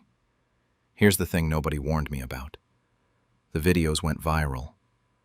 Someone at the restaurant posted it on TikTok and it blew up. Millions of views. I became this minor internet celebrity for like 2 weeks. The comments were split right down the middle. Half the people were calling me a hero, an icon, the petty queen. The other half said I was vindictive, that I'd publicly humiliated him for revenge, that 2 wrongs don't make a right. I stopped reading them after a while. What did it matter what strangers thought? I started therapy in April to process everything, not because I regretted what I did, but because 5 years with someone doesn't just disappear overnight, even when they betray you. My therapist asked me once if I thought I'd crossed a line. I told her I didn't know, that I still don't know. Some days I think about that night and feel completely justified. Other days I wonder if I could have just walked away quietly and saved everyone the drama. I've been on a few dates since then. Nothing serious. Honestly, I'm happy being single right now. Learning who I am without Mark. Without the relationship I thought was leading somewhere. His mom still texts me every few weeks, apologizing, checking in, telling me I deserved better. It's sweet, but also weird. I usually just send back a heart emoji and leave it at that. Sometimes late at night, I replay that moment when I pulled out those printed packets. The look on his face when he realized what was happening. His mother's tears. Jessica appearing out of nowhere. The whole restaurant watching our relationship implode in real time. I think about the line between justice and revenge and whether I was standing on the right side of it. I think about whether humiliating someone who humiliated you actually makes anything better, or if it just makes you feel powerful for a minute before the emptiness sets in. So here I am, 6 months later, still getting messages from people who saw the videos. Mark's friends think I went nuclear. My friends think he got exactly what he deserved. His mom sends me those apology texts. I don't regret it exactly, but I do wonder sometimes about the person I became in that moment, standing in front of everyone, calm and collected, burning his life down with printed screenshots. Did I take it too far by humiliating him in front of everyone who loved him? Or was he asking for it the moment he decided to propose while actively cheating? Because honestly, I still don't know the answer. The day I made my cheating boyfriend's proposal blow up in his face. I'm a 27-year-old woman who thought I had my life figured out with my boyfriend Mark, 29. We'd been together for almost 5 years, living in a cramped 2-bedroom apartment in the city, and I genuinely believed he was the one. Everyone did. Our friends would joke about when he'd finally propose, and he'd always smile and say he was saving up for the perfect ring. Turns out, he was saving up for something else entirely. About 4 months before everything exploded, I started noticing changes. Small things at first. His phone was always flipped over on the table, screen down. When he texted, he'd angle it away from me, even if we were just sitting on the couch watching TV. He started deleting messages right after reading them. I could hear the swoosh sound constantly. Then came the late nights. He'd roll in around 10 p.m., claiming overtime at his marketing job, smelling like cologne I didn't recognize. Weekend work emergencies that had never been a thing in 4.5 years suddenly became weekly occurrences. My gut kept screaming that something was wrong, but I talked myself out of it every time. I didn't want to be that girlfriend, the paranoid one who checks phones and demands explanations. Our friends all said I was overthinking it, that he was probably just stressed about planning the proposal everyone knew was coming. I wanted to believe them. I really did. Then came that Thursday night in late February. It was around 11 p.m., and Mark was in the shower. His phone was sitting on the coffee table, and I was scrolling through my own Instagram when his screen lit up with a text notification. I glanced over out of habit and saw a photo preview. My heart stopped. I reached over and picked up the phone. It was him, kissing another woman. Full-on, hands in her hair, romantic movie kiss. The caption read, "Can't wait till he finally tells her." The contact name was Jessica, work. My hands started shaking so badly I almost dropped the phone. I could hear the shower still running, so I grabbed my own phone and took pictures of everything. The text, the photo, the contact name. My heart was pounding so loud I thought he'd hear it through the bathroom door. When he came out in his towel, I was back on the couch, phone in my lap, acting like I was watching some cooking show. He kissed the top of my head and asked if I wanted tea. I said no, and pretended everything was fine. I didn't sleep that night. I just lay there next to him, watching him breathe, wondering how long this had been going on. Wondering who Jessica was. Wondering if I'd been the biggest idiot in the world. The next morning, he kissed me goodbye like always and headed to work.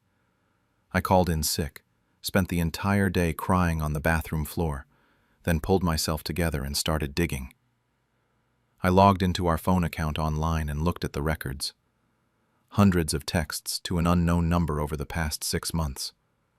Hundreds. I went through his Instagram follows and found her.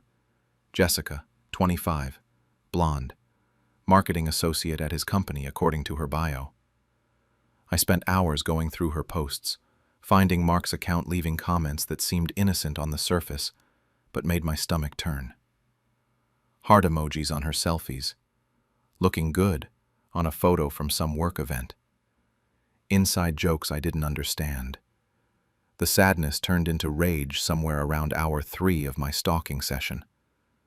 2 days later, on Saturday morning, Mark was making breakfast when he casually mentioned that he had something special planned for next month. He winked at me and said I was going to love it, that he'd been planning it for weeks. My stomach dropped. This was it. The proposal everyone had been waiting for. He was going to propose while actively cheating on me with Jessica from work. In that moment, standing in our kitchen, watching him flip pancakes like he wasn't destroying my entire life, I made a decision. I wasn't going to just break up quietly. I wasn't going to be the girl who found out and slunk away with her tail between her legs. If he wanted to make a public spectacle of our relationship with a proposal, then I'd give everyone a show they'd never forget. I spent the next 3 weeks being the perfect girlfriend. I laughed at his jokes. I told him I loved him. I pretended I didn't notice when he texted Jessica right in front of me. Every time he left his phone unattended, and he got careless, probably thinking he was in the clear, I grabbed more screenshots. Texts about their secret date nights, him complaining about me to her.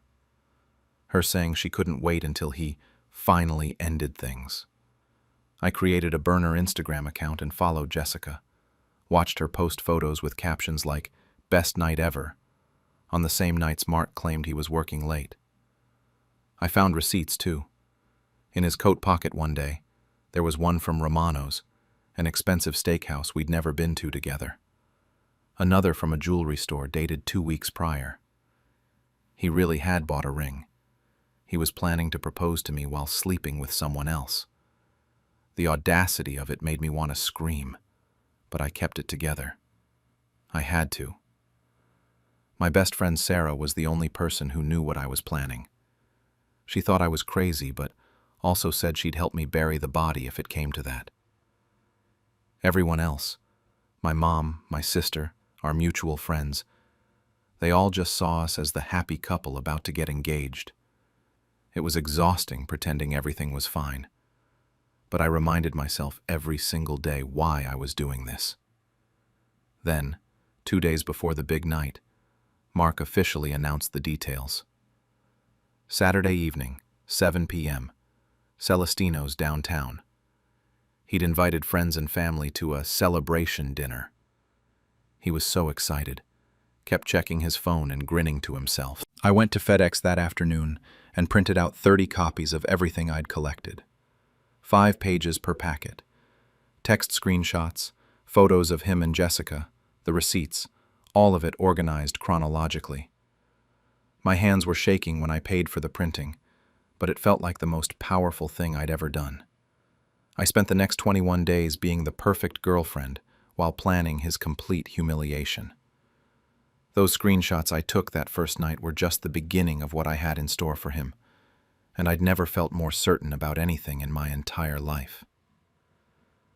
Saturday morning arrived, and Mark was a nervous wreck. He kept checking his watch, checking his phone, pacing around the apartment. He must have changed his shirt 3 times. I almost felt bad for him, watching him stress about pulling off the perfect proposal. Almost. Then I'd remember Jessica's face in those photos, and the feeling would disappear completely. I put on the red dress he'd always loved, the one he bought me for our anniversary 2 years ago. Did my makeup carefully, curled my hair. When I came out of the bedroom, he looked at me and said I looked beautiful. He seemed genuinely happy, like this was going to be the best night of our lives. I smiled back and told him he looked handsome. For a split second, I wondered if I was taking this too far. If maybe I should just break up with him privately, like a normal person. Then my phone buzzed with a text from Sarah. "Don't chicken out. He deserves this." She was right. I grabbed my purse with all 30 packets of evidence inside and we headed out. We got to Celestino's at 6:45 p.m., and people were already there. His parents, Carol and Steve, were at the head of the long table they'd reserved. His mom waved excitedly when she saw us. Tyler, Mark's best friend since college, was there with his girlfriend. My own mom and sister were sitting together, and I'd sent them a warning text that morning, telling them not to react no matter what happened, told them to trust me. My sister had called immediately, asking what I meant, but I just said she'd understand soon. There were about 15 people total, all dressed up, all smiling like they were in on the world's best secret. Which I guess they were, just not the secret they thought. The restaurant was busy, other tables filled with Saturday night diners who had no idea they were about to witness something spectacular. Everyone made small talk while we waited for our food. Carol kept reaching over and squeezing my hand, giving me these knowing looks. Tyler was cracking jokes about Mark finally manning up. Mark was sweating through his shirt despite the air conditioning. I sipped my wine and nodded along to conversations, my purse sitting in my lap, my heart beating steadily. I felt weirdly calm, like I'd already made peace with what was about to happen. Dinner took forever. Appetizers, salads, entrees. Mark barely touched his food. He kept looking at his watch, clearly waiting for the right moment. His dad made a toast about family and love. People laughed and clinked glasses. It all felt surreal, like I was watching it happen to someone else. Finally, around 8:30 p.m., Mark stood up. He tapped his wine glass with a fork and the table went quiet. Other diners nearby noticed and started paying attention too. He cleared his throat and launched into his speech about our 5 years together, about how I was his best friend, his soulmate, the person he wanted to spend forever with, about all the adventures we'd had and all the ones still to come. I watched him lie to everyone's faces, watched him play the role of devoted boyfriend while knowing he'd been texting Jessica probably an hour before we left the apartment. It was honestly impressive how good of an actor he was. Then he got down on one knee, pulled out a small velvet box. The table erupted in gasps and excited squeals. Carol had tears in her eyes. People at other tables were pulling out their phones to record. Someone behind me whispered, "Oh my God, a proposal." Mark opened the box. The ring caught the light, sparkled. He looked up at me with those eyes that used to make me melt and asked if I would marry him. The whole restaurant seemed to be holding its breath. I smiled, took the ring box from his hands gently. He looked relieved for a second, like he thought I was about to say yes and this whole thing would go exactly as planned. Instead, I reached into my purse. I said, "Oh, Mark, I have a surprise too." His face changed. Confusion first, then something that looked like dread. Like he suddenly knew something was very wrong, but couldn't figure out what. I pulled out the stack of printed packets, 30 copies, held together with paper clips, looking official and damning. His eyes went wide. He tried to say something, but nothing came out. I started passing them around the table. One to Carol, one to Steve, one to Tyler, one to his girlfriend. Before I answer, I thought everyone should know who they're celebrating with. Carol grabbed hers first. I watched her eyes scan the first page, the text screenshots, then flip to the second page with the photos. Her hand flew to her mouth. She looked at Mark, then at me, then back at the papers. Tyler got his next, studied the photos of Mark and Jessica kissing outside some bar, looked up at Mark and said, "Bro, what the fuck?" Mark lunged forward, trying to grab the packets from people's hands, but they were already being passed around. His dad had one now, reading it with his jaw clenched. My mom was looking at hers with this sad, knowing expression. People were whispering, gasping. Someone at a nearby table was definitely filming the whole thing. Mark was stammering, trying to form words. "This isn't. You don't understand. It's not what it looks like." But what could he possibly say? The evidence was right there in everyone's hands.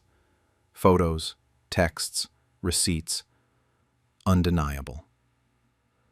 Carol's voice cut through the chaos. "Who is Jessica?" She was holding up the packet, pointing at the photos. Her voice was shaking, caught between anger and heartbreak. Steve pushed back from the table, threw his napkin down, and headed for the exit without saying a word. Other people were standing now too, the whole table in disarray. Tyler's girlfriend was showing him something on one of the pages, and he was shaking his head in disgust. The restaurant manager appeared, asking if everything was all right, clearly aware that something had gone very wrong with this proposal. Mark kept trying to explain, but nobody was listening. He looked at me with tears in his eyes, and I felt nothing. Just watched him drown in the consequences of his own choices. Then someone behind me said, "Mark, what is she talking about? You said you broke up months ago." I turned around, and there she was. Jessica. Blonde, pretty, looking confused and hurt in a black cocktail dress. She'd been sitting 2 tables away the entire time, probably thinking she was about to watch her boyfriend propose to his ex. Except surprise, I wasn't his ex at all. Jessica walked toward our table, and the entire restaurant seemed to freeze. She was staring at Mark with this look of complete betrayal, like her whole world was crumbling in real time. Which, I guess it was. Mark's face went from pale to completely white. He stood up from where he'd been kneeling, the ring box still in my hand, and tried to step toward her. She held up one of the packets someone had passed to a nearby table. Her hands were shaking. She said his name again, quieter this time, and asked when we actually broke up. Mark opened his mouth, but nothing came out. Carol, still holding her copy of the evidence, looked between Mark and Jessica and said, "Who are you?" Her voice had this edge to it I'd never heard before. Jessica started crying, actual tears running down her face, mascara smudging. She said she'd been dating Mark for 8 months, that he told her we'd broken up last summer, that he was just waiting for the right time to tell everyone, that they were in love. The table exploded. Carol stood up and started yelling at Mark, asking how he could do this. Tyler was backing away from him like he was contagious. Mark was trying to talk to everyone at once, his mom, Jessica, me, and failing spectacularly at all of it. The restaurant manager came back over, this time with another staff member, asking us firmly but politely to lower our voices or take it outside. Other diners were full-on staring now, phones out, definitely recording. I could see the exact moment this whole thing would end up on social media. I just stood there, calm, watching it all unfold exactly the way I'd imagined it, except somehow better, because I hadn't known Jessica would actually be there. Mark was desperately trying to do damage control, telling Jessica it wasn't what she thought, telling his mom he could explain everything, telling me we needed to talk privately. Nobody was having it. I placed the ring box on the table, right next to his untouched plate of pasta. I looked at him and said clearly enough for everyone to hear, "I deserve better than this." Then I picked up my purse and stood up. My mom and sister immediately stood with me. Carol grabbed my arm as I walked past, tears streaming down her face, and apologized. Said she had no idea, that she was so sorry. I told her it wasn't her fault and kept walking. Tyler caught up to me at the door, pulled Mark aside, and I heard him say something about being disgusted, before I stepped outside. Behind me, I could still hear the chaos. Carol's voice, Jessica's crying, Mark trying to salvage something from the wreckage. The door closed, and it all became muffled. My sister hugged me on the sidewalk and asked if I was okay. Honestly, I was. I felt lighter than I had in months. That night, Mark called 47 times. I counted. I listened to a few of the voicemails. They ranged from sobbing apologies to angry accusations that I'd ruined his life, to desperate begging for a chance to explain. By Sunday morning, I blocked his number. Done. Carol called later that day, apologizing again, saying she'd raised him better than this. She sounded heartbroken. I felt bad for her. She didn't deserve to find out her son was trash in front of a whole restaurant. Tyler texted me Monday morning, said that Mark and Jessica both got fired. Apparently, there's a strict policy at their company about relationships between employees, especially when one person is in a supervisory role, which Mark was, and Jessica wasn't. HR found out everything Monday morning. Whether someone reported it or they saw the videos circulating online, I don't know. My sister stayed with me for 3 days after the proposal disaster. She kept asking if I was really okay or just pretending. I told her I was genuinely fine, which surprised me as much as it surprised her. The fallout in our friend group was immediate and messy. Most people sided with me, obviously.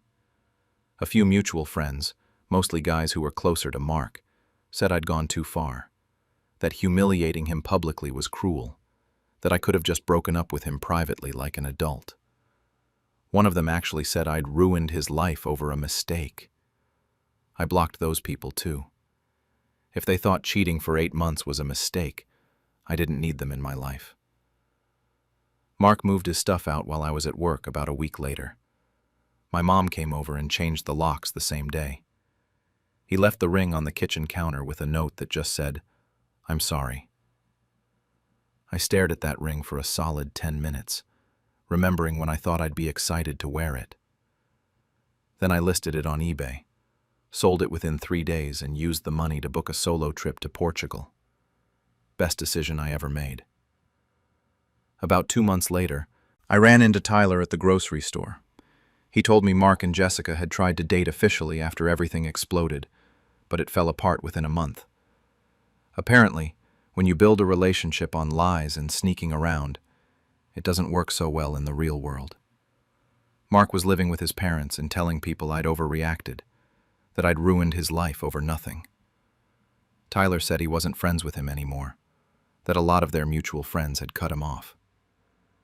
I thanked him for telling me and moved on with my shopping. Here's the thing nobody warned me about. The videos went viral. Someone at the restaurant posted it on TikTok and it blew up. Millions of views. I became this minor internet celebrity for like 2 weeks. The comments were split right down the middle. Half the people were calling me a hero, an icon, the petty queen.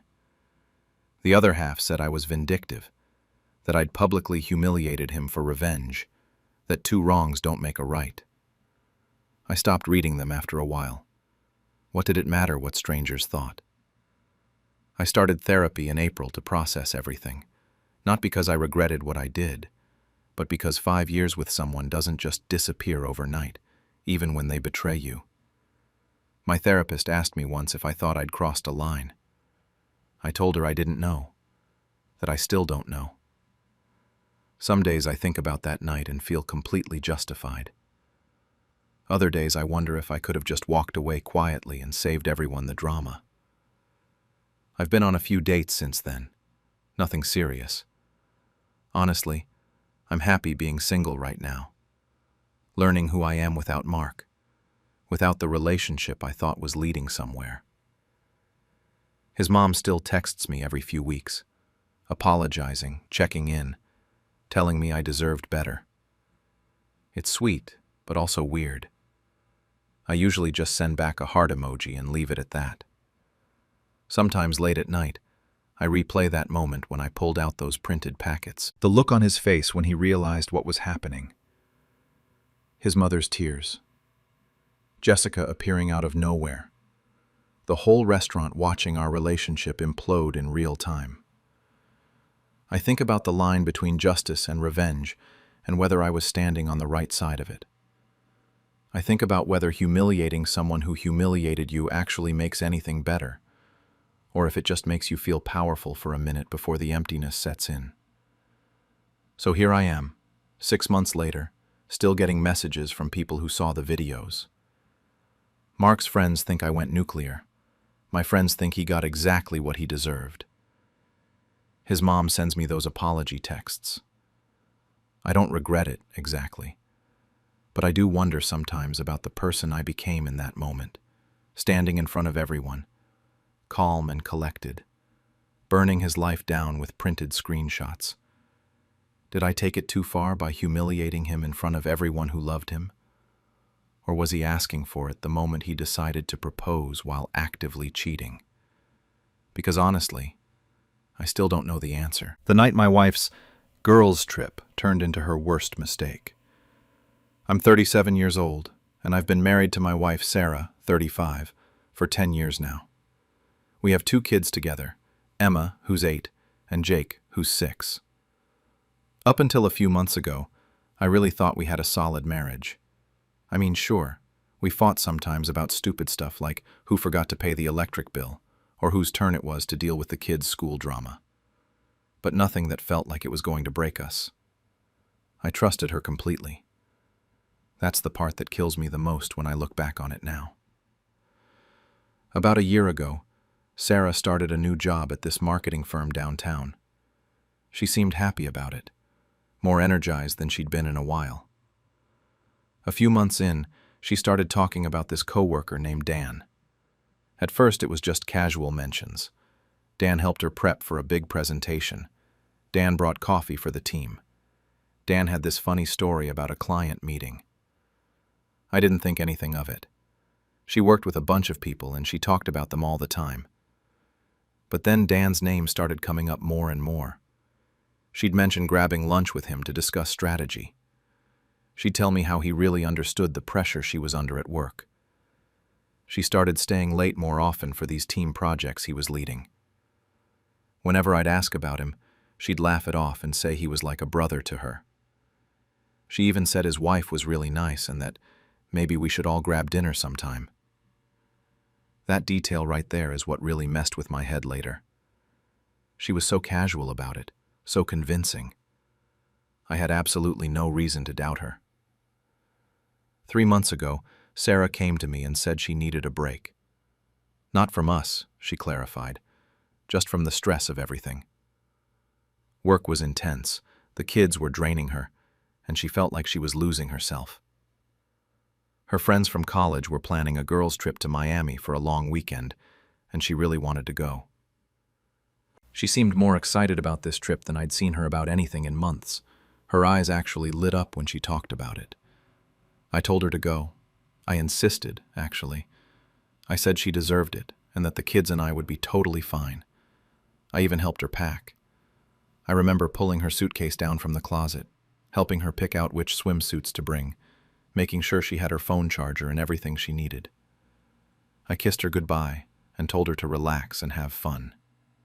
I meant it. I wanted her to be happy. She left on a Thursday morning. The first couple days seemed normal. She'd send me pictures throughout the day.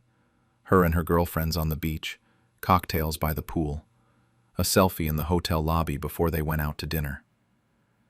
She'd text me goodnight, ask how the kids were doing, tell me she missed us. I sent her pictures of me and the kids making pancakes and playing in the backyard. Everything felt fine, normal, like any other time one of us traveled for work or whatever.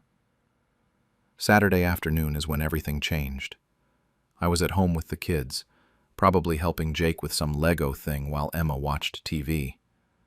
My phone buzzed with a text from my buddy Mike. Mike and I go way back. We grew up together, played baseball in high school, stayed close through college. He moved to Miami about 2 years ago for work. We don't talk super regularly anymore, maybe once a month to catch up, but we're still tight. His text said, "Hey man, is Sarah in town? Pretty sure I just saw her at this restaurant downtown." My stomach did this weird flip, but I tried to rationalize it. Miami's a huge city. There's probably lots of brunette women who could look like Sarah from a distance. I texted back something like, "Yeah, she's there with some girlfriends this weekend. Small world, haha." I tried to play it cool. Then my phone buzzed again. This time it was a photo. The second I opened it, I felt like someone had punched me in the chest. It was Sarah. There was no question it was her. She was sitting at an outdoor table at some nice-looking restaurant, and she was holding hands across the table with a man.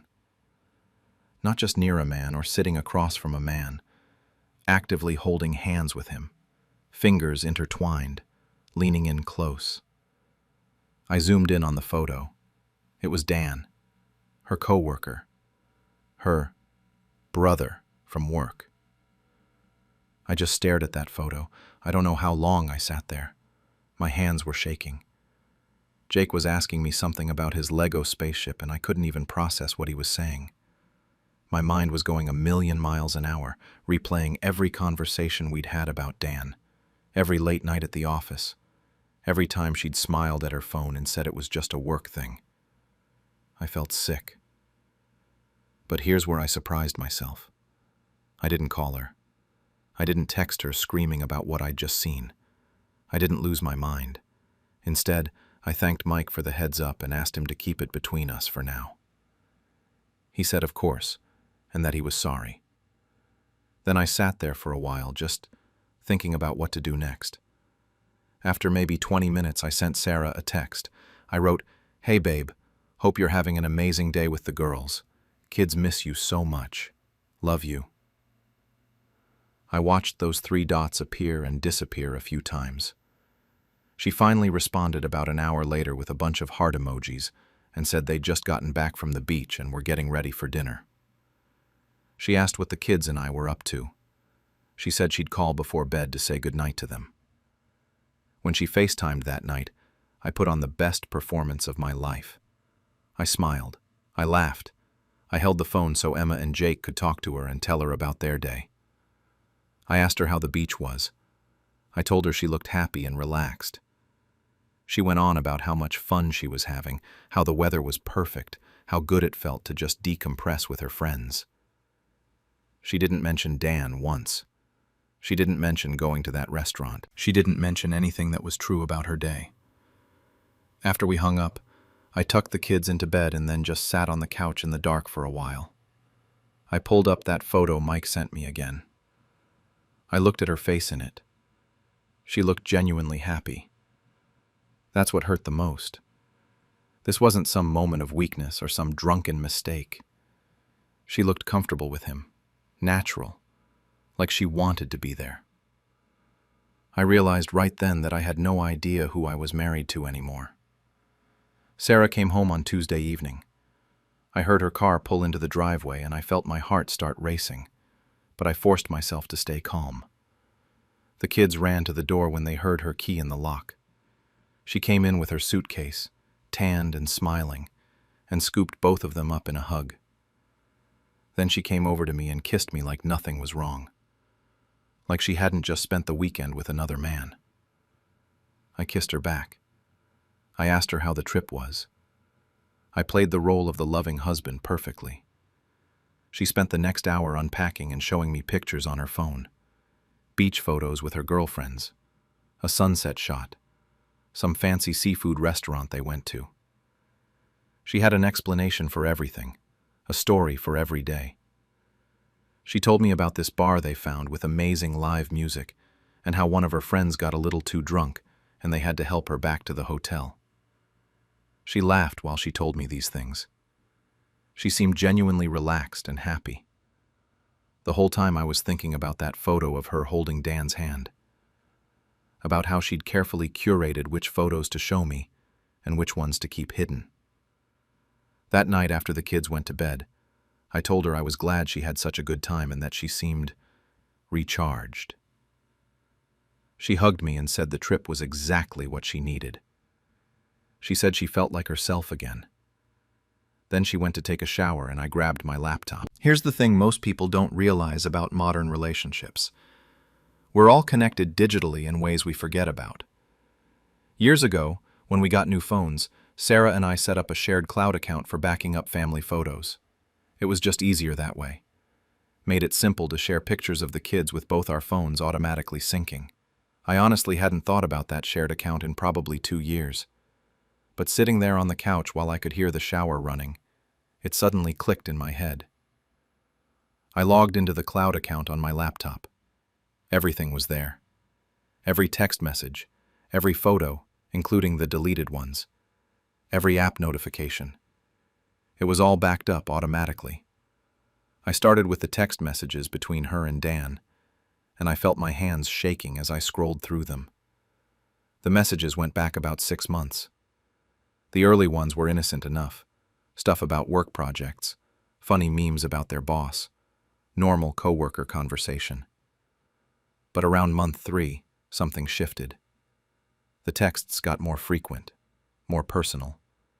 She started venting to him about me, about how I didn't understand the pressure she was under, about how we'd fallen into a routine and she felt invisible. He'd respond with these supportive messages about how she deserved better, how she was amazing, and anyone would be lucky to have her attention. By month 4, they were texting every single day. Good morning texts, good night texts, inside jokes. She'd complain about something I did and he'd validate her feelings. They started meeting for lunch regularly, then drinks after work. The messages got flirtier. He'd tell her she looked beautiful. She'd send him selfies. Nothing explicit at that point, just testing the waters, seeing how far they could push it. Then came the planning for Miami. About 6 weeks before her trip, she texted him saying her friends were planning this girls' weekend and she wished she could see him. He said he'd love to see her too. Over the next few weeks, they hatched this whole plan. She told him she could probably slip away for a day without her friends noticing. She'd tell them she wanted some alone time to recharge. He booked a hotel room. Not even a different hotel, the same one where she was staying with her friends, just a different room. They coordinated everything. What time he'd arrive, where they'd meet, how she'd sneak away. The messages during the trip made me want to throw my laptop across the room. She'd text him about how she couldn't wait to see him, while simultaneously texting me about how much fun she was having with the girls. She'd send him room service orders asking what he wanted to eat. She'd text me asking if I'd remembered to give Jake his allergy medicine. It was like she was living 2 completely separate lives and compartmentalizing them perfectly. Then I found the photos. The ones she'd taken but never shared with me. Pictures of them together in that hotel room. Pictures that made it crystal clear this wasn't just an emotional affair. I'm not going to describe them in detail because honestly, I've tried to scrub them from my memory. But they were undeniable proof of everything. I spent probably 3 hours that night going through everything. I downloaded all of it. I organized the screenshots by date and time. I saved everything in 3 different places: my laptop, an external hard drive, and a secure cloud storage that only I had access to. Then I closed my laptop and just sat there in the dark for a while. Sarah came out of the bathroom in her pajamas and asked if I was coming to bed. I said yeah, just finishing up some work emails. I got into bed next to her and she rolled over and put her arm across my chest like she did every night. I barely slept. The next 2 weeks were the hardest acting job I've ever done in my life. I got up every morning and made breakfast for the kids. I kissed Sarah goodbye when she left for work. I asked her about her day when she came home. I planned a date night for us at that Italian place she loves. I complimented her new haircut. I was attentive and kind, and everything a good husband should be. She seemed relieved, actually. Maybe even a little confused. I could tell she was watching me sometimes, like she was waiting for me to confront her or show some sign that I knew. But I never did. I think she started to believe she'd actually gotten away with it. She got more comfortable, more affectionate. She probably thought the trip had fixed something between us, that she'd gotten whatever she needed out of her system, and now we could go back to normal. Her birthday was coming up in mid-November. About a week after she got back, she mentioned maybe having a small party at our house. Nothing huge, just family and a few close friends. She wanted to keep it intimate and casual. I told her I thought that was a great idea, and that I'd handle all the planning. She seemed touched. She kept saying how sweet I was being lately, how she felt like we were reconnecting. I planned that party down to every last detail. I ordered catering from her favorite restaurant. I bought decorations. I sent invitations to both our parents, her sister and brother-in-law, my brother and his wife, and about 6 of our closest couple friends. I bought her a cake from this fancy bakery across town that she loved. Everyone RSVP'd yes. Sarah kept thanking me for putting it all together and saying how lucky she was. And the whole time, I was working on a slideshow. The party started at 6. People started arriving right on time, everyone bringing gifts and wine and smiles. Sarah's parents showed up first, then mine about 10 minutes later. Her sister came with her husband and their 2 kids. My brother brought his wife. Our couple friends filtered in over the next 20 minutes. By 6:30, everyone was there. The house was full of conversation and laughter. I had music playing in the background. The food was set up buffet style in the dining room. It looked like a normal, happy birthday celebration. Sarah was in her element. She wore this new navy blue dress she'd bought specifically for the party, and she looked beautiful. I could admit that even with everything I knew. She was moving around the house, chatting with everyone, laughing with her sister in the kitchen, helping my mom keep the kids' cousins entertained. She kept catching my eye from across the room and smiling at me. At one point, she came over and squeezed my hand and whispered that this was perfect, and she loved me. I squeezed back and told her I was glad she was happy. We ate around 7. Everyone filled their plates and scattered around the living room and dining room. The kids all sat together at the coffee table like it was their own little party. I barely touched my food. My stomach was in knots, but I kept up the appearance of being relaxed. I made small talk with Sarah's dad about his golf game. I helped my mom find the bathroom. I refilled drinks. I played the perfect host. Around 7:30, after most people had finished eating, I announced that I had a surprise for the birthday girl. Sarah's face lit up. Everyone gathered in the living room. I dimmed the lights and told everyone to get comfortable because I'd put together a special slideshow. Sarah was standing right next to me, practically glowing. She probably thought it was going to be baby pictures or vacation memories or some sentimental montage of our 10 years together. I connected my laptop to the TV and hit play. The first slide appeared on the screen. It was a screenshot of a text message. From Dan. It said, "Can't wait to have you all to myself this weekend." The timestamp showed it was from 3 days before Sarah's Miami trip. The room went completely silent. I could feel Sarah tense up next to me. She grabbed my arm and said my name quietly, almost like a question. She asked what I was doing. I didn't respond. I didn't even look at her. I just let the slideshow continue. The next slide was Sarah's response to that text. She'd written, "I've been counting down the days. I can't stop thinking about you." Then another one where he sent her the hotel room number. Then one where she told him what time she'd slip away from her friends. Each screenshot was crystal clear. Each one had a timestamp. Each one had their names at the top of the conversation thread. There was no way to deny it or explain it away. I let it play for another minute or so. More texts. Then the photo Mike had sent me of them at the restaurant. Then a few of the photos from the hotel room. I'd chosen the ones that made it obvious what had happened, but weren't completely explicit.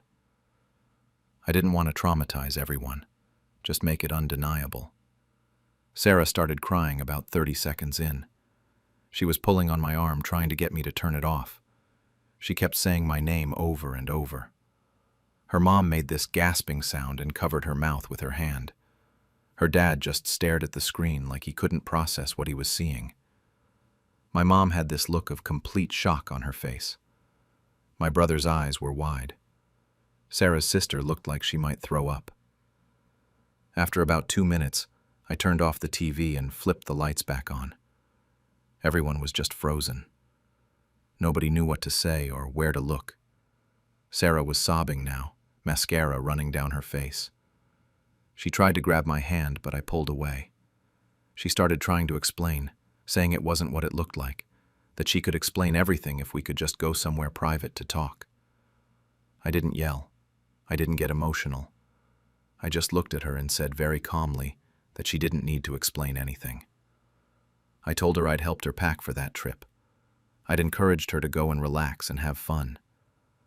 I'd trusted her completely, and she'd chosen to throw away 10 years of marriage and hurt our children for someone she'd always claimed was like a brother to her. I said the divorce papers would be served next week, and I thought she should leave. She tried to argue. She was begging me to go upstairs so we could talk in private. She said she made a mistake and she was sorry and we could fix this. Her sister finally stood up and went over to her. She told Sarah she needed to go. Sarah kept looking around the room like someone was going to defend her or tell me I was being too harsh. Nobody said anything. Her dad wouldn't even look at her. Her mom was crying. My parents just stood there looking uncomfortable. Sarah's sister basically had to guide her out of the house. Sarah was still crying and trying to look back at me. A few of the guests followed them out, mostly Sarah's family. They left without saying anything to me. The rest of the people stayed, but nobody really knew what to do. There was this awful silence for a minute. Then my mom went upstairs to check on Emma and Jake. They'd been playing in Emma's room during all of this, thank God. My brother came over and put his hand on my shoulder, but didn't say anything. What was there to say? People started leaving pretty quickly after that. A few of them told me they were sorry. One of our couple friends, Mark, said he'd call me later in the week. Within 30 minutes, the house was empty except for my parents and my brother and his wife. They helped me clean up. Nobody talked about what had just happened. We just packed up leftover food and threw away paper plates and took down decorations. It felt surreal. That was 3 weeks ago now. Sarah's been staying with her sister since that night. My lawyer says the divorce should be pretty straightforward given all the evidence I have. Everything's documented. Everything's time-stamped. There's no ambiguity about what happened.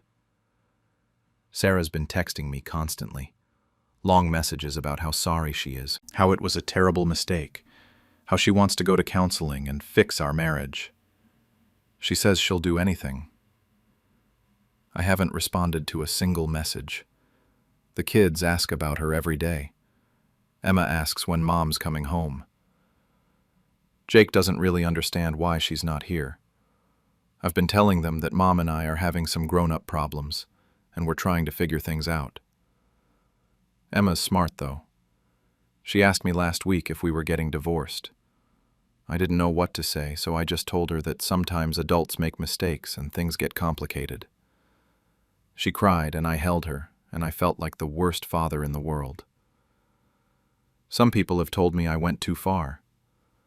A few of our friends have reached out, saying they understand I was hurt, but that humiliating Sarah in front of everyone was extreme. They say I should have handled it privately for the kids' sake. That now this story is going to follow our family forever, and Emma and Jake are going to grow up knowing exactly what their mother did because I made it public. My brother's wife said it was brutal, and that while Sarah deserved consequences, maybe not those consequences. Other people have said she had it coming. My brother said it was the most savage thing he'd ever seen, and he didn't know I had it in me. Mike told me she humiliated me first by lying to everyone for months, and I just returned the favor. My dad said he would have done the same thing, that you don't get to betray someone like that and expect them to protect your reputation. I honestly don't know if I did the right thing anymore. In the moment, it felt justified. It felt like the only way to make her understand the weight of what she'd done. To show everyone who'd believed in us as a couple what she'd actually been doing behind all our backs. Part of me still feels like she earned every second of that humiliation. But another part of me lies awake at night wondering if I just made everything worse for Emma and Jake. If I let my anger override what was best for them. If I should have just filed for divorce quietly and told people we were incompatible or growing apart or whatever vague explanation people give. Now their mother's affair is public knowledge.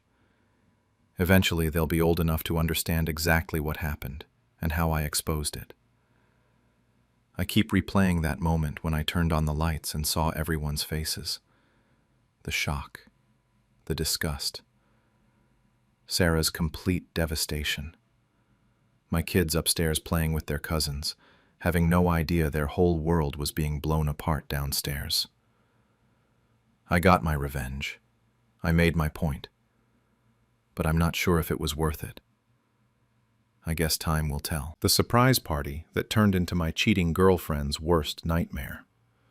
I'm a 27-year-old guy who had been with my girlfriend Sarah for almost 4 years. She's 26, and we'd been living together in this cramped one-bedroom apartment downtown for the past 2 years. We met in college through mutual friends, and our whole social circle was basically the same people we'd known since freshman year. My best friend Jake had been there from day one. He was the type who'd tell you the brutal truth even when you didn't want to hear it. So about 6 weeks before Sarah's birthday, I got this idea to throw her a massive surprise party. I'm talking the whole 9 yards. I booked the community room in our apartment building, hired actual caterers, ordered this ridiculously expensive cake from that bakery she always stopped to look at, but never went into because it was too pricey. I even tracked down some of her high school friends on Facebook to invite them. The plan was to make it perfect, you know? Things had been kind of off between us for a while. Not fighting exactly, just this weird distance that I couldn't quite put my finger on. I figured maybe this grand gesture would fix whatever was broken. Right around the time I started planning, I noticed Sarah acting different. She'd always been on her phone a lot, but this was something else. She'd physically turn her screen away from me when I walked into a room. Started flipping it face down on tables like it was some kind of reflex. Anytime it rang after like 9 p.m., she'd grab it and rush out onto our tiny balcony, mouthing, "Work call," at me before closing the door. The work excuse became her go-to for everything. Late nights at the office happened at least twice a week. She joined a gym suddenly, said she wanted to get healthier, which should have been great, except she'd come home from these supposedly intense workouts, looking completely put together. Hair still styled. Makeup still perfect. Not even that slightly sweaty smell you get after actually exercising. I tried not to think about it too much.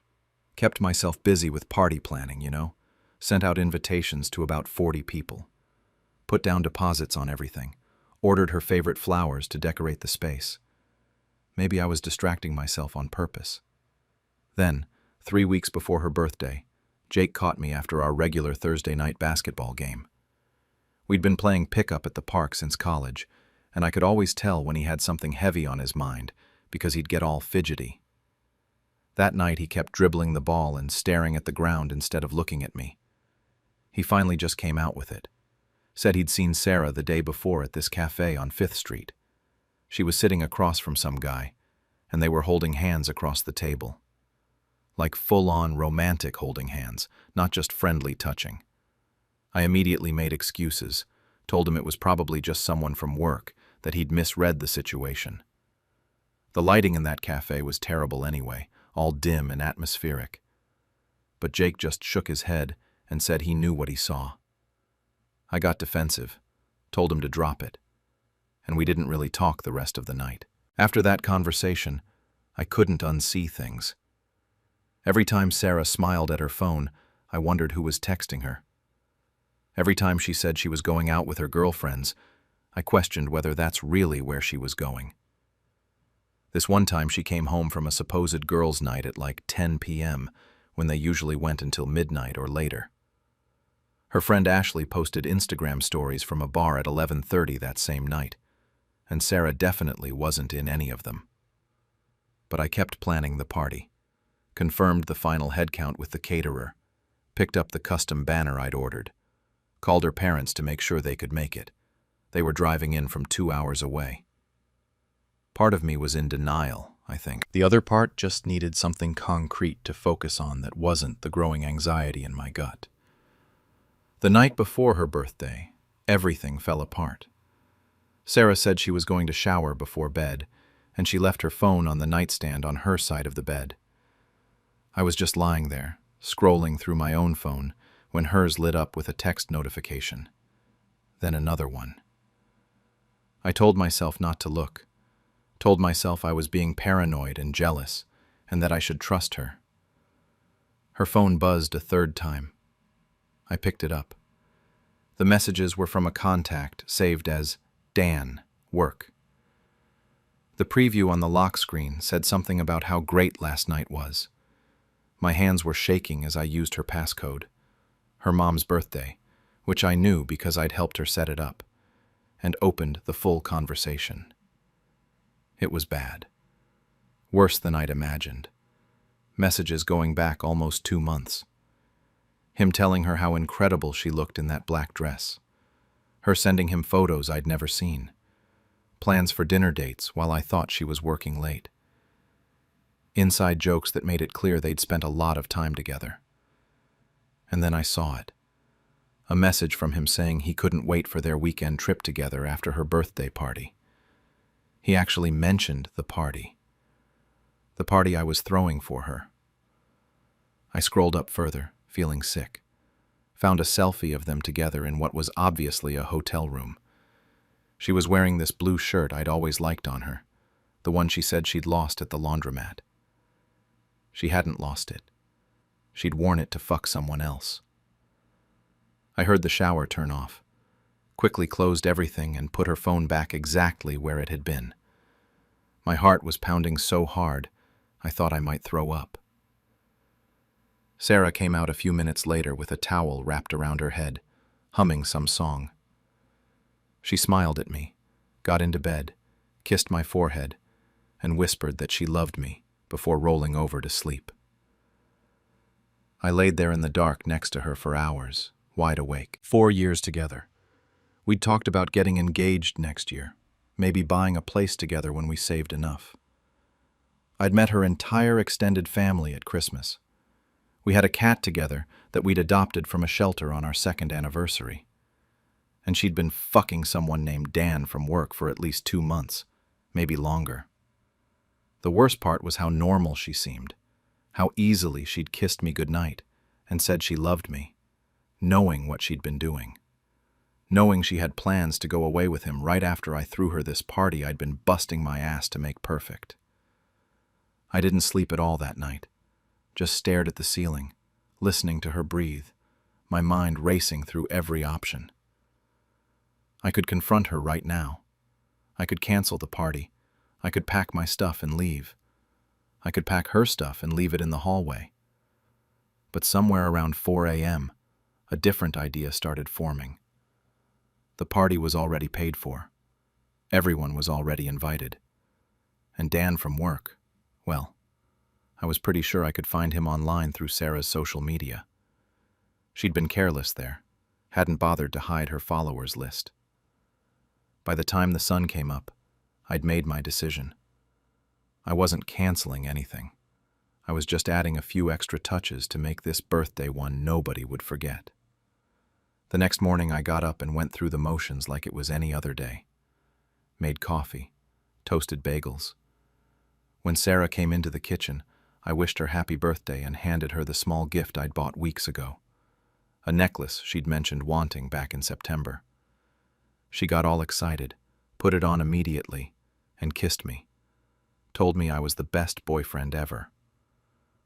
I felt absolutely nothing. Just this weird emptiness where all my emotions should have been. She left for work around 9. The party was scheduled for 7 that evening. That gave me 10 hours to get everything ready, and I had plans beyond just setting up decorations. First thing I did was find Dan. It took me about 15 minutes to locate him through Sarah's Instagram followers. Dan Martinez, 29, worked at the same marketing firm as Sarah. His profile was public, full of gym selfies and photos of him at bars with friends. Regular-looking guy. Nothing special. That somehow made it worse. I created a burner Instagram account using some random stock photo and a fake name. Sent him a DM around 10 in the morning. Kept it casual and friendly. Said I was Sarah's friend helping coordinate her surprise party. That she'd mentioned he was a great work buddy and would really love to see him there. Included the address and time. Told him to keep it secret since it was a surprise. He responded within an hour. Said he'd definitely be there, and thanks for including him. Added a smiley face emoji. The audacity of this guy actually made me laugh. A real, genuine laugh that probably would have scared anyone who heard it. Then I got to work on the video montage. I'd already compiled a bunch of our photos and videos over the past few weeks. Trips we'd taken, holidays with our families, stupid selfies from random nights out. All that stuff was still going to be in there. But now I was adding a second half. I spent 3 hours going through our shared cloud storage. Sarah had automatic backup turned on for her phone, which meant every photo she'd ever taken was sitting right there for me to access. Found pictures of her and Dan at restaurants I'd never been to. A photo of them at some hiking trail. She'd told me she was going hiking with her coworker Ashley that day. Screenshots of flight confirmations for a weekend trip to Austin next month. Hotel reservations under both their names. Then I went through her backed-up messages. Reading them in full daylight, sober and clear-headed, was somehow worse than the night before. The way they talked to each other. Pet names. Plans for their future. Her complaining about me to him, saying I was boring lately, that the spark was gone. Him telling her she deserved better. It was like reading about strangers, except one of the strangers was the person I'd spent 4 years with. I compiled everything into a folder. Screenshots of the worst messages, photos, receipts. Even found a voice memo she'd sent him where she was laughing about something, sounding happier than I'd heard her in months. I edited it all together at the end of the original sweet montage. Set it to play automatically on our TV, which I'd already hooked up in the community room earlier that week for this exact purpose. My hands were perfectly steady the entire time. That's what freaked me out the most. How calm I felt. How methodical. It was like watching myself from outside my body, seeing this other version of me carefully plan out this nuclear bomb I was about to drop on Sarah's life. People started showing up around 6:30. Her parents came early because her mom wanted to help set up, even though I'd told her the caterers had it handled. She kept hugging me and going on about what a thoughtful boyfriend I was, how lucky Sarah was to have found someone who cared so much. Her dad shook my hand, did that shoulder clasp thing dads do, called me son. I had to excuse myself to the bathroom after that because I thought I might actually break down. Jake showed up around the same time and immediately knew something was off. He cornered me by the drinks table and asked if I was okay. Said I looked weird, like I was going to be sick or something. I told him I was just nervous about pulling off the surprise. He didn't buy it, but he let it go. The room filled up fast. Friends from college, Sarah's girlfriends, co-workers from her office that I'd invited weeks ago, her aunt and uncle who'd driven in from the suburbs. Everyone was drinking, laughing, excited to yell surprise. I played host, made small talk, accepted compliments on what a great party I'd put together. The whole time I felt like I was acting in a play. Sarah showed up at 7:15. We'd planned it so her friend Ashley would take her out for birthday drinks and then bring her back to the apartment. When they walked into the community room, everyone screamed surprise. Sarah did this whole shocked face, hands over her mouth, the works. I'm pretty sure she'd suspected something, but she played along perfectly. She made her rounds hugging everyone, thanking them for coming. When she got to me, she threw her arms around my neck and told me loudly that I was amazing, that she couldn't believe I'd done all this. The performance was flawless. Dan showed up at 7:30. I watched Sarah's face from across the room when she spotted him walking in. For maybe 2 seconds, pure panic flashed across her features. Then she covered it with this confused expression and walked over to him. I was close enough to hear her ask what he was doing there. He said her boyfriend had invited him, that I'd told him she wanted work friends at the party too.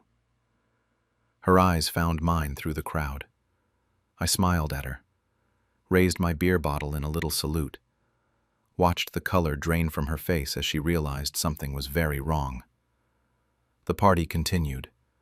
People ate the expensive food I'd ordered, drank the wine and beer.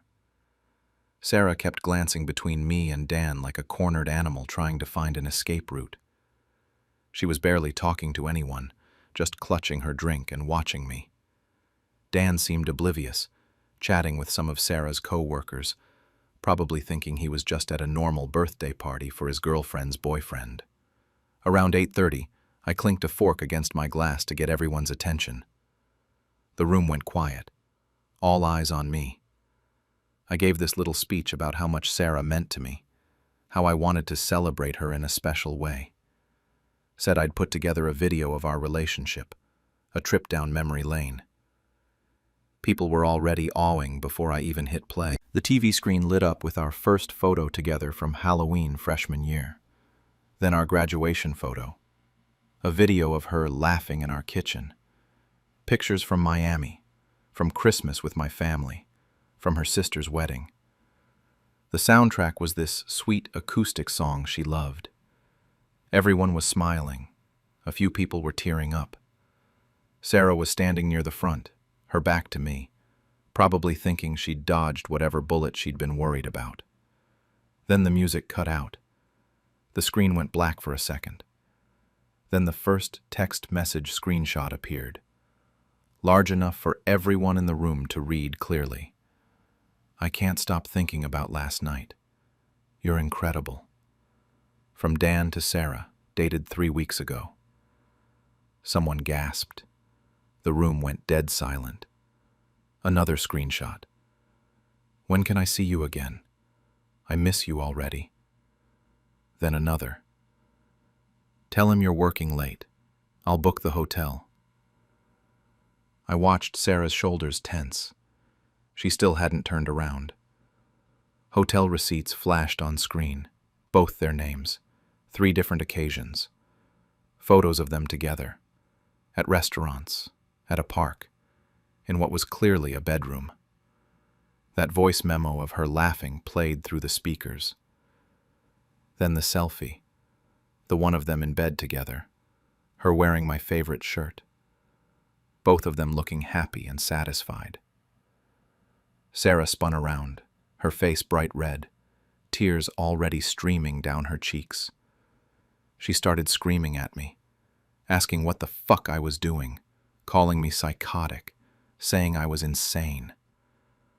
Her voice was high and panicked and loud enough that people in the hallway probably heard. Her mother stood up without a word, grabbed her purse, walked out. Her father followed, but not before looking at Sarah with this expression of complete disappointment. That look broke something in her. She crumpled, sobbing so hard she could barely stand. Dan had already left, just straight up ran out of there the second his photo appeared on screen. People were filing out now, awkward shuffling, avoiding eye contact, mumbling excuses. A few of Sarah's friends tried to comfort her, but she was hysterical, screaming at me between sobs, calling me every name she could think of. I just stood there, beer still in my hand, watching her fall apart. My voice came out calm when I finally spoke. Told her to get out. Reminded her the apartment lease was in my name only. Said I wanted her stuff gone by the end of the week.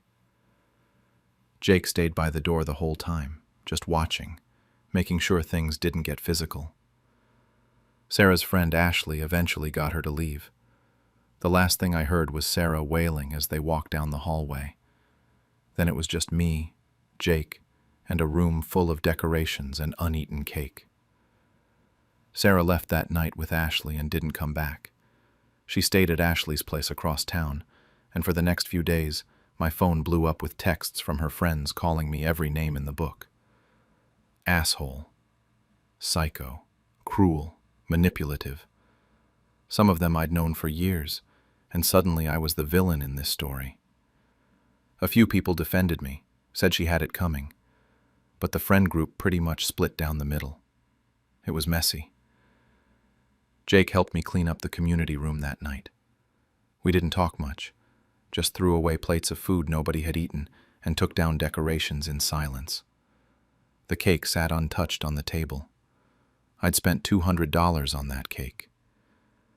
Jake eventually just looked at me and asked if I wanted to talk about it. I said no. We finished cleaning, and he went home around midnight. I gave Sarah a week to get her stuff out. She came by twice while I was at work. I'd given Jake my spare key and asked him to supervise so she wouldn't trash the place or take anything that wasn't hers. He said she cried the entire time she was packing. Took her clothes, her books, bathroom stuff, some kitchen things her mom had given her. She left the cat, which I knew would destroy her because she loved that cat more than anything. But the lease said no pets when we'd moved in, and I'd been the one to convince the landlord to look the other way. Technically, the cat was my responsibility. Her parents called me 4 days after the party.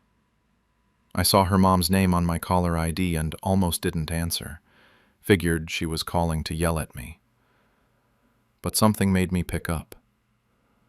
Her mom's voice was quiet when she spoke. Said she wasn't calling to yell or make excuses for Sarah. Just wanted me to know she was sorry. That they'd raised Sarah better than that, and she was ashamed of what her daughter had done. Then she said something that really got to me.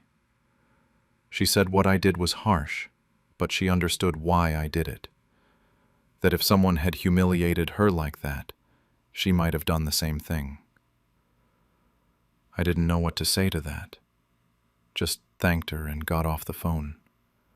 Sat on my couch for an hour afterward, feeling worse than I had in days. Something about her mom's understanding made it real in a way it hadn't been before. The fallout at work was weird too. A couple people had heard about what happened, through mutual friends. Some thought it was savage and kind of respected me for it. Others thought I'd gone too far, that I should have just confronted her privately, like an adult. My boss pulled me aside one day and asked if everything was okay at home. I guess I'd been distracted. Told him I was dealing with a breakup, and he let it drop. Jake came over a lot those first few weeks. Brought beer and pizza, put on basketball games. Didn't force me to talk about it. One night, about 2 weeks after the party, he finally asked if I regretted it. The question caught me off guard because I'd been asking myself the same thing every single day. I told him I didn't know. Some days I felt completely justified. She'd made a fool of me for months, lied to my face, planned a future with someone else while living in my apartment and sleeping in my bed. She'd humiliated me in private, so why shouldn't I return the favor publicly? Other days I felt sick thinking about her parents' faces, about all those people watching her break down, about how I'd chosen the cruelest possible way to end things. Jake just nodded and said that was fair. Didn't try to tell me I was right or wrong. I appreciated that. Sarah tried to reach out a few times through mutual friends. Her friend Ashley sent me a long message saying Sarah was devastated, that she'd made a mistake, but what I did was unforgivable, that I'd ruined her relationship with her parents. I blocked Ashley after that. Didn't need the guilt trip. About 3 weeks after everything went down, Sarah texted me directly. First contact since she'd moved out. Just one message that said she was sorry for what she did, but what I did was unforgivable, and we were even now. I stared at that text for a long time. We weren't even. We'd never be even. But maybe that wasn't the point. Maybe there was no version of this where anyone came out ahead. I didn't respond to her text. What was there to say? That I was sorry? I wasn't. That she deserved it? That felt petty. So I just left it on read and went on with my life. Work got easier after the first month. I threw myself into projects, picked up extra hours, anything to keep my brain occupied. Started going to the gym regularly, actually working out this time, not whatever Sarah had been doing. Jake convinced me to rejoin our Thursday night basketball games, and slowly, things started feeling normal again. The apartment still felt too big, though, too quiet. I'd catch myself expecting to hear Sarah's voice or smell her coffee in the morning. The cat started sleeping in my bed every night, which helped. At least something alive was still around. I took down all the photos of us around the apartment. Took me until week 5 to finally do it, but I went through every room and removed anything that reminded me of her. Found one picture stuck behind the bookshelf. Us at her college graduation. Both of us grinning like idiots who thought they had everything figured out. I looked at it for a minute, then threw it in the trash with the rest. The video was still on my laptop. I kept telling myself I'd delete it, but I never did. Sometimes late at night I'd open the file folder and just look at it. Not watch it, just see it there. Proof that I wasn't crazy. Proof that my gut instinct had been right all along. Proof that 4 years could end in one 8-minute video. A couple of Sarah's friends reached out after the initial anger died down, said they didn't agree with how I handled it, but they understood I was hurt. One of them admitted she'd known about Dan for a few weeks before the party, but Sarah had made her promise not to tell me. That one stung. How many people had known? How many times had I been the joke at their girls' nights out? I ran into Dan once at a coffee shop about 2 months later. He saw me and literally turned around and walked out. Didn't even get his coffee. Part of me wanted to follow him, confront him, ask him what the hell he'd been thinking. But what was the point? He was just some guy. Sarah was the one who'd made promises to me. My parents called around month 3. They'd heard through the grapevine what happened. Small town network. Everyone knows everyone. My mom asked if I was okay, if I needed anything. I told her I was fine. She didn't believe me, but she didn't push it either. Just said I was always welcome to come home for a weekend if I needed a break. I appreciated the offer, but stayed in the city. Things with the friend group eventually settled into a new normal. Some people stopped talking to me entirely. Others remained friends, but we all silently agreed never to mention Sarah or the party. Jake stayed constant through all of it, and I gained a new appreciation for having at least one person who didn't judge either way. The thing nobody tells you about revenge is that it doesn't actually make you feel better. At least, not in the way you think it will. Sure, there was satisfaction in the moment, watching everything fall apart for her, the way it had fallen apart for me. But afterward? Just emptiness. No closure. No sense of justice served. Just this hollow feeling, and a lot of regret, mixed with anger, mixed with sadness. I still think about that night sometimes. Wonder what would have happened if I'd just confronted her privately. If we could have had a conversation like adults, ended things with some dignity and tact. Maybe her parents wouldn't hate her. Maybe our friends wouldn't have had to choose sides. Maybe I wouldn't lie awake some nights, wondering if I'm actually a good person, or just someone who knows how to hurt people effectively. But then I remember her texts with Dan. Remember her kissing my forehead and saying she loved me while planning a trip with him. Remember 4 years of my life that she was willing to throw away for some guy from work. And I think maybe she needed to feel even a fraction of what I felt reading those messages. I don't know if what I did was right. I don't know if there even is a right way to handle finding out someone you love has been lying to your face for months. All I know is that I made a choice, and now I have to live with it. Same as she has to live with hers. The apartment lease is up in 4 months. I'm thinking about moving, starting fresh somewhere without all these memories attached to every corner. The cat can come with me. Everything else can stay behind. The wedding speech that ended my brother's secret affair with my wife. I'm a 35-year-old man, recently separated, and this whole mess centers around my younger brother Jason, 32, and my wife Rachel, 33. We'd been married for 7 years when everything fell apart. 7 years of what I thought was a solid marriage.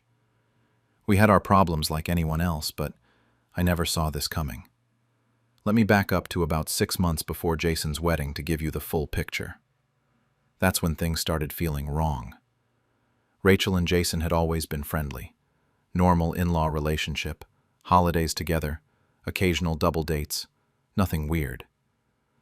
But around last November, something shifted. They started texting all the time. I'm talking constantly. I'd be watching TV with Rachel, and her phone would buzz every 5 minutes. Always Jason's name lighting up the screen. At first, I didn't think much of it. Jason had just proposed to his girlfriend Emma a few months earlier, and they were planning this massive wedding for June. Rachel said he was stressed and needed someone to vent to. Emma worked crazy hours as an ICU nurse, lots of night shifts, so she wasn't always available. Rachel positioned herself as the helpful sister-in-law, stepping in to ease the burden. She'd tell me Jason needed advice on venues or flowers or whatever. I thought it was nice that they were getting closer. But then it escalated. Rachel started driving an hour each way to meet Jason at the wedding venue, multiple times a week. She'd volunteer to help him with things Emma didn't even know needed help. Once I came home from work, and Rachel wasn't there. She texted me around 9 p.m., saying she lost track of time, addressing wedding invitations at Jason's apartment. I remember feeling annoyed but not suspicious. Not yet. The late-night texting got worse. I'd wake up at 2 or 3 a.m. to use the bathroom and see her phone screen glowing in the dark. She'd be smiling at it, typing away. When I asked who she was talking to at that hour, she'd say Jason was having a panic attack about the wedding, or his future or something. Said he felt comfortable confiding in her. I wanted to be supportive. Jason was my only sibling. We grew up close, played basketball every Sunday morning, grabbed beers after work. He was my best friend before he was her affair partner. Looking back now, there were so many red flags I ignored. Rachel started dressing nicer when she'd go help with wedding stuff. New perfume. She'd come home with her hair messed up and blame it on the wind. She was protective of her phone in a way she'd never been before. But I trusted her. I trusted him. That's what you do with family. The breaking point came about 3 months before the wedding. I was home alone on a Saturday morning and wanted to make this pasta dish Rachel had saved on her tablet. She'd left it on the kitchen counter before going to her mom's house. I opened it up, went to her notes app to find the recipe. But her messages were still open from the night before. I saw Jason's name at the top of a conversation thread. The preview showed part of a message that made my stomach drop. I can't remember the exact words, but it was something about missing his touch. I knew I shouldn't look. I knew it was wrong. But my hands were shaking and I couldn't stop myself. I clicked on the conversation, but it was empty. Recently deleted. That's when I realized she'd been clearing their messages.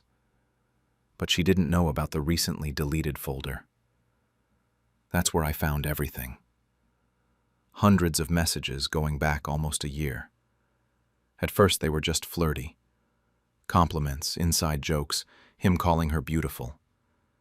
Then they got sexual. Explicit descriptions of what they wanted to do to each other. Plans to meet up at hotels. There were actual photos I can't get out of my head. Messages about how guilty they felt, but how they couldn't resist each other. Rachel telling Jason she'd never felt this way before, not even with me. Jason saying he knew it was wrong, but she made him feel alive. I sat on our living room couch, in the house we'd bought together 3 years earlier, and went through every single message. There were conversations about Emma, how Jason felt terrible lying to her but didn't know how to stop. Rachel reassuring him that what they had was special. Messages about close calls, times they almost got caught. One thread from 4 months earlier caught my eye. They were talking about a trip to Bali. Rachel had told me she was going to a work conference in San Diego. I'd checked our joint bank account at the time and seen a $3,000 charge labeled Professional Development Conference. It was actually a romantic getaway with my brother. The worst part was reading how they'd planned to use that same destination for Jason and Emma's honeymoon. Rachel had suggested it, helped book it, probably fantasized about how she'd already been there with him. The whole thing made me sick. I took screenshots of everything before the messages disappeared permanently, sent them all to my personal email. Then I just sat there for hours trying to figure out what to do. Part of me wanted to drive to Jason's apartment and beat the hell out of him. Part of me wanted to confront Rachel the second she got home. But something held me back. Maybe shock. Maybe I was already planning what came later without realizing it. When Rachel came home that evening, I acted normal. She asked if I'd found the recipe, and I said yes, that the pasta turned out great. She smiled and kissed my cheek. I felt nothing. That night, I told her I was going to sleep in the guest room because my back had been hurting. She barely reacted. I think she was relieved not to have to pretend to be affectionate. I spent the next few weeks in this weird fog. I'd see Jason at family dinners and shake his hand. He'd ask how Rachel and I were doing, and I'd say great. Rachel kept volunteering for wedding duties, and I'd encourage her to help out. I started moving money from our joint account into a personal one. I contacted a divorce lawyer and started documenting everything. I took more screenshots, tracked her location a few times, kept a journal of her lies. 2 weeks before the wedding, I moved out. Told Rachel I needed some space to think about our marriage. She cried and asked what was wrong, if she'd done something to upset me. I kept it vague. Said I wasn't sure we were connecting anymore, that I needed time to figure out what I wanted. She didn't fight it as hard as I expected. Looking back, she was probably relieved I was leaving without knowing the truth. Jason called me that same night, all concerned about his big brother's marriage falling apart right before his big day. He asked if I was still okay being his best man, or if this would make things awkward. I told him not to worry. I'd be there. I'd give the speech I'd promised. He thanked me, said it meant everything to have me by his side. I told him I wouldn't miss it for the world. The wedding was on a Saturday in early June at this countryside venue about 2 hours outside the city. Jason and Emma had booked it a year in advance. It cost a fortune from what I heard.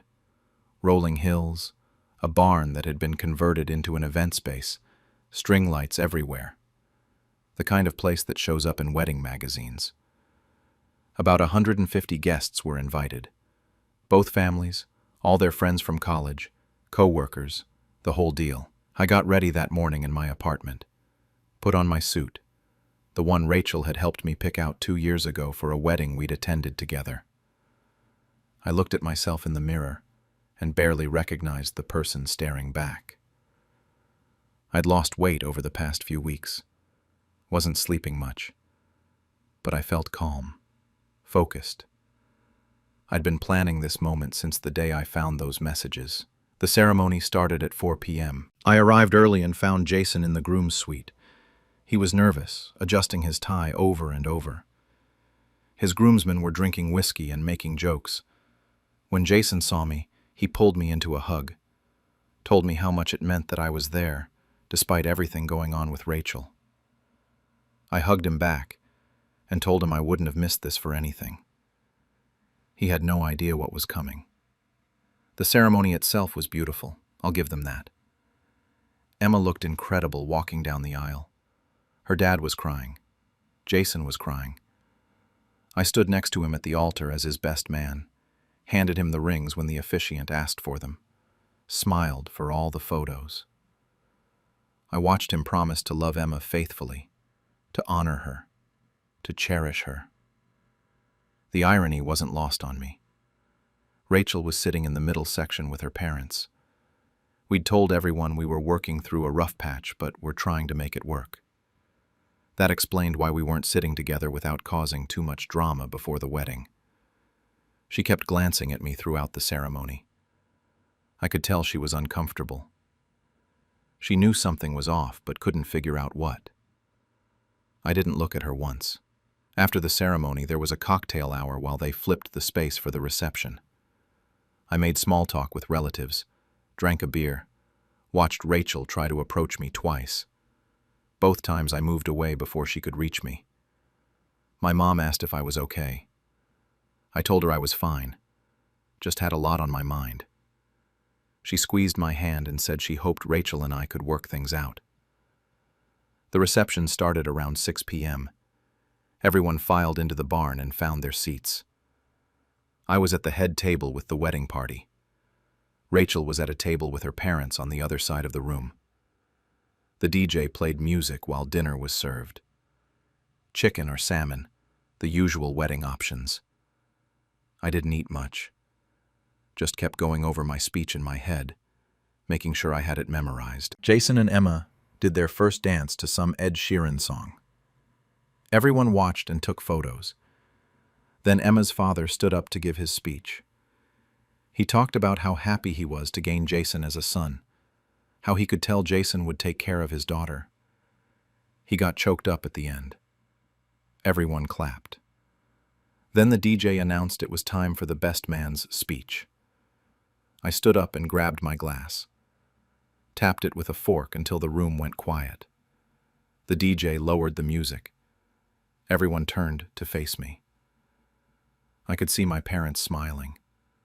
Rachel looked like she might throw up. I started with the basics, thanked everyone for coming, said how beautiful the ceremony was.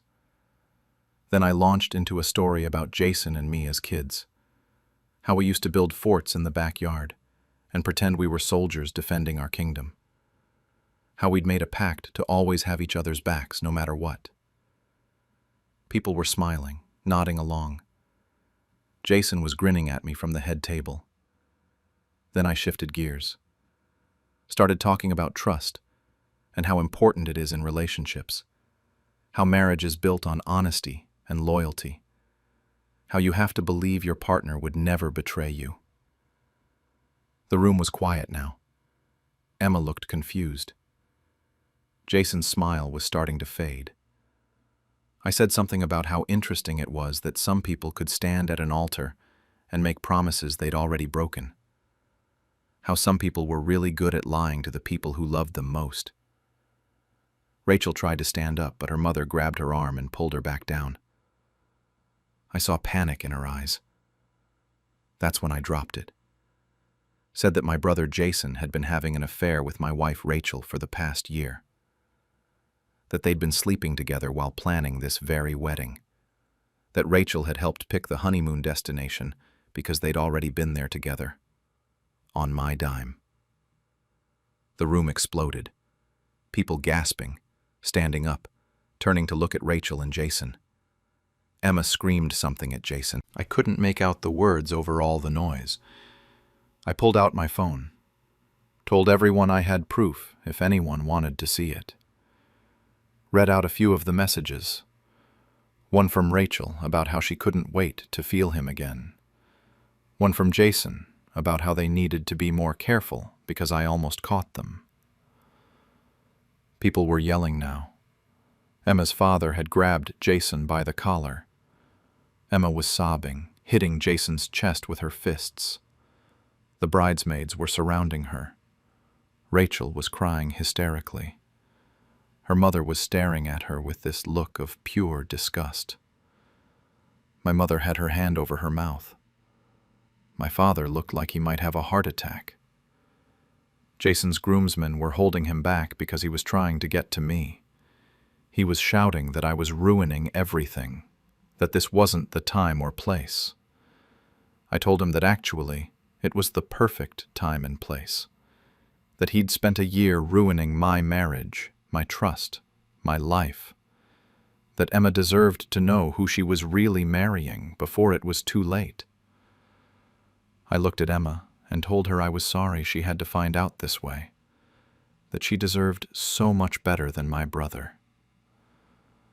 Then I set my phone down on the table, adjusted my jacket, and walked out. Just left through the main doors while chaos erupted behind me. I could hear screaming, crying, glass breaking. Someone was chasing after me, but I didn't turn around. I got in my car and drove away. My phone started blowing up immediately. Jason calling over and over. My parents, Rachel, Emma's parents. I ignored all of it.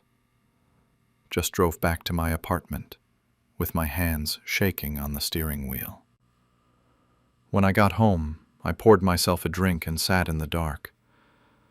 I didn't feel victorious or satisfied, just empty. But I also didn't regret it, not for a second.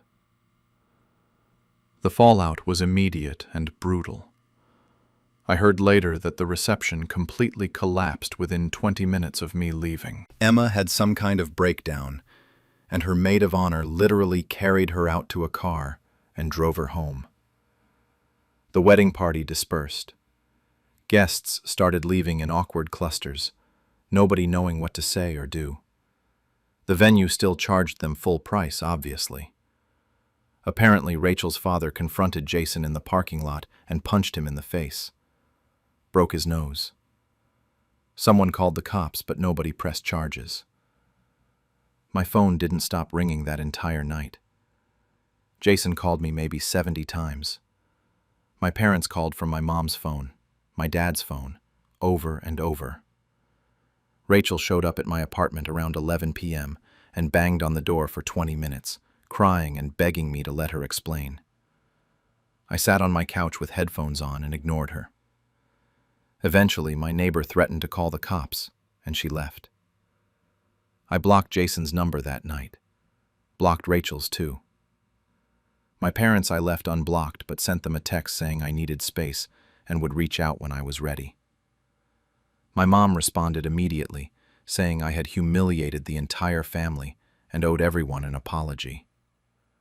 My dad sent a longer message about how disappointed he was, how I should have handled this privately, how I'd destroyed my brother's life over a mistake.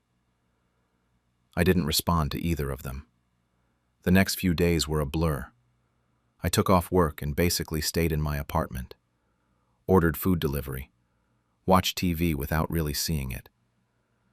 My phone kept buzzing with messages from extended family, mutual friends, people I hadn't talked to in years, suddenly weighing in on my business.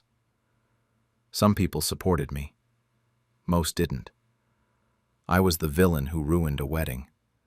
The unhinged ex-husband who couldn't handle his relationship ending like an adult. Rachel tried coming back twice more. Once she left a note under my door about how sorry she was, how it just happened, how she never meant to hurt me. I threw it away without reading the whole thing. The second time, she sat in her car outside my building for 3 hours. I called the building manager, and they had her towed. About 3 days after the wedding, I got a DM on Instagram from Emma. She said she needed to talk to someone who understood what she was going through.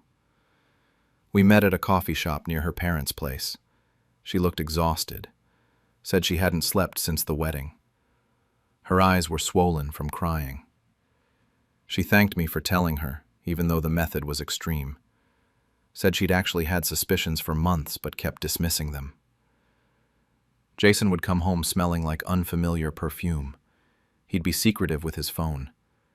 She'd found a hotel receipt once, but he'd convinced her it was for a surprise he was planning. She told me they'd gotten the marriage annulled. Apparently, you can do that pretty quickly if there's evidence of fraud, and a year-long affair definitely qualifies. She'd moved back in with her parents and was trying to figure out her next steps. We talked for about an hour.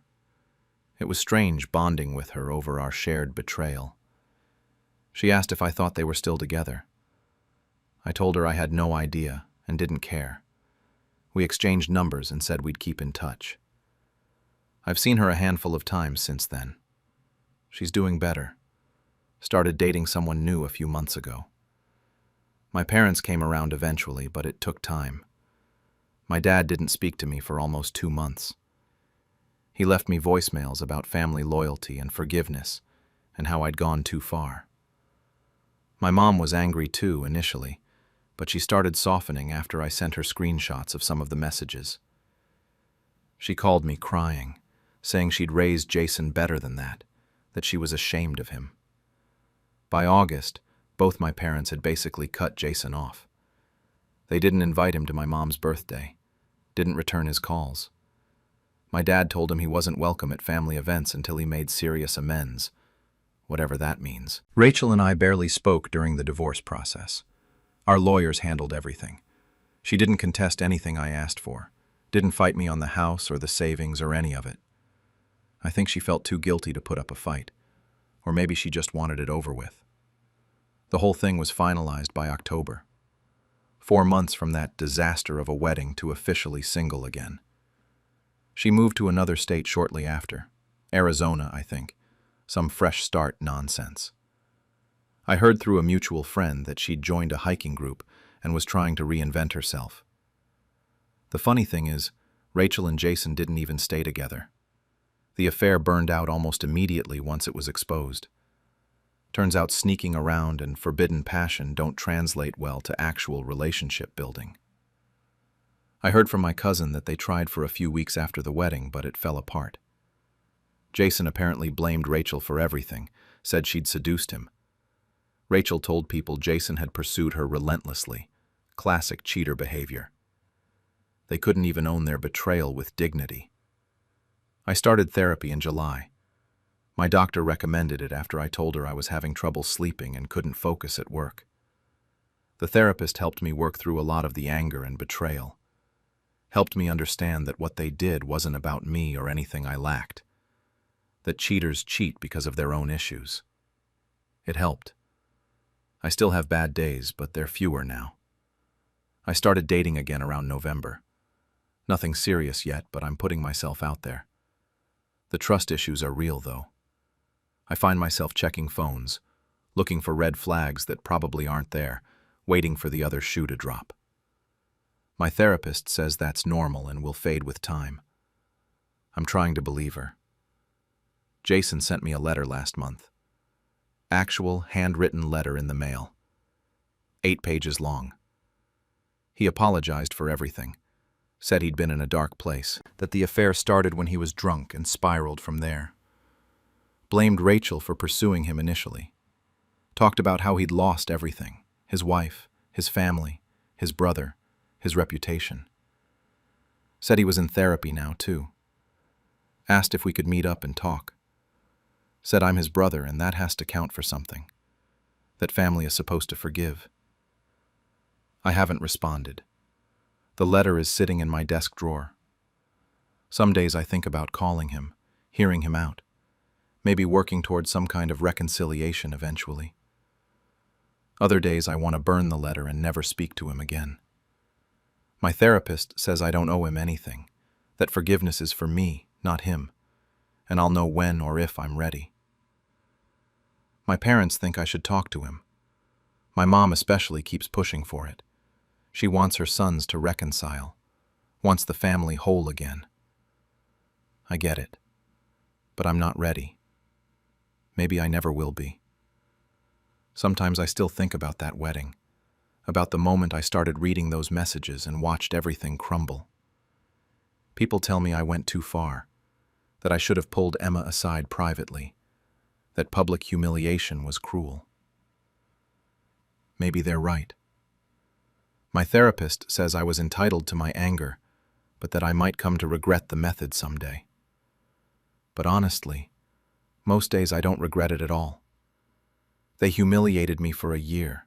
They lied to my face, snuck around behind my back, disrespected my marriage and our family. They used my money to fund their affair. Why did they deserve privacy or a gentle letdown? Emma deserved to know before she legally tied herself to a cheater. The family deserved to know who they were really celebrating.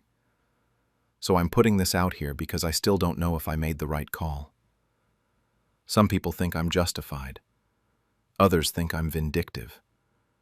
I go back and forth myself. But what's done is done. I can't take back that speech. And I'm not sure I'd want to even if I could. When he forgot our anniversary, I found out who he was celebrating with instead. I'm a 33-year-old woman, and up until 3 weeks ago, I'd been married for 7 years to my husband Daniel, 35. We met in college, got married young, and I genuinely thought we had a solid marriage.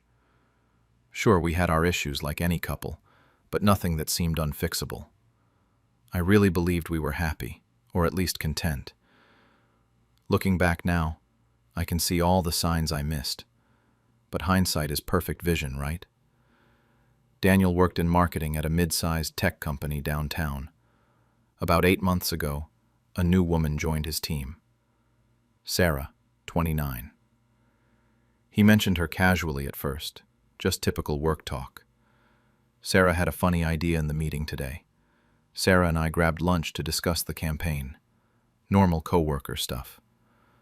I didn't think much of it because I'm not the jealous type, and Daniel had worked with women before without any issues. But over the past few months, Sarah's name came up more and more frequently. He started staying late at the office for strategy sessions with her. He'd text during dinner and laugh at his phone, then tell me it was just work memes when I asked. At the company holiday party back in December, I asked to meet her and he said she couldn't make it. Were these red flags? Probably. But I trusted him. That was my mistake. Here's the thing you need to understand about Daniel. He always claimed he was terrible with dates, like genuinely bad at remembering important occasions. He forgot my birthday twice in our marriage, completely missed our first anniversary, always mixed up when family events were happening. It became this running joke in our relationship. Oh, that's just Daniel. He can't remember anything. His mom even backed him up on this, saying he'd been like that since he was a kid. So I accepted it as part of who he was. When our 7th anniversary came and went last Tuesday, without so much as a card or acknowledgement, I was disappointed, but not entirely surprised. I'd kind of been expecting it, honestly. I spent the evening alone while he worked late again. Ordered Chinese takeout, watched Netflix, felt sorry for myself. He came home around 10 p.m., kissed my forehead like always, and went straight to shower. Not a single word about the date. I went to bed feeling lonely and unimportant, but I told myself I'd bring it up the next day when we were both rested. Maybe we could do a belated dinner or something. That next morning changed everything. I was in the kitchen, checking our shared tablet for a recipe I wanted to try. We'd always kept our devices synced and shared passwords because we had nothing to hide from each other. Or so I thought. A notification popped up on the screen, an email confirmation from OpenTable. Reservation confirmed for Daniel Morrison, party of 2, Friday 7:30 p.m. at Marcello's. My stomach dropped. Marcello's was the fancy Italian place downtown with the year-long wait list. The same restaurant I'd mentioned wanting to try for our anniversary dinner. The place I'd sent him links about months ago. I clicked on the confirmation email, telling myself there had to be a reasonable explanation. Maybe it was a work dinner. Maybe he was surprising me for a belated anniversary. But there was a note section in the reservation where you could add special details or the guest's name. It said, "Celebrating with Sarah Chen, not celebrating with colleagues, not a team dinner, Sarah Chen, just the two of them." I sat there staring at the screen for probably 10 minutes. My coffee went cold. My brain kept trying to rationalize it. Maybe it was an innocent work celebration. But why wouldn't he tell me about it? Why book the romantic restaurant I wanted to go to? Why make it specifically for 2 people? I opened his laptop. Same shared password we'd always used. I went straight to his messages with Sarah. The texts went back months. Nothing explicitly sexual at first, but intimate in a way that made my skin crawl. Inside jokes I wasn't part of. Late-night conversations about their feelings and dreams. Him complaining about me. She doesn't understand me like you do. I feel more myself around you. Can't wait to see you tomorrow. The kind of emotional intimacy that belongs in a marriage, not a workplace friendship. Then I found the message from 2 weeks ago. I know this is complicated, but what we have is real. I think I'm falling for you. Her response came minutes later. I feel the same way. Friday can't come soon enough. Friday. The reservation at Marcello's. Tomorrow night. I closed the laptop carefully, like if I moved too fast I might shatter into pieces. But I didn't cry. I didn't scream. I just felt this cold, clear anger settling over me like ice water. It was almost calming in a way. All the pieces suddenly fit together. The late nights. The phone calls he'd take in another room. The way he'd pull away when I tried to initiate intimacy lately. He wasn't bad with dates. He remembered our anniversary just fine. He just chose to celebrate it with someone else. I sat there for maybe another 5 minutes, thinking through my options. I could confront him right then. I could call him at work and scream. I could pack my bags and disappear. But none of those felt right. They all felt too easy for him, too private. He'd been lying to my face for months while I made excuses for him to everyone. I picked up my phone and called Marcello's. The hostess answered on the 3rd ring. I kept my voice steady and polite. I told her I needed to make a reservation for Friday night at 7:30 p.m. She apologized and said they were completely booked for the next 3 months. I expected that. Then I said my husband already had a reservation under Morrison for that time, and I'd like to add another table. Same last name, same time. It was a surprise. There was a long pause on the other end. I could practically hear her trying to figure out if this was a romantic gesture or something else. Finally, she said they had 1 table available at 7:15. Would that work? I told her it was perfect. I booked it under my maiden name, which was also Morrison. Then I requested a table with a clear view of the entrance. She confirmed everything and wished me a pleasant evening. I thanked her and hung up. Then I walked upstairs to our bedroom, pulled my suitcase out of the closet, and started packing. I spent all of Thursday preparing. I called in sick to work, citing a personal emergency. It wasn't really a lie. I figured discovering your husband's affair and planning your divorce counted as an emergency. I gathered every important document I could find. Bank statements, mortgage papers, insurance policies, my birth certificate, our marriage license. I made copies of everything. Then I screenshot every single text message between Daniel and Sarah, organized them by date, and backed them up to a cloud drive he didn't have access to. I wanted evidence of everything. Around noon, I called a divorce attorney my friend had used. I explained the situation briefly, and she squeezed me in for a consultation Monday morning. She told me to document everything and avoid confrontation until we could discuss strategy. I appreciated that she didn't try to talk me into counseling or ask if I was sure. She just treated it like the business transaction it needed to be. I packed 2 full suitcases that afternoon. Clothes, toiletries, my laptop, the jewelry my grandmother left me, photos from before Daniel. The important stuff. I called my sister Lisa and asked if I could stay with her for a while. She started asking questions, but I told her I'd explain when I got there. I drove the suitcases over to her apartment across town and left them in her guest room. Daniel came home Thursday night around 7. He was in a great mood, practically humming while he took off his shoes. He asked what I wanted for dinner like it was any other night. I suggested his favorite pasta dish, the one with the vodka sauce he always requested for special occasions. We ate together at the kitchen table. He told me about his day, complained about a meeting that ran long, mentioned nothing about Sarah or Friday night plans. I smiled and nodded and asked follow-up questions like I always did. After dinner, he helped me clean up. We watched an episode of some show we'd been following together.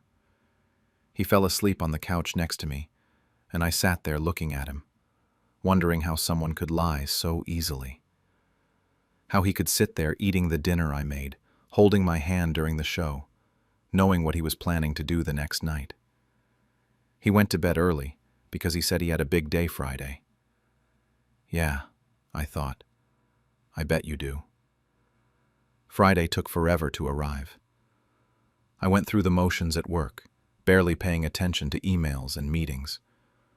My coworkers probably thought I was sick. I left at 4 to give myself plenty of time to get ready. I took a long shower and did my hair and makeup carefully. I put on the black dress I'd bought 2 months ago specifically for our anniversary dinner that never happened. It was still hanging in my closet with the tags on. I looked good. Better than good, honestly. I wanted him to see exactly what he was throwing away. I left the house at 6:45. Daniel was already gone, had left around 6 saying he had to work late and grab dinner near the office. Another lie added to the pile. I arrived at Marcello's right at 7 p.m. The restaurant was beautiful, all warm lighting and white tablecloths and soft Italian music playing. Exactly the kind of place I'd dreamed about going to. The hostess seemed slightly confused when I gave my name, probably because 2 Morrison reservations for the same night was unusual, but she stayed professional. She led me to a corner table with a perfect view of the entrance, just like I'd requested. I ordered a glass of wine and waited. My hands were surprisingly steady.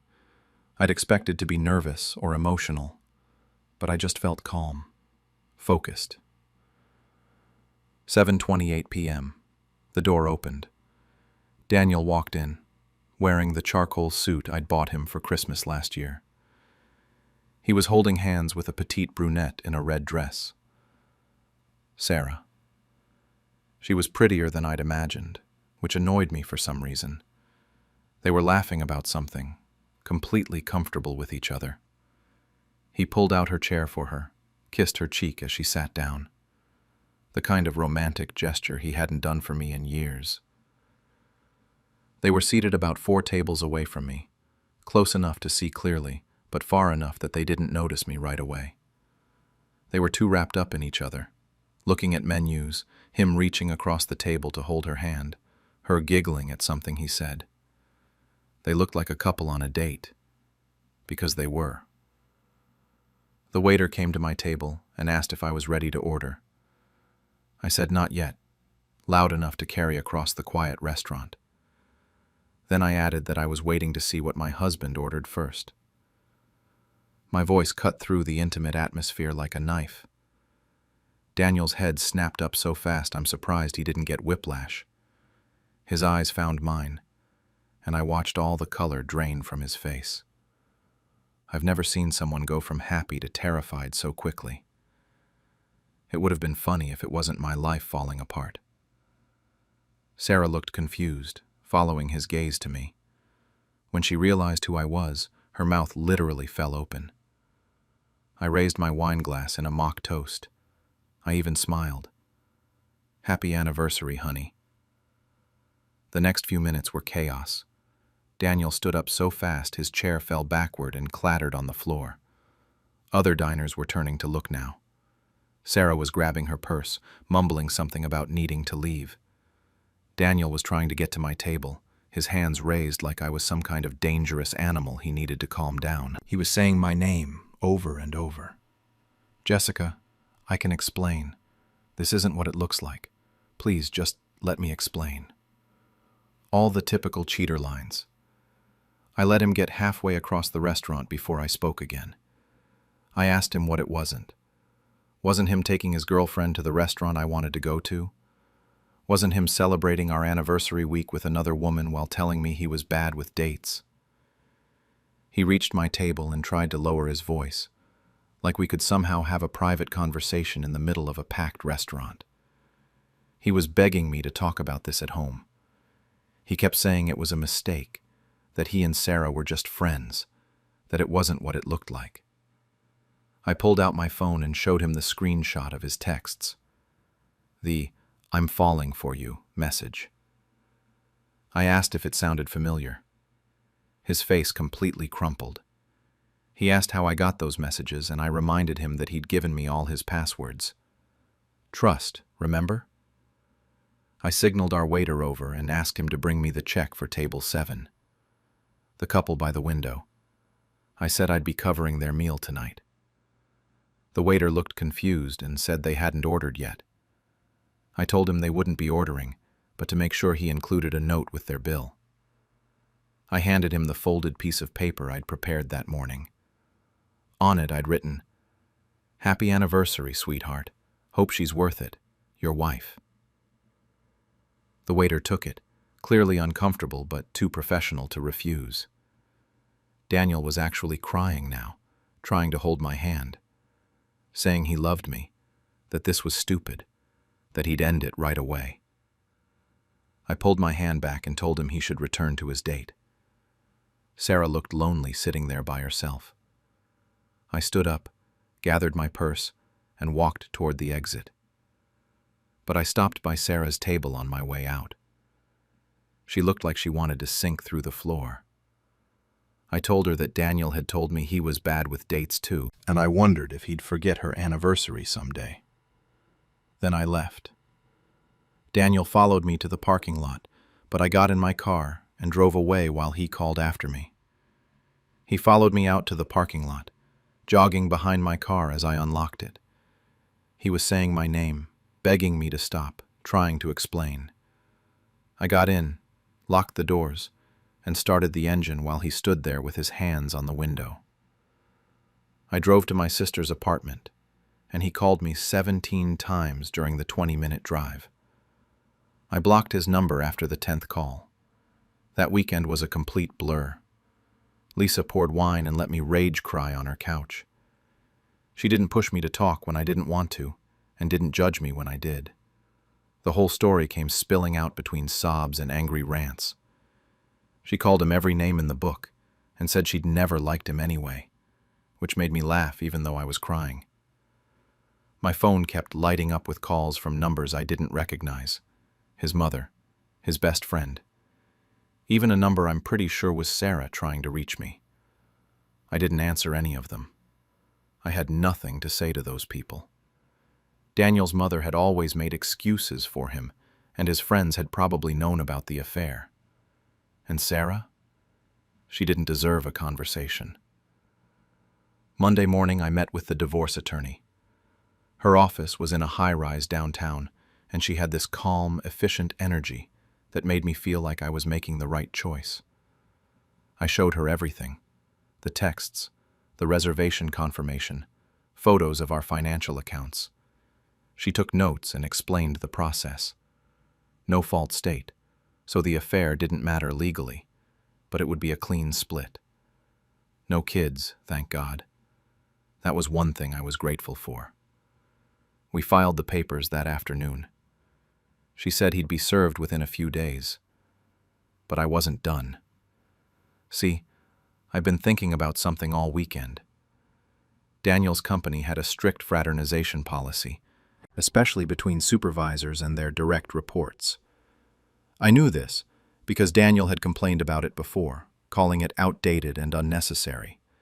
Said it made things awkward when team members wanted to date. Sarah reported directly to Daniel. He was her manager. That's how they'd met, how they'd started spending so much time together. All those late-night strategy sessions were probably against company policy. I spent Monday evening going through every screenshot I'd taken. I organized them chronologically, highlighting the ones where they discussed meeting at the office after hours, the ones where Daniel mentioned his role as her supervisor. the ones where he clearly used his position to spend more time with her. Then I wrote a professional email to HR. I kept it factual. Said I was Daniel Morrison's wife and had recently discovered an inappropriate relationship between him and his direct report, Sarah Chen. Attached the evidence. Explained that I felt the company should be aware of the violation of their fraternization policy, especially given the power dynamic involved. I didn't make it emotional or vengeful, just stated the facts and let them draw their own conclusions. I sent it Tuesday morning at exactly 9 a.m. and then closed my laptop. By Tuesday afternoon, Daniel was calling from his office number. I'd forgotten to block that one. I almost didn't answer, but curiosity got the better of me. His voice was pure panic. He asked what I'd done, though he clearly already knew. I told him I'd simply made sure his workplace was aware of his workplace relationship. Seemed relevant given their policies. He said HR was investigating both of them, and he could lose his job. I told him he should have thought about that before sleeping with his subordinate. He actually said I was ruining his life.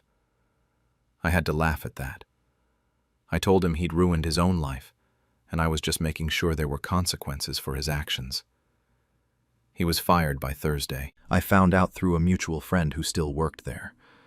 Apparently, the investigation found enough evidence that they terminated him immediately. Sarah was demoted and transferred to a different department. The messages had proven he'd been abusing his position of authority, using his role as her manager to pursue a relationship. The company couldn't keep him after that.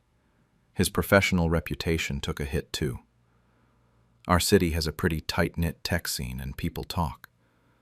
Word got around about why he was fired. I heard through the grapevine that he was having trouble finding new positions because of it. The apartment lease was in both our names, but he couldn't afford it without my income contribution. He had to move back in with his mother at 35 years old. His mom called me a few days later, screaming about how I was a vindictive bitch who'd destroyed her son's life. I calmly texted her screenshots of her son's affair messages and hung up. She didn't call back. The divorce is moving forward, should be finalized in a few months. Everything's being split down the middle, which is fine by me. I just want it over with. I'm still staying with Lisa while I look for my own place. She's been amazing through all of this. I've started therapy to work through the betrayal and figure out how I missed the signs. My therapist says I didn't miss anything, that cheaters are good at hiding things. But I'm not sure I believe that yet. Some of our mutual friends have reached out. Most of them are supportive, but a few think I went too far with the HR email. They say I should have just divorced him quietly and moved on, that getting him fired was excessive and vindictive, that I let my anger make me cruel. But here's what I keep coming back to. He didn't forget our anniversary. He remembered it perfectly. He just chose to celebrate it with someone else, while letting me believe I wasn't worth remembering. 7 years of marriage. 7 years of me making excuses for him, believing his bad memory story, defending him to friends and family who said he was careless with my feelings. And all along, he could remember just fine when it mattered to him. He remembered every date with Sarah, every late-night meeting, every secret moment they shared. His memory was perfectly functional when it came to his affair. The HR email didn't come from nowhere. He violated company policy. He lied to his employer about the nature of his relationship with a direct report. He used his position as her manager to pursue something inappropriate. I just made sure the right people knew about it. Would those friends have wanted me to help him cover it up? To protect him from the consequences of his own choices? Last week, a letter arrived through his lawyer asking if we could talk. He's apparently in therapy now and wants to make amends.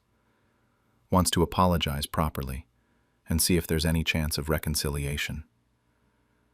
I threw the letter in the trash without finishing it. There's no reconciliation possible. You can't come back from this kind of betrayal. He didn't just cheat on me physically. He built an entire emotional relationship with someone else while coming home to me every night. He let me feel crazy for being suspicious. He made me doubt my own instincts. That's not something therapy can fix. I'm doing okay now, considering everything. Some days are harder than others. I cry sometimes when I see couples doing normal relationship things. But mostly I just feel relieved, like I dodged a bullet by finding out now, instead of another 7 years down the road. My main conflict now is with those friends who think I went too far. They're making me second-guess whether the HR email was the right move. Part of me knows he deserved it. But another part wonders if I let my hurt turn me into someone vindictive. When I found out my husband's business trips were really romantic getaways, I didn't cry. I planned. I'm 34, married for 8 years to my husband Jake, who's 36. He works in marketing, which means he travels a lot. Client meetings, conferences, pitch presentations. It's just part of the job. We met in our mid-20s at a mutual friend's party, got married pretty quickly, and honestly, things always seemed solid between us. I never had a reason not to trust him. He'd complain about the travel, sure, but it paid well, and I thought we were building a life together. I was wrong about a lot of things. About 4 months ago, I was organizing receipts for our accountant because tax season was coming up. It's one of those boring tasks you put off until you can't anymore, so I was sitting at our kitchen table sorting through piles of paper. Jake had always complained about staying in terrible airport hotels during his trips. He'd come home and tell me about the stained carpets, or the noise from the highway, or how the continental breakfast was just sad coffee and stale muffins. So imagine my confusion when I found receipts from the Ritz-Carlton, Four Seasons, and these boutique luxury resorts I'd never heard of. The amounts didn't make sense either. He'd shown me expense reports before showing $89 or $99 per night for budget chains. These receipts were for $400, $500, even $600 per night. I sat there staring at a receipt from some place called the Pendry in San Diego for 3 nights at $575 each. That's not a corporate rate at a Hampton Inn. I brought it up casually that night. I wasn't trying to start a fight. I genuinely thought there was some explanation I was missing. I asked him about it over dinner. Something like why the receipts showed fancy hotels when he'd told me he stayed at that Holiday Inn in San Diego. His response came so quickly and smoothly that I almost felt stupid for asking. He said the company upgraded him last minute. Something about corporate partnerships and points programs. He even laughed a little and said why would he turn down a free upgrade when the company was covering it? It made sense. I wanted it to make sense. But I didn't completely let it go. Over the next few weeks, I started noticing other small things I'd probably been ignoring before. He'd come home from trips smelling different, like expensive cologne I definitely hadn't bought him. There were new clothes in his suitcase sometimes, shirts or pants I'd never seen him pack. His phone suddenly had a passcode on it when it never had before. When I asked about it, he said it was a new work security requirement. Everything had an explanation, but the explanations were starting to pile up. The way he talked about his trips changed too. Less complaining about bad hotels and annoying clients. More vague responses when I'd ask how things went. He'd just say, "It was fine. The meeting went well. He was tired." I started wondering if this was just what happened after 8 years of marriage. Maybe I was being paranoid. Maybe I was looking for problems where there weren't any. Then, 2 months ago, on a Tuesday night, everything changed. Jake was on another trip, supposedly in San Diego for a 3-day conference. I couldn't sleep that night, so I was lying in bed scrolling through Instagram like you do when your brain won't shut off. I don't even know why I did it, but I looked up the Pendry San Diego, that hotel from the receipt. I clicked on the location tag, and started scrolling through photos people had posted from there. Couples at sunset, poolside selfies, romantic dinner shots. All the things you'd expect from a luxury resort. That's when I saw her. This blonde girl, maybe 22 or 23, in a white bikini by their infinity pool. Her caption said something like, "Living my best life," with a bunch of hashtags. But what made my heart stop was the date stamp. Same exact dates as Jake's trip. The same 3 days he was supposedly at his conference. I screenshot everything immediately. My hands were shaking so hard I almost dropped my phone. Then I clicked on her profile and fell down a rabbit hole I couldn't climb out of. Her account was public, and there were hundreds of photos. Her name was Madison, recent college grad, and her bio said she worked in digital marketing. I started scrolling back through her posts, and my stomach dropped with each swipe. The Ritz in Laguna Beach from 3 months ago, Jake's client dinner weekend. She was there, posted photos from the beach at sunset. Park Hyatt, New York from 6 weeks ago when Jake had that emergency meeting. She was there too, posing in front of some fancy restaurant. Every single trip I could remember Jake taking in the last several months, she had posts from the same locations on the same dates. I spent hours that night going through her entire Instagram, then found her on TikTok and Facebook. I screenshot everything, every photo, every caption, every date and location tag. I created a folder on my phone and obsessively organized it all. I didn't sleep. I sat in our bed, in the dark, while my husband was in San Diego with this girl, and pieced together a timeline of their entire relationship through her social media posts. The worst part was how public it all was. She wasn't hiding. She was posting about luxury hotels and fancy dinners and weekend getaways like it was all perfectly normal. Like she had every right to be there. And maybe to her, she did. Maybe Jake told her we were separated or getting divorced or some other lie that made her feel okay about this. That night, I didn't confront him when he called to say goodnight. I didn't scream or cry or demand answers. I just told him I loved him and to have a good rest of his trip. Because I realized something sitting there in the dark with all those screenshots on my phone. If I confronted him right then, he'd lie. He'd gaslight me. He'd make me doubt what I could clearly see with my own eyes. And I'd end up feeling crazy while he got away with it. I needed more than Instagram posts. I needed everything. Emails, receipts, messages, the whole paper trail. I had 3 weeks until his next scheduled trip to figure out exactly how deep this went and exactly how to make them both pay for it. So I smiled and played the loving wife and started planning. For the next 3 weeks, I became someone I didn't recognize.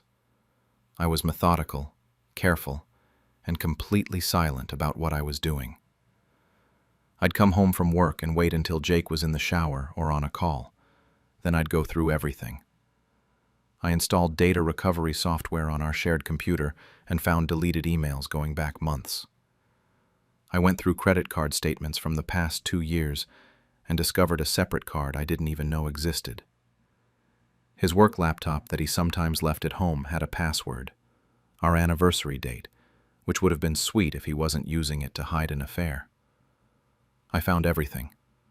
Hotel confirmations for 2 guests, flight bookings where he'd purchased tickets for someone else, romantic dinner reservations at places that definitely weren't client meetings. It was all there, just sitting in his email like he'd gotten careless, or maybe he thought I'd never look. The sheer amount of evidence was almost overwhelming. I made copies of everything, organized it by date, backed it up in 3 different places. The emails were the worst part. Not because they were explicitly sexual or anything, but because of how casual they were, how comfortable. There were at least 18 months worth of messages between them, maybe longer. They'd met when she was an intern at one of his client companies, and he was there doing a presentation. The tone of the emails made me physically sick. He called her baby. He said he couldn't wait to wake up next to her again. He told her she made him feel young. But here's the thing that really got me. He'd lied to her too. He told Madison we were separated, that I was being difficult about the divorce, dragging my feet, that we were basically just roommates at this point. So she probably thought she was dating a guy who was almost single, waiting for his divorce to finalize. Meanwhile, I'm at home thinking my marriage is fine, and he's playing us both. The trips were coordinated but separate. He'd book his business travel through the company like normal, then she'd book the same hotels on her own. The company had no idea she existed. He paid for everything else with that secret credit card: meals, spa treatments, shopping trips. I found a charge for a $300 bracelet from some boutique in Napa. I'd never seen her wear it in photos, so he must have bought it for her while they were there together. I went deeper into Madison's social media after that first night. TikTok, Instagram, Facebook, even LinkedIn. What I learned was that she genuinely seemed to think she was his girlfriend. She posted things like, "My boyfriend spoils me," and "Lucky girl," and "He's worth the wait." Her friends would comment asking when they'd get to meet him, and she'd reply with winky faces or say soon. Then I found something that changed everything. Posts from about 8 months ago showing an engagement ring. She'd gotten engaged. Her fiancé's name was Derek. He was 26, and he appeared in a bunch of her older photos. But then, around the time Jake entered the picture, Derek disappeared from her posts. I thought they'd broken up until I kept scrolling and found recent photos, from the past few months, where Derek was back. They were together again, looking happy, talking about wedding planning. So let me get this straight. Madison was engaged to Derek while sleeping with Jake, who she thought was separated from me, while Jake was still fully married to me and living in our house. Everyone was lying to everyone. Jake's next trip was scheduled for the following week. Chicago. Big presentation. 3 nights at the Langham. Except when I checked Madison's Instagram stories 2 days before he was supposed to leave. She posted one of those countdown things with "weekend vibes" and a bunch of heart emojis. She was going to Chicago too. That's when something in me just snapped. It wasn't even about Jake anymore. This girl was walking around with an engagement ring, planning a wedding with Derek, while posting cryptic stories about her secret boyfriend. She was playing the same game Jake was playing, just with different people. They both thought they could have everything: the affair, the real relationship, the lies, and nobody would get hurt. The night before Jake left for Chicago, we had dinner like normal. He kissed me goodbye like normal. He told me he'd miss me, and it was just 3 days. I smiled and told him to have a safe trip. The whole time I was thinking about what I was about to do. While he was gone, I didn't fall apart. I didn't call him crying or show up at the hotel. I executed my plan. I created a burner email account, one of those temporary ones that can't be traced back to me. Then I found Derek on LinkedIn and cross-referenced until I had his personal email address. It wasn't hard. People put their whole lives online now. I compiled everything into one organized file. Screenshots of Madison and Jake at the same hotels on the same dates. The emails where Jake called her baby. Receipts for romantic dinners and gifts. Flight confirmations. Everything. I wrote Derek a short message explaining that I was Jake's wife, that I'd found out about the affair a month ago, and that I thought he deserved to know what Madison had been doing. I told him I was sorry he had to find out this way. Then I hit send. 24 hours later, my phone exploded. 37 missed calls from Jake. The voicemails started angry. What did I do? I had no right. This is between us. Then they got panicked and desperate. From what I pieced together later, Derek had confronted Madison immediately. She denied it at first, but then he showed her all the evidence I'd sent and she broke down. Derek called Jake directly and lost it on him over the phone. Madison started calling Jake crying, but he couldn't really deal with her because I'd already made my second move. I called Jake's boss. I didn't yell or get emotional. I just calmly explained that I needed to report a violation of company policy. I told him that Jake had been booking personal trips disguised as business travel and misusing company resources. I explained that he'd been filing false expense reports, showing budget hotel costs while actually staying at luxury resorts, which was essentially fraud. His boss was shocked, thanked me for bringing it to his attention, and said they'd investigate immediately. Within hours, Jake was suspended pending review. His calls to me changed from angry to begging. He was saying, please call them back. Tell them it was a mistake. He'd come home. We'd fix this. I didn't answer any of them. Jake came home early, not to Chicago, back to our house. When he walked in, I had his bags packed and sitting by the door. The look on his face went from disbelief to panic in about 2 seconds. I told him he didn't live here anymore. He tried to explain, to justify, to minimize what he'd done. I just stared at him and said I didn't care. I really, truly didn't care about his excuses anymore. Then I told him that Madison's fiancée knew everything, his company knew everything, and soon everyone else would know too. That's when he actually broke down, begging and crying, saying it was a mistake. It didn't mean anything. I handed him the divorce papers I'd filed that morning and told him he had 30 days to get his stuff out. In the 2 weeks that followed, everything collapsed for Jake, exactly the way it was supposed to. His company fired him after their investigation found $47,000 in false expense claims over 18 months. That's not a small mistake or an oversight. That's systematic fraud. They were seriously considering pressing charges, though I don't know if they ever went through with it. His family started calling me, and some of them actually had the nerve to blame me for ruining his career. I forwarded them the emails and photos without saying a word. They stopped calling after that. What happened with Madison and Derek, I only know through mutual social media connections and bits of gossip that made their way back to me. Derek called off the engagement immediately. Madison's Instagram went private within days, then disappeared entirely. I heard through someone who knew someone that she lost her position at her job too, probably because she'd been lying about work trips the same way Jake had. Derek posted once after everything went down, something like, "Sometimes the trash takes itself out." I respected that. Madison tried reaching out to me about 3 weeks after everything exploded.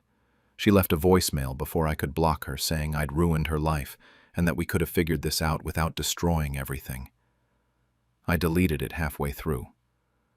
I didn't need to hear her version of events or her justifications. She made her choices, just like Jake made his. Now, 6 weeks later, the divorce is moving forward, and Jake isn't contesting anything. He can't really. I have everything documented, and his lawyer probably told him to just sign and move on. We're doing a clean split of assets. I kept the house because I could afford the mortgage on my own, and honestly, he didn't fight me on it. He moved into a studio apartment across town.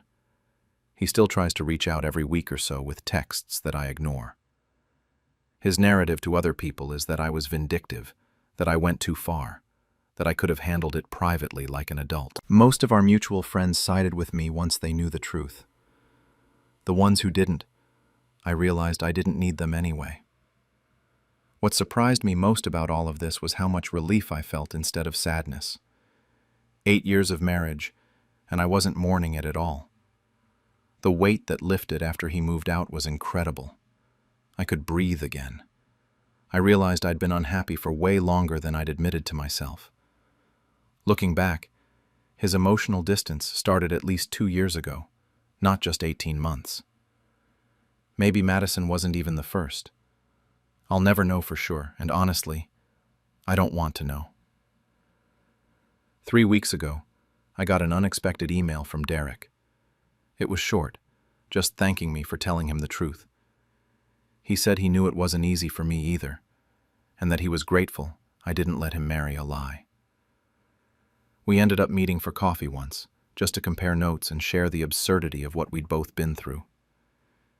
He told me he'd suspected something was off but kept ignoring his gut. We had that in common.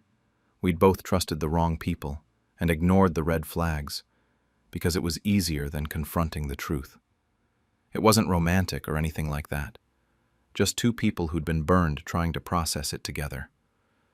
We wished each other well at the end and agreed to move on completely.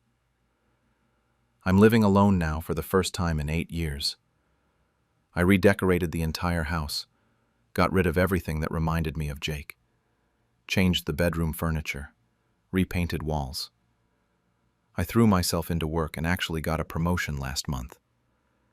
Dating isn't even on my radar yet. I started going to therapy to unpack why I ignored so many red flags and why I sacrificed so much of myself in that marriage. It's helping, slowly. But late at night sometimes, I do wonder if I went too far by involving Derek. I go back and forth on it. On one hand, they both deserve to lose what they'd been lying to keep. Jake was committing fraud with company money and cheating on his wife. Madison was engaged to one guy while sleeping with another. They built their whole thing on lies and deceit. On the other hand, maybe Madison really didn't know Jake was still married. Maybe I destroyed someone who was also being manipulated. But then I remember the emails. She knew. The messages made it clear she knew he had a wife, even if he'd told her we were separated. And Derek absolutely deserved to know before he married her. He deserved to make an informed choice about his life. As for Jake's job, that was entirely on him. He committed actual fraud. I just reported it. I didn't make him steal from his company. My conscience is mostly clear, though some nights are harder than others. Jake's family still hasn't forgiven me. His mother sent me this scathing email a few weeks ago, saying I'd destroyed her son, and that I was cruel and vindictive. I didn't respond. It's not worth my energy. I heard through someone that Jake's working retail now, living paycheck to paycheck, stuck with that $63,000 in credit card debt from all his romantic getaways. I don't feel bad about that either. I have no idea where Madison is now, and I don't care to know. She deleted all her social media or changed her usernames. She's gone from my life completely, which is exactly what I wanted. What I've learned from all this is to trust your gut. Those little red flags I ignored weren't paranoia. They were warnings. I'm not the same person who found those receipts 4 months ago. I'm someone who doesn't settle anymore. Someone who knows her worth. I do wish I'd noticed sooner. I wish I'd trusted myself earlier. But I'm also glad I found out when I did, and not 5 years down the road with kids involved. Some people have told me I should have just divorced quietly, that involving Derek was petty revenge dressed up as morality. Others say he had a right to know, and that I did the right thing. Jake's version of events paints me as this vengeful ex-wife who couldn't let go gracefully. My truth is that I did what felt right in the moment. Whether it was actually right or just a way to hurt them as much as they hurt me, I'm still not entirely sure. The question I keep coming back to is whether I had an obligation to tell Derek that he was about to marry someone who was lying to him, or if it really was just about my own revenge. I don't have a clean answer. Maybe it was both.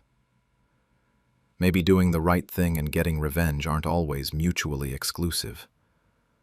Sometimes I wonder if I'll ever know for sure, or if this is just one of those things I'll be turning over in my mind for a long time.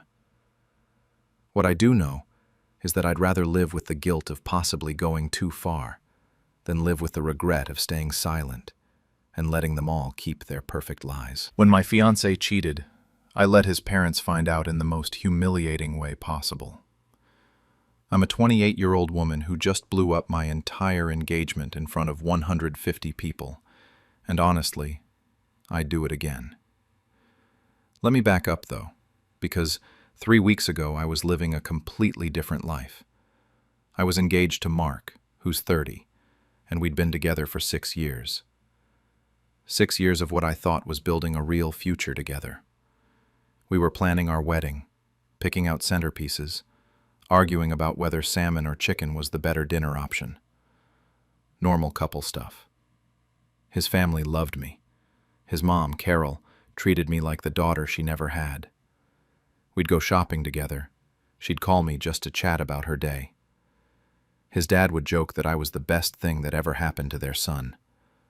I spent every holiday with them, knew all the family drama, was in all the group chats. They were going to be my family.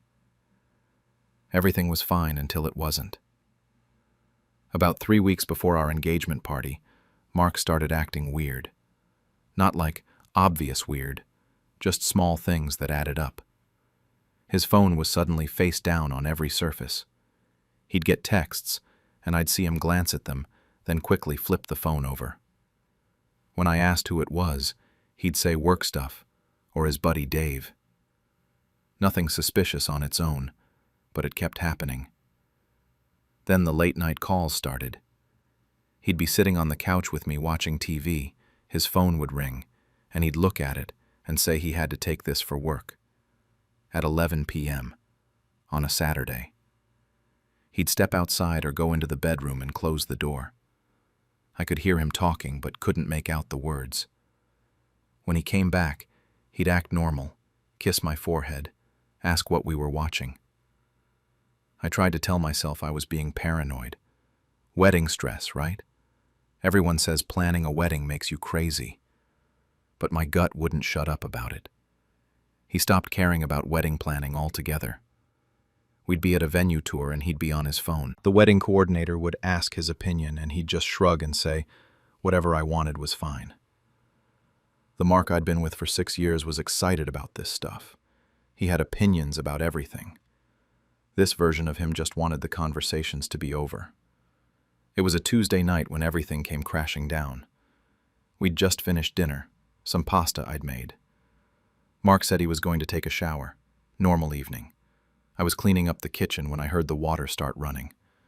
His phone was on the coffee table and it buzzed. I wasn't trying to snoop. I was just walking past it to put away the remote. But I saw the notification preview on the lock screen. Becca, with a heart emoji. The message preview said something about missing him. I picked up the phone. I knew his passcode because we'd never hidden that stuff from each other, or so I thought. I unlocked it and opened the message thread. There were hundreds of messages. I scrolled and they just kept going. Explicit texts about what they'd done together, what they wanted to do. Photos I'm not going to describe here. Plans to meet up at hotels, inside jokes, pet names. The timestamps went back 4 months. 4 entire months of this. I kept scrolling, my hands shaking so bad I almost dropped the phone. I found messages from mid-January, right when we were touring wedding venues. I remembered that weekend specifically because we'd gone to see this place called Riverside Manor, and Mark had been weirdly checked out the whole time. Now I was reading texts he'd sent that same day about how boring venue shopping was and how he couldn't wait to see Becca that night. There were hotel receipts, restaurant reservations, pictures of them together that he'd sent her. 4 months of a whole separate relationship I knew nothing about. The shower was still running. I could hear Mark in there, probably washing off whatever guilt he should have been feeling. I took screenshots of everything. My fingers were moving on autopilot while my brain tried to process what I was seeing. I texted myself about 20 screenshots, then deleted the texts from his phone so he wouldn't know. Put his phone back exactly where it was, screen down. Went to the bedroom and sat on the edge of the bed. Mark came out of the bathroom in his towel, smiling at me, asking if I wanted to watch that show we'd been binging. I said sure. We sat on the couch and watched 2 episodes of some crime documentary, and I didn't process a single second of it. He fell asleep next to me like nothing was wrong, like he hadn't been living a double life for a third of the year. I didn't sleep that night. I just lay there staring at the ceiling while he snored next to me. My brain kept replaying every moment from the past 4 months, recontextualizing everything. Every time he'd been distant, every late work night, every time he'd been on his phone and angled it away from me. It had all been real. My gut had been right. The next day I went through the motions, made coffee, kissed him goodbye when he left for work, probably with her. I sat on the couch for 3 hours just staring at the wall, trying to figure out what to do. I could confront him, have it out, scream, throw his stuff on the lawn. That's what you're supposed to do, right?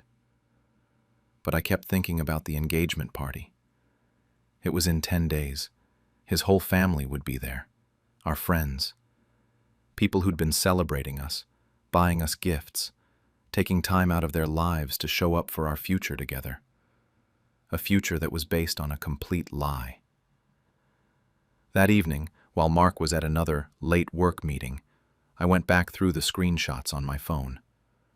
I downloaded them all to my laptop, backed them up to the cloud.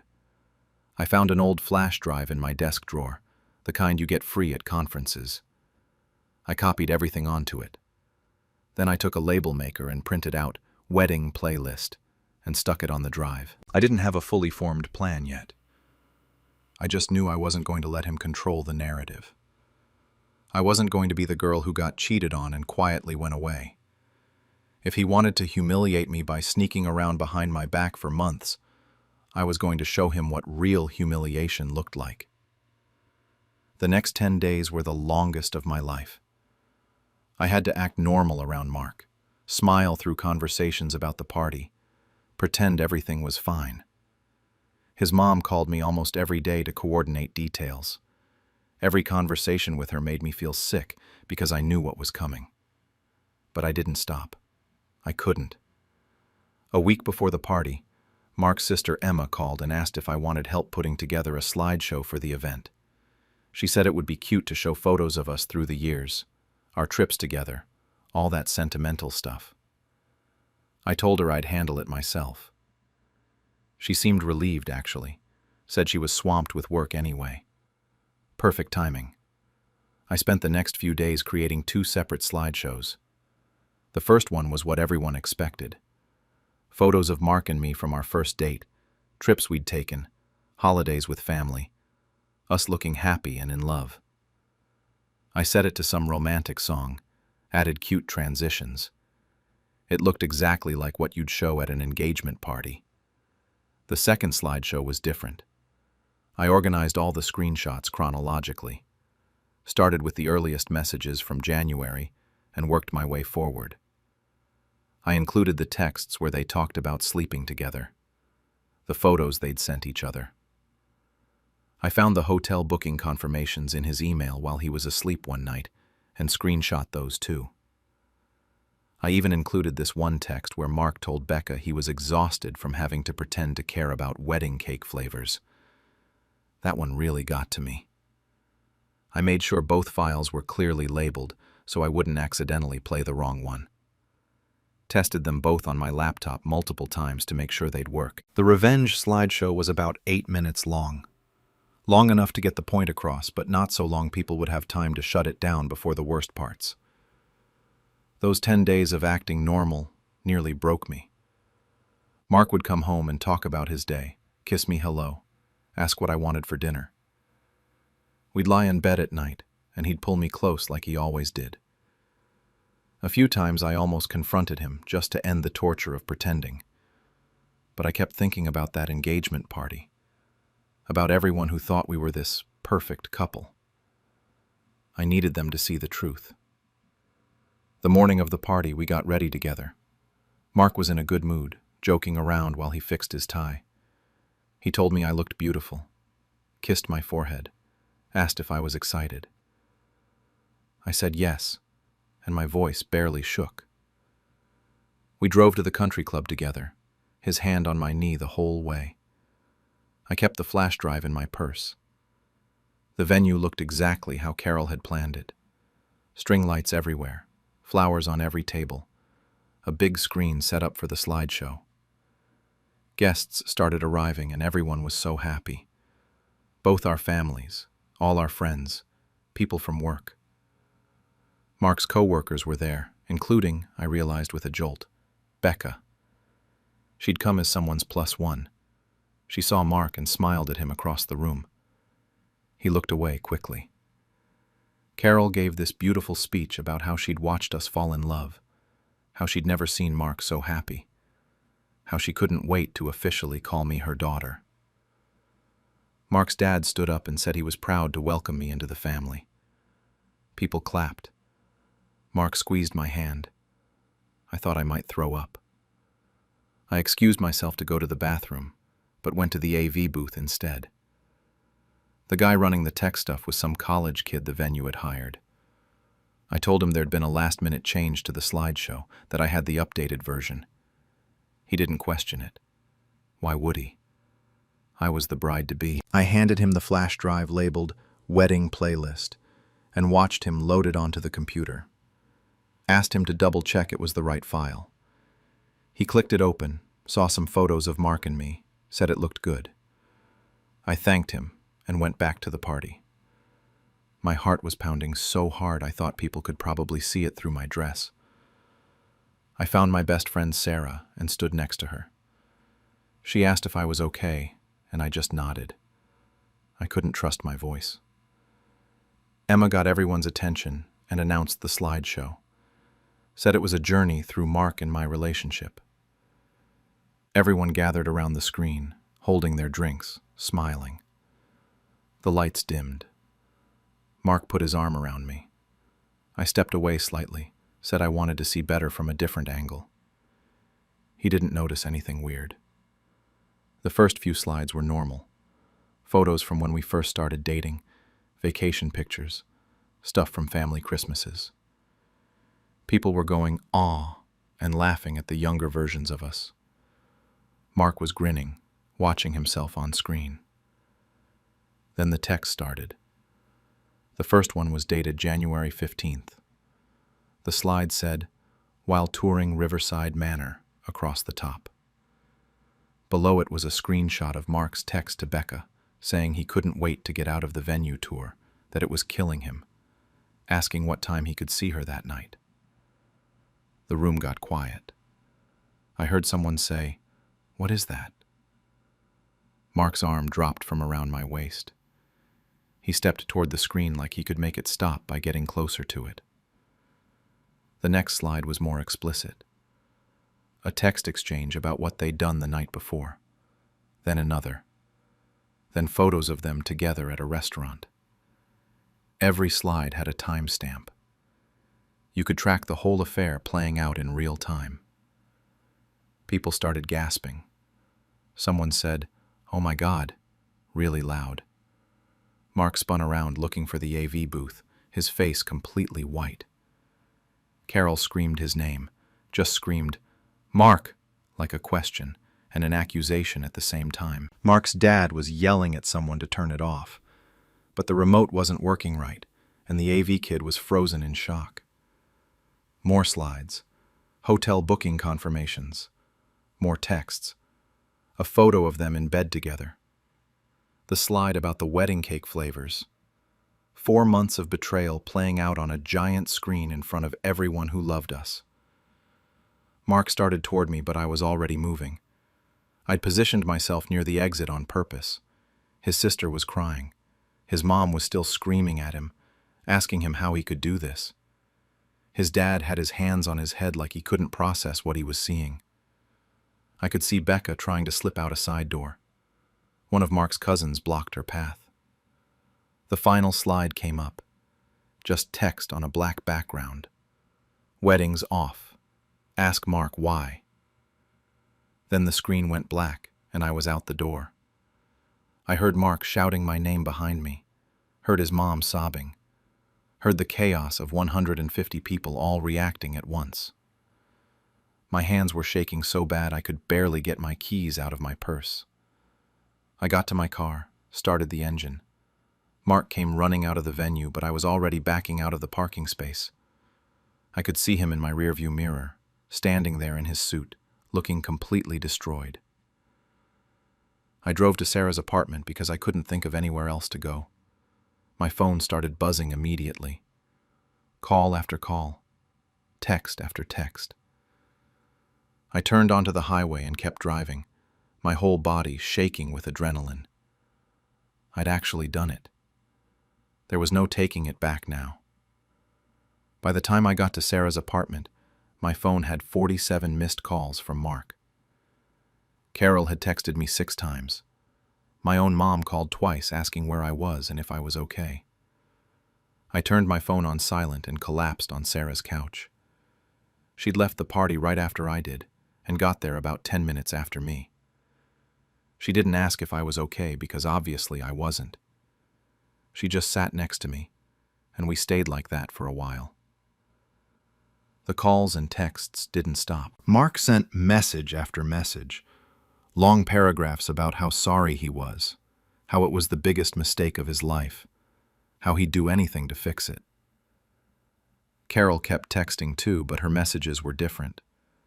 She was apologizing to me, saying she was so sorry, that she had no idea, that she didn't raise him to be like this. My mom wanted to know if I needed her to come get me. Friends were texting, asking what they could do. A few people I barely knew from Mark's side were asking what the hell just happened. Mark showed up at Sarah's place around midnight. Sarah answered the door and told him to leave.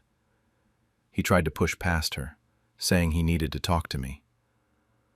Her boyfriend was there and physically blocked the doorway. Mark kept saying my name, begging me to just hear him out. Sarah told him if he didn't leave, she'd call the cops. He finally left, but sat in his car outside for another hour before driving away. The next few days were a blur. I stayed at Sarah's because I couldn't face going back to the apartment Mark and I shared. My phone never stopped. Mark called from different numbers after I blocked him. He sent emails I didn't read. His mom kept texting, which was somehow worse than Mark's messages. She said she was devastated, that she'd raised him better than this, that I deserved so much better. I didn't know how to respond to her. What do you say to that? Through mutual friends, I started hearing about the fallout on Mark's end. His parents had a family dinner the next night and didn't invite him. Emma unfollowed him on all social media. His dad apparently threatened to cut him off financially if he didn't get his act together. Word spread through our social circle fast. Most people were on my side, but a few thought I'd gone too far. One of my college friends told me she understood why I was angry, but that public humiliation seemed excessive. About a week after the party, I had to face getting my stuff from our apartment. I brought my brother and dad with me as backup. I was terrified Mark would be there, but he wasn't. He'd left a key with the neighbor and a note saying he'd stay away while I packed. The apartment looked the same as always, like nothing had happened. There was a half-written letter on the kitchen table that I didn't read. I just grabbed my clothes, my laptop, important documents, and some other personal stuff. We were in and out in 2 hours. Carol sent flowers to Sarah's apartment with a card that said, "You deserved so much better. I'm sorry my son couldn't be the man you needed." I cried when I read that. I'd lost Mark's whole family in this, not just him. They'd been my family for 6 years. 2 weeks after the party, Mark's cousin sent me a Facebook message saying that what I did was cruel, that Mark made a mistake, but public humiliation wasn't the answer, that I'd hurt his entire family with my revenge. I didn't respond, but I thought about it a lot.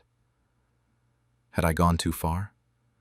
Should I have just confronted him privately, called off the wedding quietly, let him tell whatever story he wanted to his family?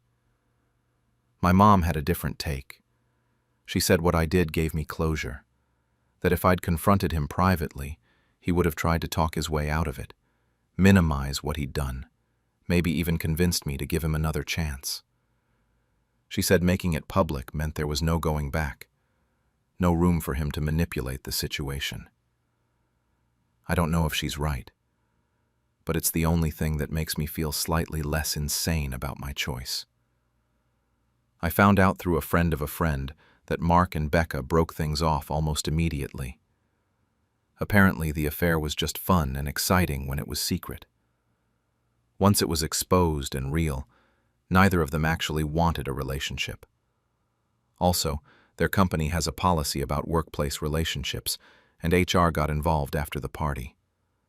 Mark got demoted, and Becca transferred to a different department. Small consolation, but I won't lie, it felt good to hear.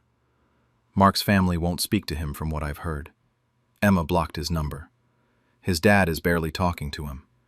Carol cries every time someone brings up the wedding that isn't happening. I feel guilty about that part. They didn't do anything wrong.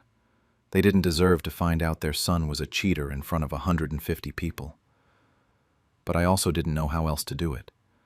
I started looking for a new apartment because I can't stay with Sarah forever. Lost all the vendor deposits for the wedding, but I honestly don't care about the money. My mom tried to get some of it back, but I told her not to bother. It's just money. Some extended family members have opinions about what I did. Mark's aunt sent me a message saying I embarrassed the whole family. A couple of my distant relatives think I was too harsh. Most people support me, but enough don't that it makes me question everything. About 3 weeks after the party, Mark texted me from a new number before I could block it. The message said he deserved what I did, but questioned whether my family and friends deserved to see all that. Whether his parents needed to find out that way. Then he said he'd leave me alone, and I haven't heard from him since. Carol still texts me sometimes. Just little messages about how she hopes I'm doing okay, how sorry she is about what her son put me through. I haven't responded to any of them. I don't know what to say. I miss her. I miss his whole family. But I can't have a relationship with them anymore. Some nights I sleep great. I feel vindicated. I didn't let Mark play the victim or control the narrative. I made sure everyone knew exactly what he did and who he really was. Other nights I lie awake, wondering if I became the villain in my own story. If there was a better way to handle it. If I destroyed his relationship with his family for my own satisfaction. I don't regret leaving him. That part I'm sure about. But the method, the public humiliation, the way I dragged his family into it, I go back and forth. So was I too cruel for exposing him that way in front of everyone who loved us? Or did he deserve every second of that humiliation? Because honestly, I still don't know the answer. When my husband's boys' trips turned out to be more than fishing, I turned his lies into public humiliation. I'm a 31-year-old woman, married for 4 years to Jake, 34, a firefighter. I really thought I had it figured out. The supportive wife thing. Jake worked long shifts, 24 hours on, 48 hours off, and he was tight with his crew. They were brothers, he'd say, and I got it. The job is brutal. You see things that stick with you. So when he started doing these weekend getaways twice a month with the guys about 6 months ago, I didn't question it. He'd come home and tell me about the fishing, about sitting around the campfire talking, about how much he needed that time to decompress. I'd kiss him and tell him I was glad he had that outlet. I trusted him completely. Looking back now, I can see all the signs I missed. Or maybe I didn't miss them. Maybe I just didn't want to see them. 6 months ago, right around when these trips started, Jake changed. Nothing dramatic, just small things. He started keeping his phone face down on the counter. He'd take calls in the garage or outside, saying it was just work stuff, and he didn't want to bother me with department drama. He began showering immediately when he got home from these trips, instead of his usual routine of collapsing on the couch with a beer and telling me about his weekend. At the time, I told myself he was just being considerate, not wanting to bring the smell of campfire smoke into our bed. I pushed down that little voice in my head that said something was off. I mean, this is Jake, the guy who cried at our wedding, who brought me coffee in bed every Sunday, who talked about having kids and growing old together. Why would I doubt him? Then 3 weeks ago, everything changed. It was a Tuesday night, around 2 a.m., and my phone lit up with a message from Ashley. She's married to Mark, one of Jake's crew members.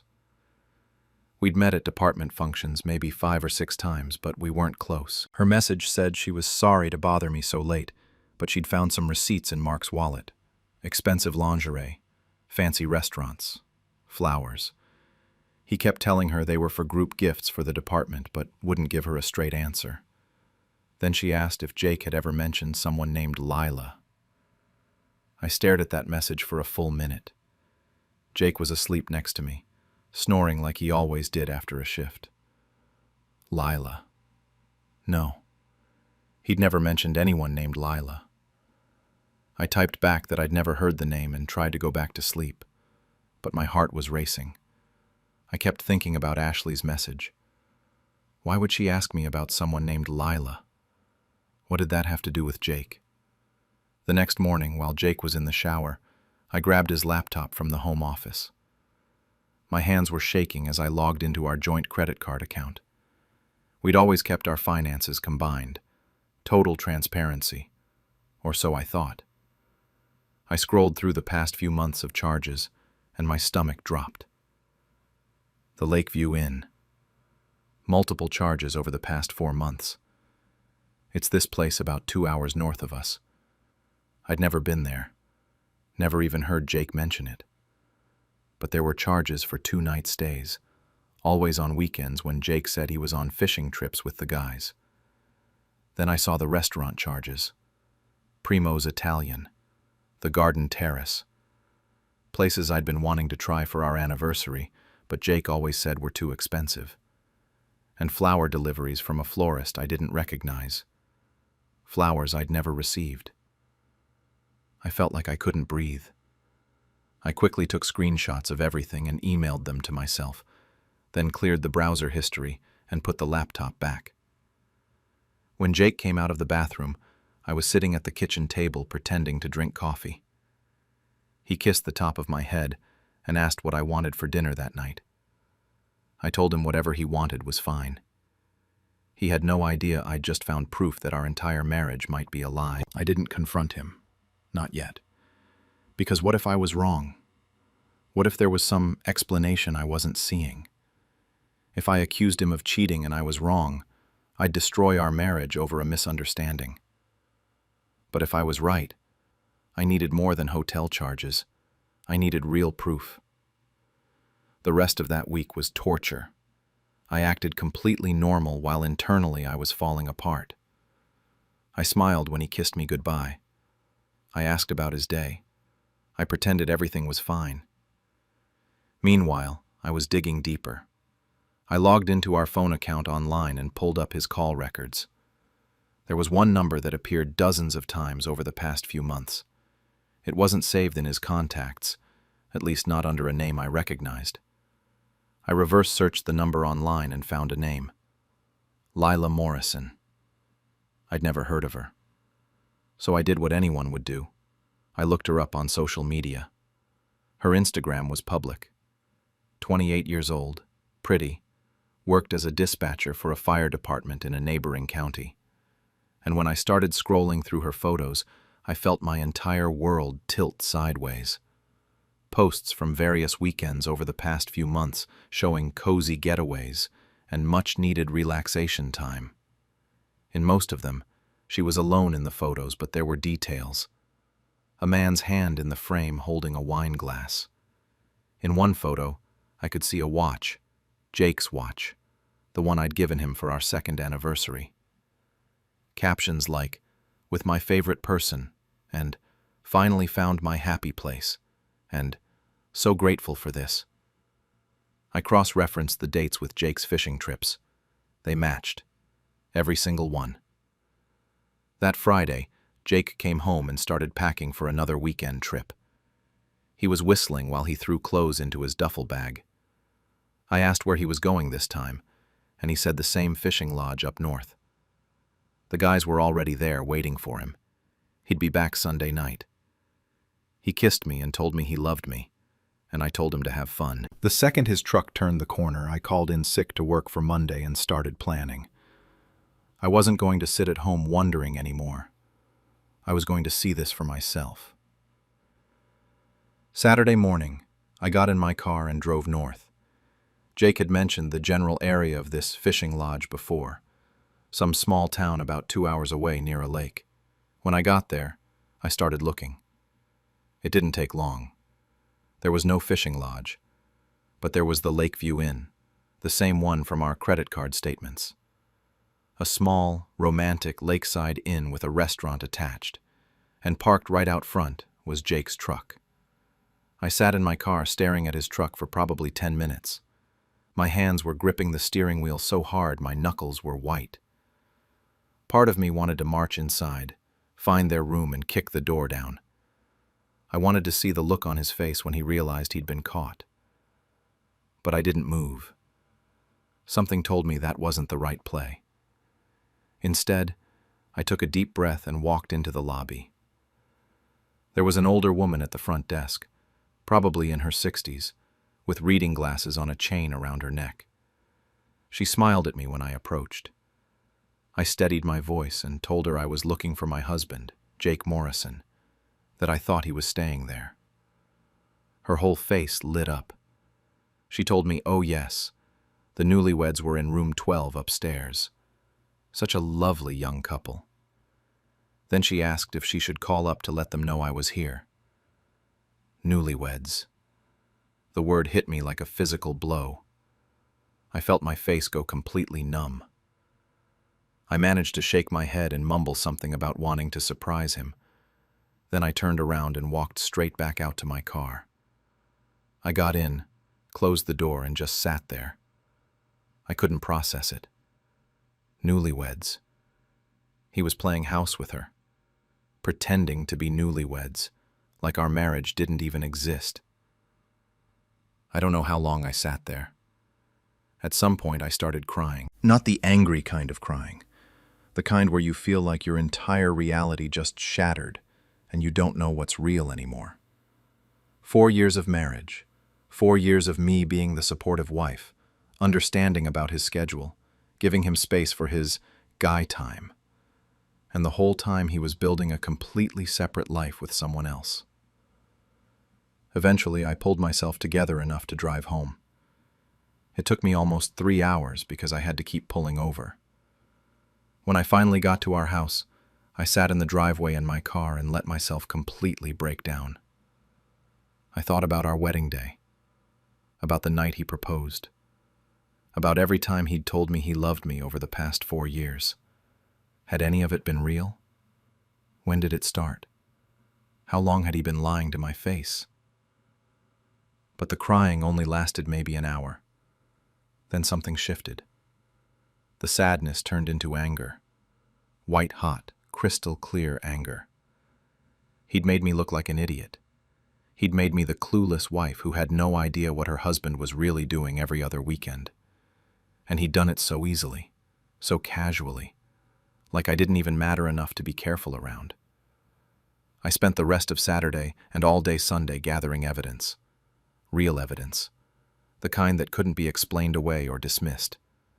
I created a fake Instagram account and went through every single one of Lila's posts, screenshotting anything that included Jake or showed details that could be traced back to him.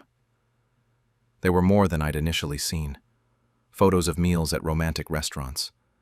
Pictures of sunsets with captions about being happy. A shot of champagne glasses with "celebrating us" as the caption from 3 months ago. Sunday morning, I drove back to the inn. His truck was still there. I took photos from multiple angles with timestamps.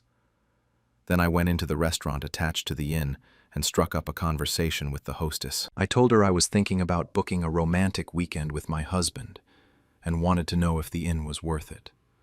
She got so enthusiastic, telling me about this adorable couple in room 12 who'd been coming once or twice a month for months now.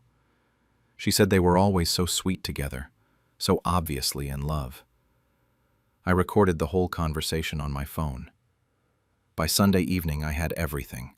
credit card statements, phone records, screenshots from Lila's Instagram with dates that matched Jake's trips, photos of his truck at the inn, a recording of the restaurant hostess confirming they'd been regulars for months, a complete timeline showing how his fishing trips lined up perfectly with hotel charges and Lila's romantic getaway posts. It was airtight. Jake came home Sunday night around 8.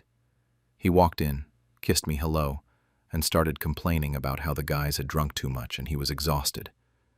He asked what I'd done all weekend. I told him I'd just relaxed around the house, caught up on some shows. He didn't suspect a thing.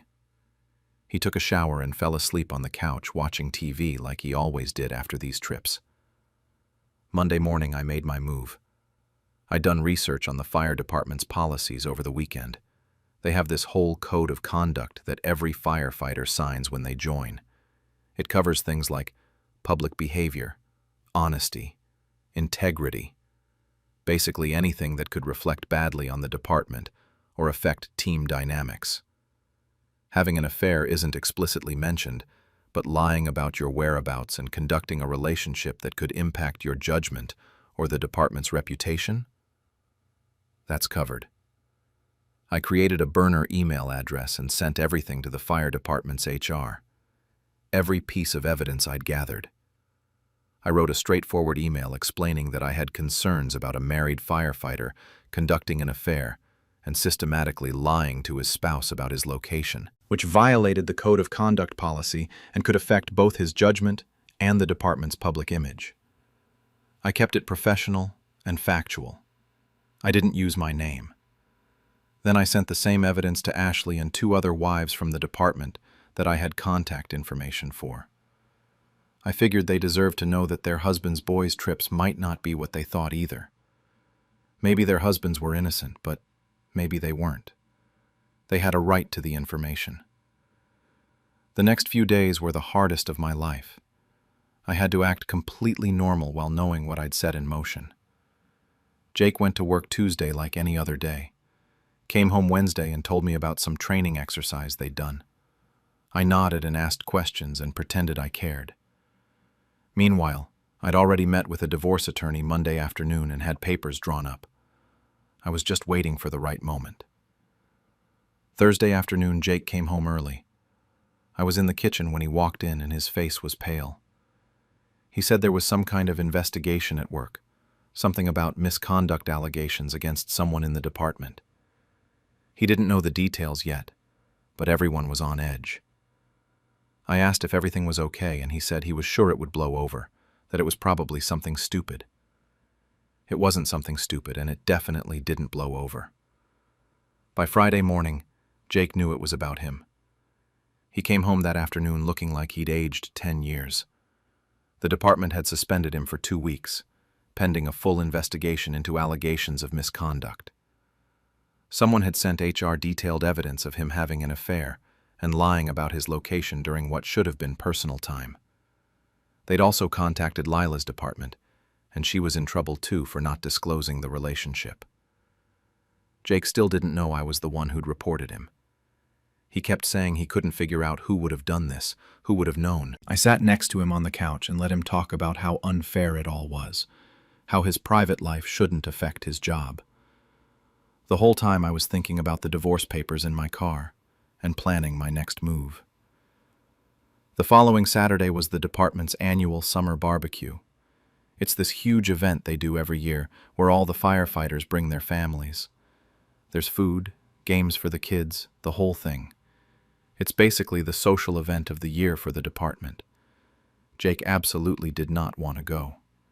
He'd been suspended. Everyone was talking about him. And he just wanted to hide at home until it all blew over. But I insisted. I told him that not showing up would make him look guilty, like he had something to hide. I said we needed to present a united front, show everyone that our marriage was solid, and he had nothing to be ashamed of. He eventually agreed.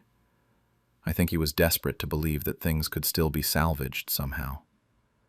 I spent 3 hours getting ready that morning. I did my hair, my makeup, put on this new dress I'd bought specifically for this day. It was blue, fitted, made me feel confident. I wanted to look incredible. Not for Jake, and definitely not to make him feel better. I wanted to look good for me. For this moment I'd been planning since the second I decided to blow up his life. When we got to the park where they hold the barbecue, people were already talking. I could see it the moment we walked up. People would be mid-conversation, and then they'd see us and get quiet. Or they'd whisper to whoever they were standing with. Jake's jaw was clenched the entire time. He was trying so hard to act normal, to act like everything was fine. His captain came over and shook his hand, asked how he was holding up. Jake said he was good, that he was confident the investigation would clear everything up. I stayed quiet and played the supportive wife role for about an hour. I smiled at people, made small talk with some of the other wives, helped set up the dessert table. The whole time I had the divorce papers in my purse. I was just waiting for the right moment. Lila wasn't there, obviously. She wasn't department family and nobody was going to invite her under the circumstances. But her absence was almost louder than if she'd been there. People kept looking at Jake like they were trying to figure out what was true and what wasn't. Around noon, when most people had arrived and the main area was crowded, I made my move. Jake was standing near the grills talking to his captain and a few other guys from his shift. They were probably trying to do damage control, trying to remind everyone that Jake was a good firefighter regardless of his personal life. I walked up and tapped Jake on the shoulder. He turned around and I handed him the envelope. He looked confused at first, like he thought maybe it was something for the barbecue. Then he opened it, and I watched his face change as he read the first page. All the color drained out. His hands started shaking. He asked me what it was. His voice cracked when he said it. I said it loud enough for the people around us to hear. I told him they were divorce papers, that I was done, that I knew everything about Lila, about the Lakeview Inn, about all the fishing trips that weren't fishing trips, and that I was the one who'd sent all the evidence to HR. The conversations around us stopped. I could feel people staring. Jake's captain was frozen with a beer halfway to his mouth. One of the other wives had her hand over her mouth. Jake just stared at me. Then he asked if I'd really reported him, if I'd really ruined his career. He said it like he couldn't believe I was capable of it. I told him no, that he'd ruined his own career when he decided to cheat on his wife and lie to his department about where he was spending his weekends. I said I just made sure everyone knew who he really was. He tried to grab my arm, but I stepped back. His captain moved between us immediately and told Jake he needed to leave. Jake looked around at everyone watching. All his brothers from the department, their wives, their kids. His entire support system seeing him at his absolute lowest point. Then he looked back at me, and I'd never seen him look so destroyed. He said he couldn't believe I'd done this. I told him that was funny because that was exactly what I'd thought when I found out about her. He left, just grabbed his keys from his pocket and walked to his truck without another word. I stayed at the barbecue. I wasn't going to run away or act like I'd done something wrong. Ashley came up to me almost immediately and hugged me. She said she was proud of me for being brave enough to do what she wished she could do. 2 other wives came over after that and thanked me. One of them said her husband had admitted to knowing about Jake and Lila, but hadn't wanted to get involved. She said she was glad I'd forced it into the open. The captain pulled me aside about an hour later. He apologized and said he'd had no idea any of this was going on. He said the department would be conducting a full review of their policies about off-duty conduct and disclosure requirements. He also said that regardless of what happened with Jake's investigation, he respected that I'd come forward with the truth. I stayed for another 2 hours. I ate. I talked to people. I helped clean up. I wanted everyone to see that I was fine, that I wasn't the broken wife hiding at home crying. By the time I left, I actually felt okay. Not happy exactly, but lighter. Like I'd been carrying around this weight and I'd finally put it down. It's been a week since the barbecue. Jake's been staying with his brother because I changed the locks the day after. He's texted me probably 50 times. Some of the messages are apologetic, saying he's sorry and he made a mistake and he wants to fix things. Some are angry, calling me vindictive and saying I went too far. Some are just begging me to talk to him. I've responded to exactly one message, and it was to tell him to contact my lawyer. His mom called 3 days ago and screamed at me for 20 minutes about how I humiliated her son in public, how I could have handled this privately, how I'm destroying his career over a mistake. I let her yell until she ran out of steam, and then I hung up without saying anything. Some of his friends from the department have reached out too. A couple of them said I went too far, that airing everything at the barbecue was cruel and unnecessary. One guy told me I was bitter and that Jake deserved a chance to explain. But Ashley and the other wives have been supportive. They've checked in on me, invited me to lunch, told me I did the right thing. The divorce is moving forward. My attorney says I have a strong case because I can prove infidelity and that he violated the trust in our marriage. I'm keeping the house since I can afford the mortgage on my own, and he's the one who chose to leave. His suspension got extended to 30 days while the department completes their investigation. I heard through Ashley that Lila's department put her on administrative leave too. Part of me feels vindicated.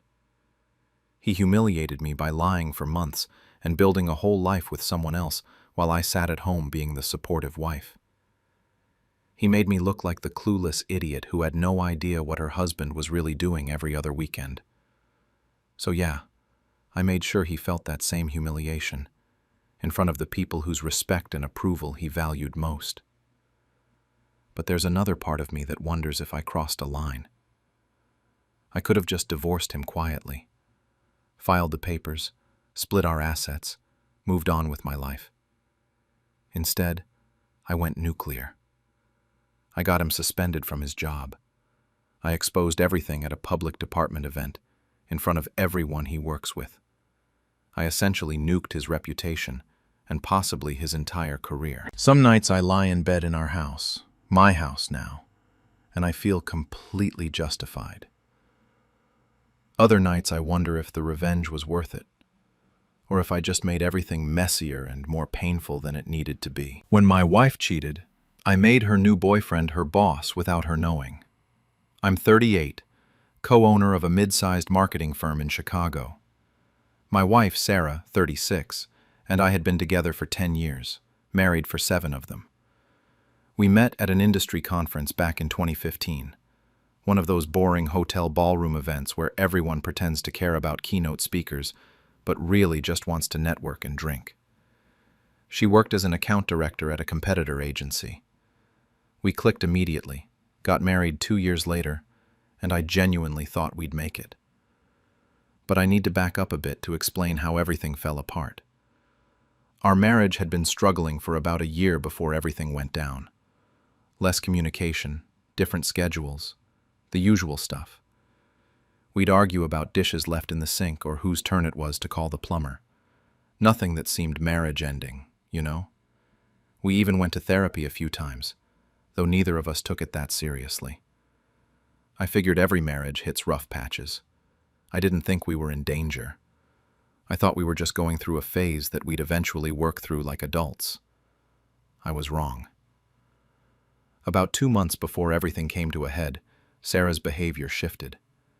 It was subtle at first. She'd always been on her phone a lot for work, but this was different.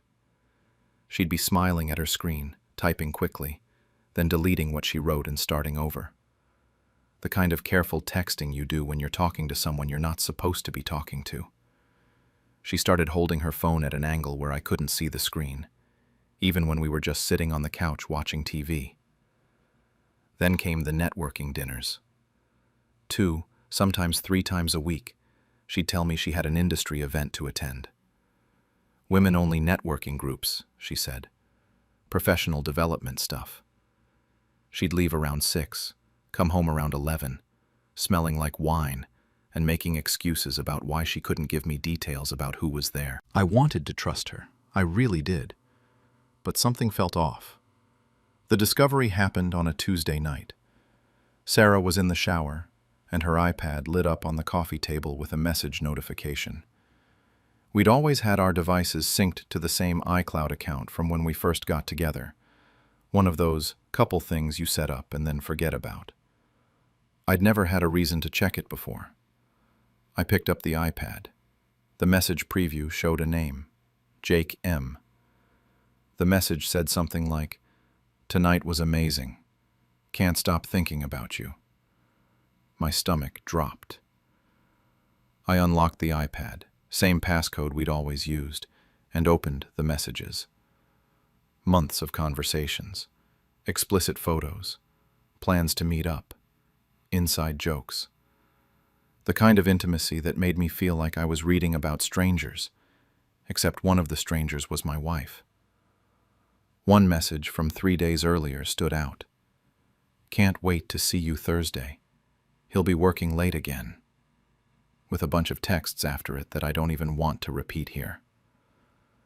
There were messages about hotel rooms, about how alive he made her feel, about how our marriage was dead anyway.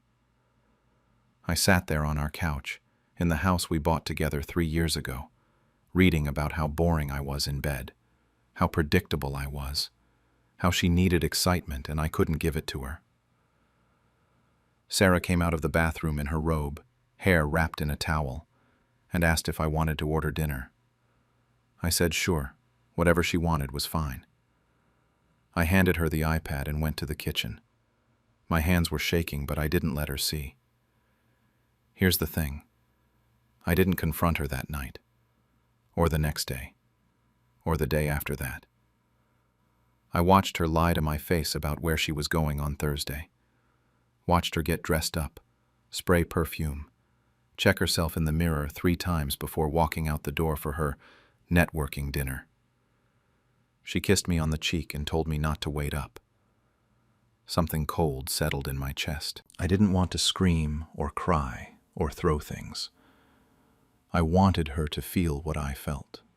I wanted her to understand what betrayal actually meant. So I started digging. I went through more messages, pieced together details about this guy. His name was Jake Morrison. He worked at Riverside Marketing, a small agency on the north side with about 20 employees. I looked him up on LinkedIn. 29 years old, account manager. Mediocre credentials, nothing special. Generic corporate headshot, bland summary section. This guy? She threw away our marriage for this guy? Now, here's where my job becomes relevant. My business partner Dan and I had been discussing expansion and acquisitions for months. We'd built our firm up from nothing over the past 8 years, and we were finally at a point where we could start buying out smaller competitors. We had a list of potential acquisition targets, agencies that were struggling or whose owners wanted to retire. I added Riverside Marketing to our list. Dan didn't question it. I told him they had some decent clients and a good location. He trusted my judgment. We'd always split decision-making pretty evenly, but he let me take the lead on the acquisition research. I spent the next few weeks gathering information. Financial records, client lists, employee contracts. All legitimate business research. I went to therapy that week and smiled when Sarah asked how it went. I told her I was working on myself, really taking the sessions seriously this time. I didn't mention I was also working on something else. She kept sneaking around. I kept pretending not to notice. Every Thursday, like clockwork, she had somewhere to be. I'd work late at the office, legitimately, giving her the space to think she was getting away with it. She'd come home, shower immediately, and slip into bed like nothing happened. The hardest part wasn't even the betrayal anymore. It was watching her lie so effortlessly, watching her kiss me goodbye in the morning and text him from the car. She'd ask about my day over dinner while probably thinking about him. She was living a double life, and she was good at it. 3 months after I first found those messages, my partner and I officially made an offer to acquire Riverside Marketing. The owner was in his 60s and wanted out. The deal made sense on paper. We closed within 6 weeks. The acquisition closed on a Friday in late September. Sarah had no idea. Why would she? I never discussed specific business deals at home, and she'd stopped asking about my work months ago. She was too busy with her own secret life to care about mine. Post-acquisition, we had to absorb Riverside's employees into our structure. Dan handled most of the client transitions, while I took point on personnel decisions. He was happy to let me deal with the HR headaches. I told him I wanted to make sure everyone landed in the right spots, that we maximized the talent we'd just acquired. Really, I was looking for one specific name on the employee roster. Jake Morrison, account manager. Salary, $67,000. Performance reviews, average. Nothing impressive, nothing terrible. Just a regular guy doing a regular job, except he'd been sleeping with my wife for at least 6 months. My partner asked where I wanted to slot the Riverside account managers. I said I'd handle it personally, that I had a specific structure in mind. I restructured the entire account management division. Sarah's position at our firm was senior director, overseeing a team of 8 account managers. She'd worked her way up over 5 years, and she was good at her job. I'll give her that much. Jake's new position, effective immediately. Account manager reporting directly to Sarah. The paperwork took 2 weeks to process. HR sent out the integration emails, new org charts, updated reporting structures. I watched Sarah open the email at home one evening. She was sitting at the kitchen table with her laptop. I was standing at the counter, pretending to look through mail. I saw her face change, watched the color drain. She stared at her screen for a long time, then closed the laptop and said she had a headache and was going to bed early. It was 7:30. She didn't know that I knew yet. She just knew her affair partner was about to become her direct report, and she was probably panicking about how to handle it. I slept fine that night. She didn't. The company threw an integration mixer 2 weeks later at a hotel event space downtown. Standard corporate thing. Open bar, appetizers, speeches about synergy and growth. The kind of event where everyone networks and pretends to be excited about organizational changes. I made sure Jake was invited. Actually, I personally confirmed his attendance with him via email, something about wanting to meet all the new team members. He probably thought I was just being a thorough boss. Sarah tried to get out of going. Said she wasn't feeling well, had too much work to catch up on. I told her it was mandatory for senior leadership. She showed up 20 minutes late, looking stressed. I watched them see each other across the room. Jake was standing near the bar, talking to some of the other new employees. Sarah walked in, scanned the crowd, and locked eyes with him. The panic was instant and obvious, at least to me. She turned around like she was going to leave, then caught herself and headed to the opposite side of the room. I waited about 30 minutes, let them both sweat. Let them try to avoid each other in a room full of people. Then, I made my move. I walked up to Jake first, introduced myself properly, shook his hand. Asked him how he was settling in, if he had any questions about his new role. He was nervous but professional, probably wondering if I knew. Then I saw Sarah trying to slip past us toward the exit. I called her over. She had no choice but to come. Her face was carefully neutral, that practiced professional expression she'd perfected over years of client meetings. I made the introduction simple. Told her this was Jake Morrison, one of the account managers who'd be joining her team. Told Jake that Sarah was his new supervisor and one of the best in the business. Watched them shake hands like they'd never met before. Sarah's hand was trembling. Jake looked like he might throw up. I kept my tone friendly and professional, going on about how I was sure they'd work well together, how excited I was about the expanded team structure. The moment I walked away, Sarah followed me, She grabbed my arm near the coat check and said we needed to talk. Her voice was tight, controlled. I asked if everything was okay, playing dumb. She said something about not being sure Jake was the right fit for her team, that maybe he should report to someone else. I told her that decisions had already been made, that the reporting structure was final. I said Jake came highly recommended, and I had confidence in her ability to manage him. Then I looked her directly in the eyes and let her see, just for a second, that I knew exactly what I was doing. She didn't confess. She couldn't.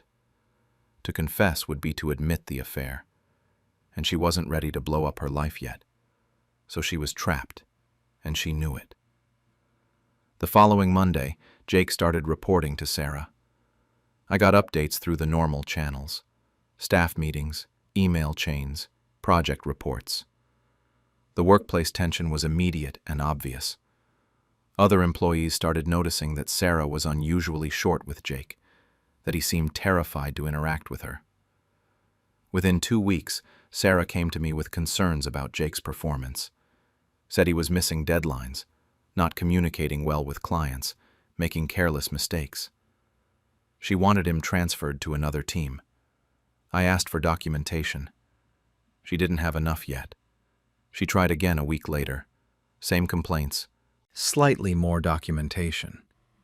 I told her to put him on a performance improvement plan if she felt it was necessary, but that I wasn't going to transfer people around without following proper protocols. I was her boss now too, technically.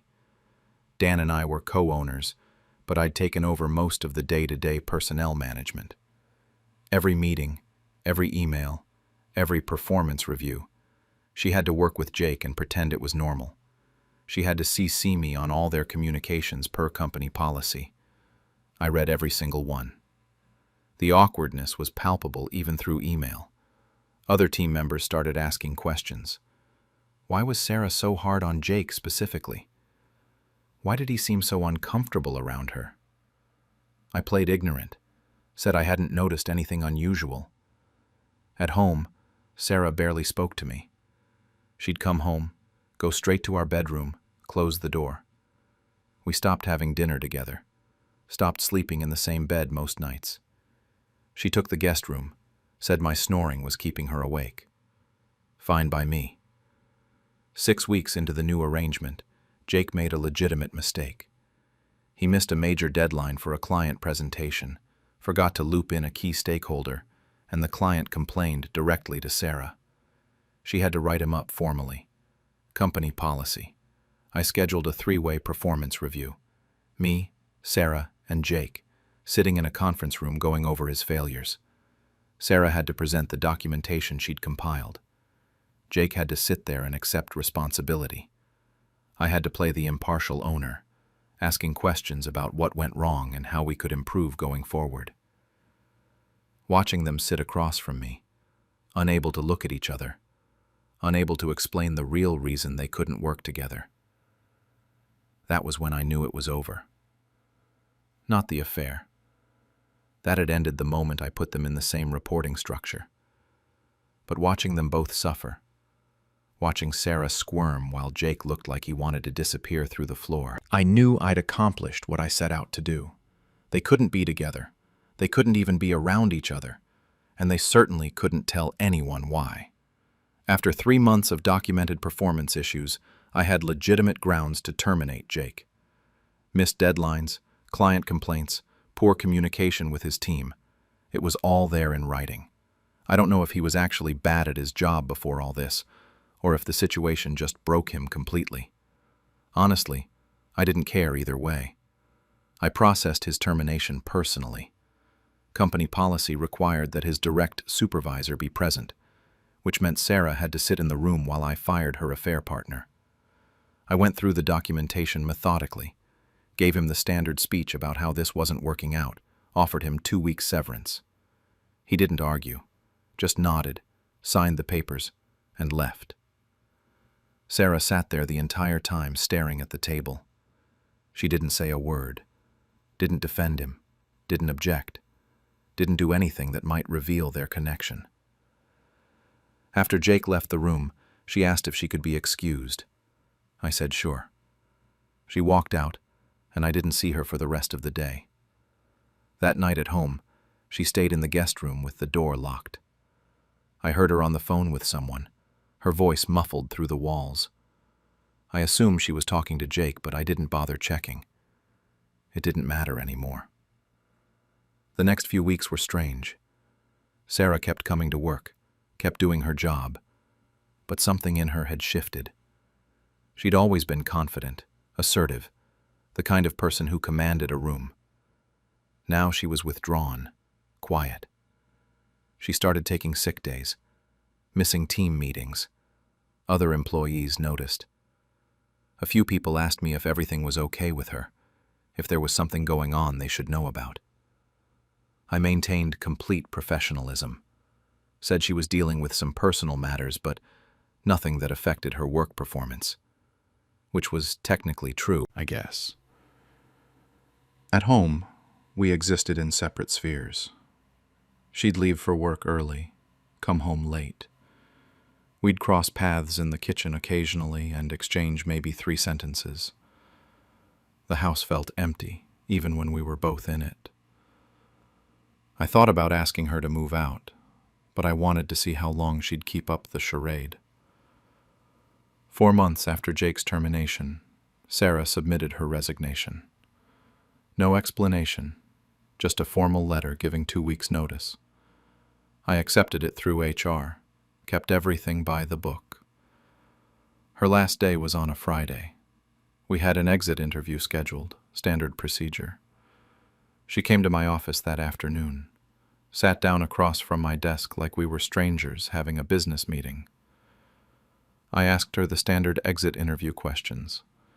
Where was she going? What were her reasons for leaving?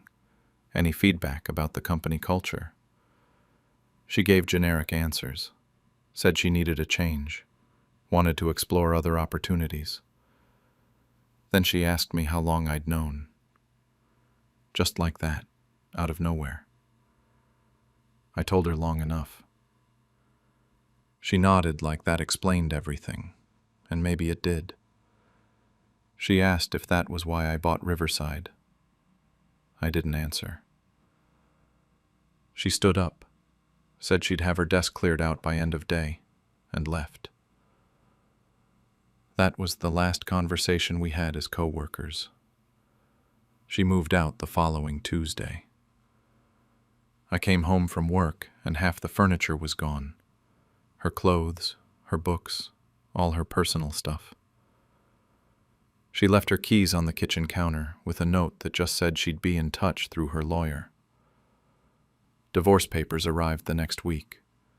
She was citing irreconcilable differences, asking for a clean split of assets. I signed them without contest, didn't fight her on anything. The lawyer said I could probably argue a few points, but I just wanted it done. This is all still happening now, by the way. The divorce isn't finalized yet. We're about 8 months into the process, and it's dragging because of the asset division. The house, the cars, retirement accounts, all of it has to be split up properly. Sarah told her family and friends that I made her workplace hostile, that I was controlling and manipulative. Some of them believe her. My friends are divided. Half think I'm justified, that she got what she deserved. The other half think I went too far, that I should have just divorced her immediately and moved on like an adult. Dan still doesn't know the full story. He knows Sarah and I are divorcing, knows it's messy, but I never told him about the affair, or why I really wanted to acquire Riverside. He thinks it was just a coincidence that Jake ended up reporting to Sarah. I'm okay with him not knowing. I destroyed her affair, her job, and her reputation, but I did it all by the book. Every decision I made had a legitimate business justification. Every performance review was documented. Every termination was processed through proper channels. No one can prove I did anything wrong professionally, even if they suspect my motivations. But here's the thing nobody tells you about revenge. It doesn't actually make you feel better. I thought it would. I thought watching them suffer would somehow balance out what they did to me. It didn't. It just made me feel empty. Some nights I lie awake wondering if I should have just confronted Sarah that first night when I found the messages. Filed for divorce immediately, split everything down the middle, moved on with my life. Would have been cleaner. Would have been faster. Would have hurt less, probably. Other nights I think she deserved every bit of what happened. She made the choice to cheat. She lied to my face for months. She threw away 10 years for some mediocre guy who couldn't even handle the consequences of his own actions. I still run the firm. Business is fine, actually better than ever. The Riverside acquisition ended up being profitable once we streamlined their operations. Dan's happy with how everything turned out from a business perspective. I got a promotion out of it, in a way. More responsibility, more control. I haven't dated anyone since. Haven't even tried. A few people have expressed interest, but I'm not ready for that. Maybe I won't be for a while. The company therapist I pretended to see during all of this, I actually go now. For real. Twice a month. My therapist says I need to work through my trust issues before I can think about another relationship. No kidding. I see Jake's LinkedIn profile sometimes when I'm scrolling. He works at a small firm in Denver now, moved there about 2 months after the termination. Good for him, I guess. He got to start over somewhere new. Sarah's still in Chicago as far as I know, working at some boutique agency on the south side. Every time I walk past her old office at work, we converted it into a conference room, I feel something. I'm just not sure what. Satisfaction? Regret? Relief? Maybe all three at once. Was I wrong for orchestrating their downfall? Or was it fair karma after what they did to me? I genuinely don't know. Some days I think I was completely justified. Other days I wonder if I'm just as bad as they were, just in a different way. I guess I'll figure it out eventually. Or maybe I won't. Either way, it's done now, and I have to live with what I did. Why I sold my ex-husband's dream car after finding out who he was driving to. I'm a 36-year-old woman, recently divorced from my ex-husband Mark, 38. We were married for 8 years, lived in a nice suburban home with a 2-car garage, and honestly, for most of those years I thought we were doing okay. Not perfect, but okay. The problem was that Mark had another love in his life, and it wasn't me. It was his 1967 Mustang, this gorgeous restored classic that he'd spent 3 years and God knows how much money fixing up. That car was his baby. He'd spend every Saturday in the garage with it, polishing chrome that was already spotless, adjusting things under the hood that didn't need adjusting. I used to joke that he should just marry the car instead. But looking back, that joke wasn't really funny. He genuinely spent more quality time with that Mustang than he ever spent with me. The past few months of our marriage, things had gotten cold. I'm talking about that kind of cold where you're living with someone, but you might as well be roommates, who barely tolerate each other. We'd eat dinner in silence, sleep on opposite sides of the bed, go days without actually talking about anything real. I kept telling myself it was just stress from his job at the marketing firm, that we were going through a rough patch like every couple does. I kept waiting for it to get better. Then about 2 months before everything fell apart, Mark started this new routine.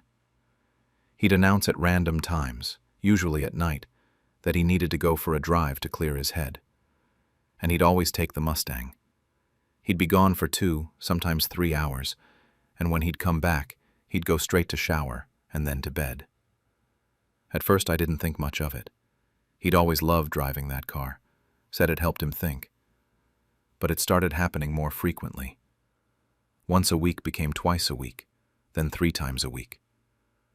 I started noticing other things too. Small things that individually meant nothing, but together they painted a picture I didn't want to see. He'd put on cologne before these drives. He started checking his phone constantly and tilting the screen away from me when I walked by. He bought new workout clothes and claimed he'd joined a gym. Said he was trying to get back in shape. But I never saw him actually go to any gym during normal gym hours. The worst part was how he'd react when I asked questions. I'd try to be casual about it, just asking where he was going or if everything was okay. He'd snap at me, tell me I was being paranoid, that I was suffocating him, that he just needed space to think. He'd turn it around on me, make me feel like I was the problem for even caring that my husband was disappearing for hours at a time. I started doubting myself, wondering if I really was being paranoid like he said. But my gut kept telling me something was off. You know that feeling, right? When you just know something is wrong but you don't have proof, so you feel crazy for even thinking it. That was me for weeks. I'd lie awake at night while he was on these drives, imagining all sorts of scenarios, then feeling guilty for not trusting him. Then came that Friday night. It was around 8 in the evening, and Mark came into the living room where I was watching TV. He announced he needed to go for a drive, said work had been stressful and he needed to clear his head. But here's the thing that made me snap to attention. He said he was going to the gym first, but he grabbed the keys to the Mustang. He never drove the Mustang to the gym. He always took his regular car because he didn't want to risk anything happening to his precious classic in a parking lot. That's when I knew. I just knew. I didn't even think about it. The second his taillights disappeared down the street, I grabbed my purse and keys and got in my car. My hands were shaking so bad I could barely get the key in the ignition. I caught up to him at the second stoplight and stayed back far enough that he wouldn't notice me. I felt insane doing it, like some paranoid wife from a bad movie, but I couldn't stop myself. He didn't head toward any gym.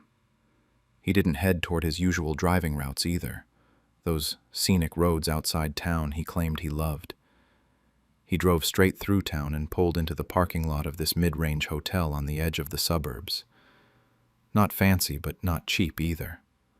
The kind of place that's nice enough to not feel seedy, but generic enough that you wouldn't run into anyone you know.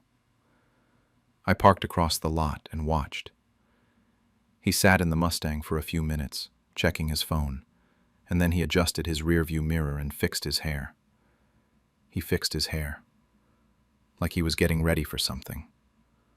Someone. Then she walked out of the hotel lobby. I recognized her immediately. Sarah. She worked in his department at the marketing firm. I'd met her at the office Christmas party 3 months earlier. She was younger than me, maybe mid-30s, and Mark had introduced her as his co-worker like it was nothing. I remembered thinking she seemed nice, friendly. I remembered watching them laugh together at some inside joke and feeling a tiny pinch of something I dismissed as silly jealousy. They kissed in the parking lot before walking into the hotel together. Not a peck on the cheek, a real kiss. The kind of kiss that made it very clear this wasn't their first time meeting like this. I sat there in my car and managed to take a few photos with my shaking hands. One of his car, one of the hotel entrance, and one blurry shot of them together before they disappeared inside. I don't know how long I sat there. Could have been 10 minutes. Could have been an hour. I just stared at the steering wheel, feeling like my whole body had gone numb. Then I drove home in a daze, gripping the wheel so tight my knuckles were white. I pulled into our driveway and couldn't bring myself to go inside. I sat there in the dark garage for almost an hour, just staring at nothing, trying to process what I'd seen. Mark came home around midnight. I heard the Mustang pull in, heard him whistle as he came through the door. He poked his head into the living room where I was sitting with the TV on, not watching it. He asked what I made for dinner. He was smelling like someone else's perfume, and he asked what I made for dinner. The next morning, Mark woke up like nothing had happened. He was actually cheerful, humming while he made coffee, asking if I wanted to grab brunch somewhere. I sat across from him at the kitchen table, watching him scroll through his phone and smile at something, and I just nodded along. I felt completely numb, like I was watching myself from outside my body. I made some excuse about not feeling well and stayed home from brunch. He shrugged, kissed my forehead, and left without me. I spent that entire Saturday in a fog. I kept replaying the night before in my head, seeing them kiss over and over again. But I didn't cry. I didn't scream. I didn't confront him. Something in me just switched to autopilot, and I started thinking practically instead of emotionally. Maybe it was shock, or maybe some survival instinct kicked in. Either way, I knew I needed to be smart about this. Monday morning I called in sick to work. Mark had already left for the office, probably to see her. I got dressed, printed out the photos from Friday night, and drove to a divorce lawyer's office. I'd found her online that weekend, read reviews, and made an appointment for first thing Monday. Her name was Patricia, and she was this no-nonsense woman in her 50s who'd clearly seen every variation of cheating spouse stories. I showed her everything. The photos, the phone records I'd pulled from our account showing all those late-night calls, the credit card statements with hotel charges I'd been too naive to question before. Patricia was straightforward with me. She said I had a solid case, that the adultery would work in my favor, but that I needed to be strategic. Don't tip him off yet. Document everything. Protect our assets. Start separating finances quietly. She said the biggest mistake people make is confronting their spouse too early and giving them time to hide money or build their own case. I listened to everything she said and took notes like I was in a business meeting. Then we got to the part about assets, and that's when Patricia asked about the Mustang. She'd seen it on our insurance documents. I told her it was his baby, his pride and joy, worth probably $40,000 to $50,000. She asked whose name was on the title, and I realized I didn't know. I just assumed it was his car, you know? He paid for it, he restored it, he drove it. But I told her I'd check. That afternoon, while Mark was still at work, I went through our filing cabinet looking for the title and registration. I found them in a folder with all our other vehicle paperwork, and there it was, clear as day. The car was registered solely in my name. Not joint ownership, just mine. I stared at that document for a solid 5 minutes, trying to remember why. Then it came back to me. About 5 years ago, when he'd finished restoring it and was getting it registered and insured, he'd put it in my name because of some tax thing. Something about lower insurance rates and property tax benefits. I hadn't questioned it at the time because I didn't care about the car, and it seemed to make him happy. I called Patricia right away. She confirmed it. Legally, that car was my property. I could do whatever I wanted with it. That's when the plan started forming in my head. I didn't tell Patricia what I was thinking. I just thanked her and said I'd be in touch. For the next 2 weeks, I played the perfect wife. I acted normal, made dinners, asked about his day, pretended I believed him when he announced his drives. But I was documenting everything. I followed him twice more to that same hotel and took more photos. I started moving money from our joint account into a separate account I'd opened, just a little at a time so he wouldn't notice. I quietly filed for divorce through Patricia. I went through the house and packed up all his important documents, his passport, his birth certificate, family photos, all that stuff, and stored it in boxes in the garage. I wanted to be ready. All that time, he had no idea. He kept sneaking around, kept lying to my face, kept sleeping next to me at night like everything was fine. The betrayal was one thing, but the lying was what really got to me. He'd look me in the eye and lie so easily, like I was too stupid to figure it out. That Friday, exactly 2 weeks after I'd first followed him, I decided it was time. I made a nice dinner, set the table, acted completely normal. We sat down to eat, and I just said it. calm as anything. I told him I'd filed for divorce and he needed to move out that weekend. You should have seen his face. He literally dropped his fork. He tried to play dumb at first, asking what I was talking about, saying I was being crazy. I pulled out my phone and showed him one of the photos from the hotel parking lot. Just one. Him and Sarah, clear as day. He went pale, then red, then pale again. He tried to explain, stumbling over his words, saying it wasn't what it looked like, that it was a mistake, that it only happened a few times. Then when he realized I wasn't buying it, he switched tactics and got defensive. Started saying that maybe if I wasn't so cold all the time, if I paid more attention to him, he wouldn't have looked elsewhere. He actually tried to blame me for his affair. That was rich. The argument went on for over an hour. He went through all the stages: denial, anger, bargaining, the whole thing. I just sat there and let him talk himself out. Eventually he realized I was serious, that I wasn't going to change my mind, and he left. Slammed the door so hard a picture fell off the wall. He stayed with one of his friends that weekend. Came back Sunday afternoon with his buddy's truck to get his stuff. I'd made it easy for him. Everything was already boxed up and labeled, stacked neatly by the garage. His clothes, his books, his games, all his personal items. I helped him load the truck without saying much. His friend kept giving me these looks like I was the villain in this situation, but I didn't care. As they were finishing up, Mark looked around the garage and asked about the Mustang. Said he'd come back next weekend to get it, that he needed to arrange for garage space at his friend's place first. I just nodded and said sure, whenever he was ready. He didn't seem to notice that the car wasn't actually in the garage at that moment. I'd parked it in the driveway that morning. He was too distracted with everything else to pay attention.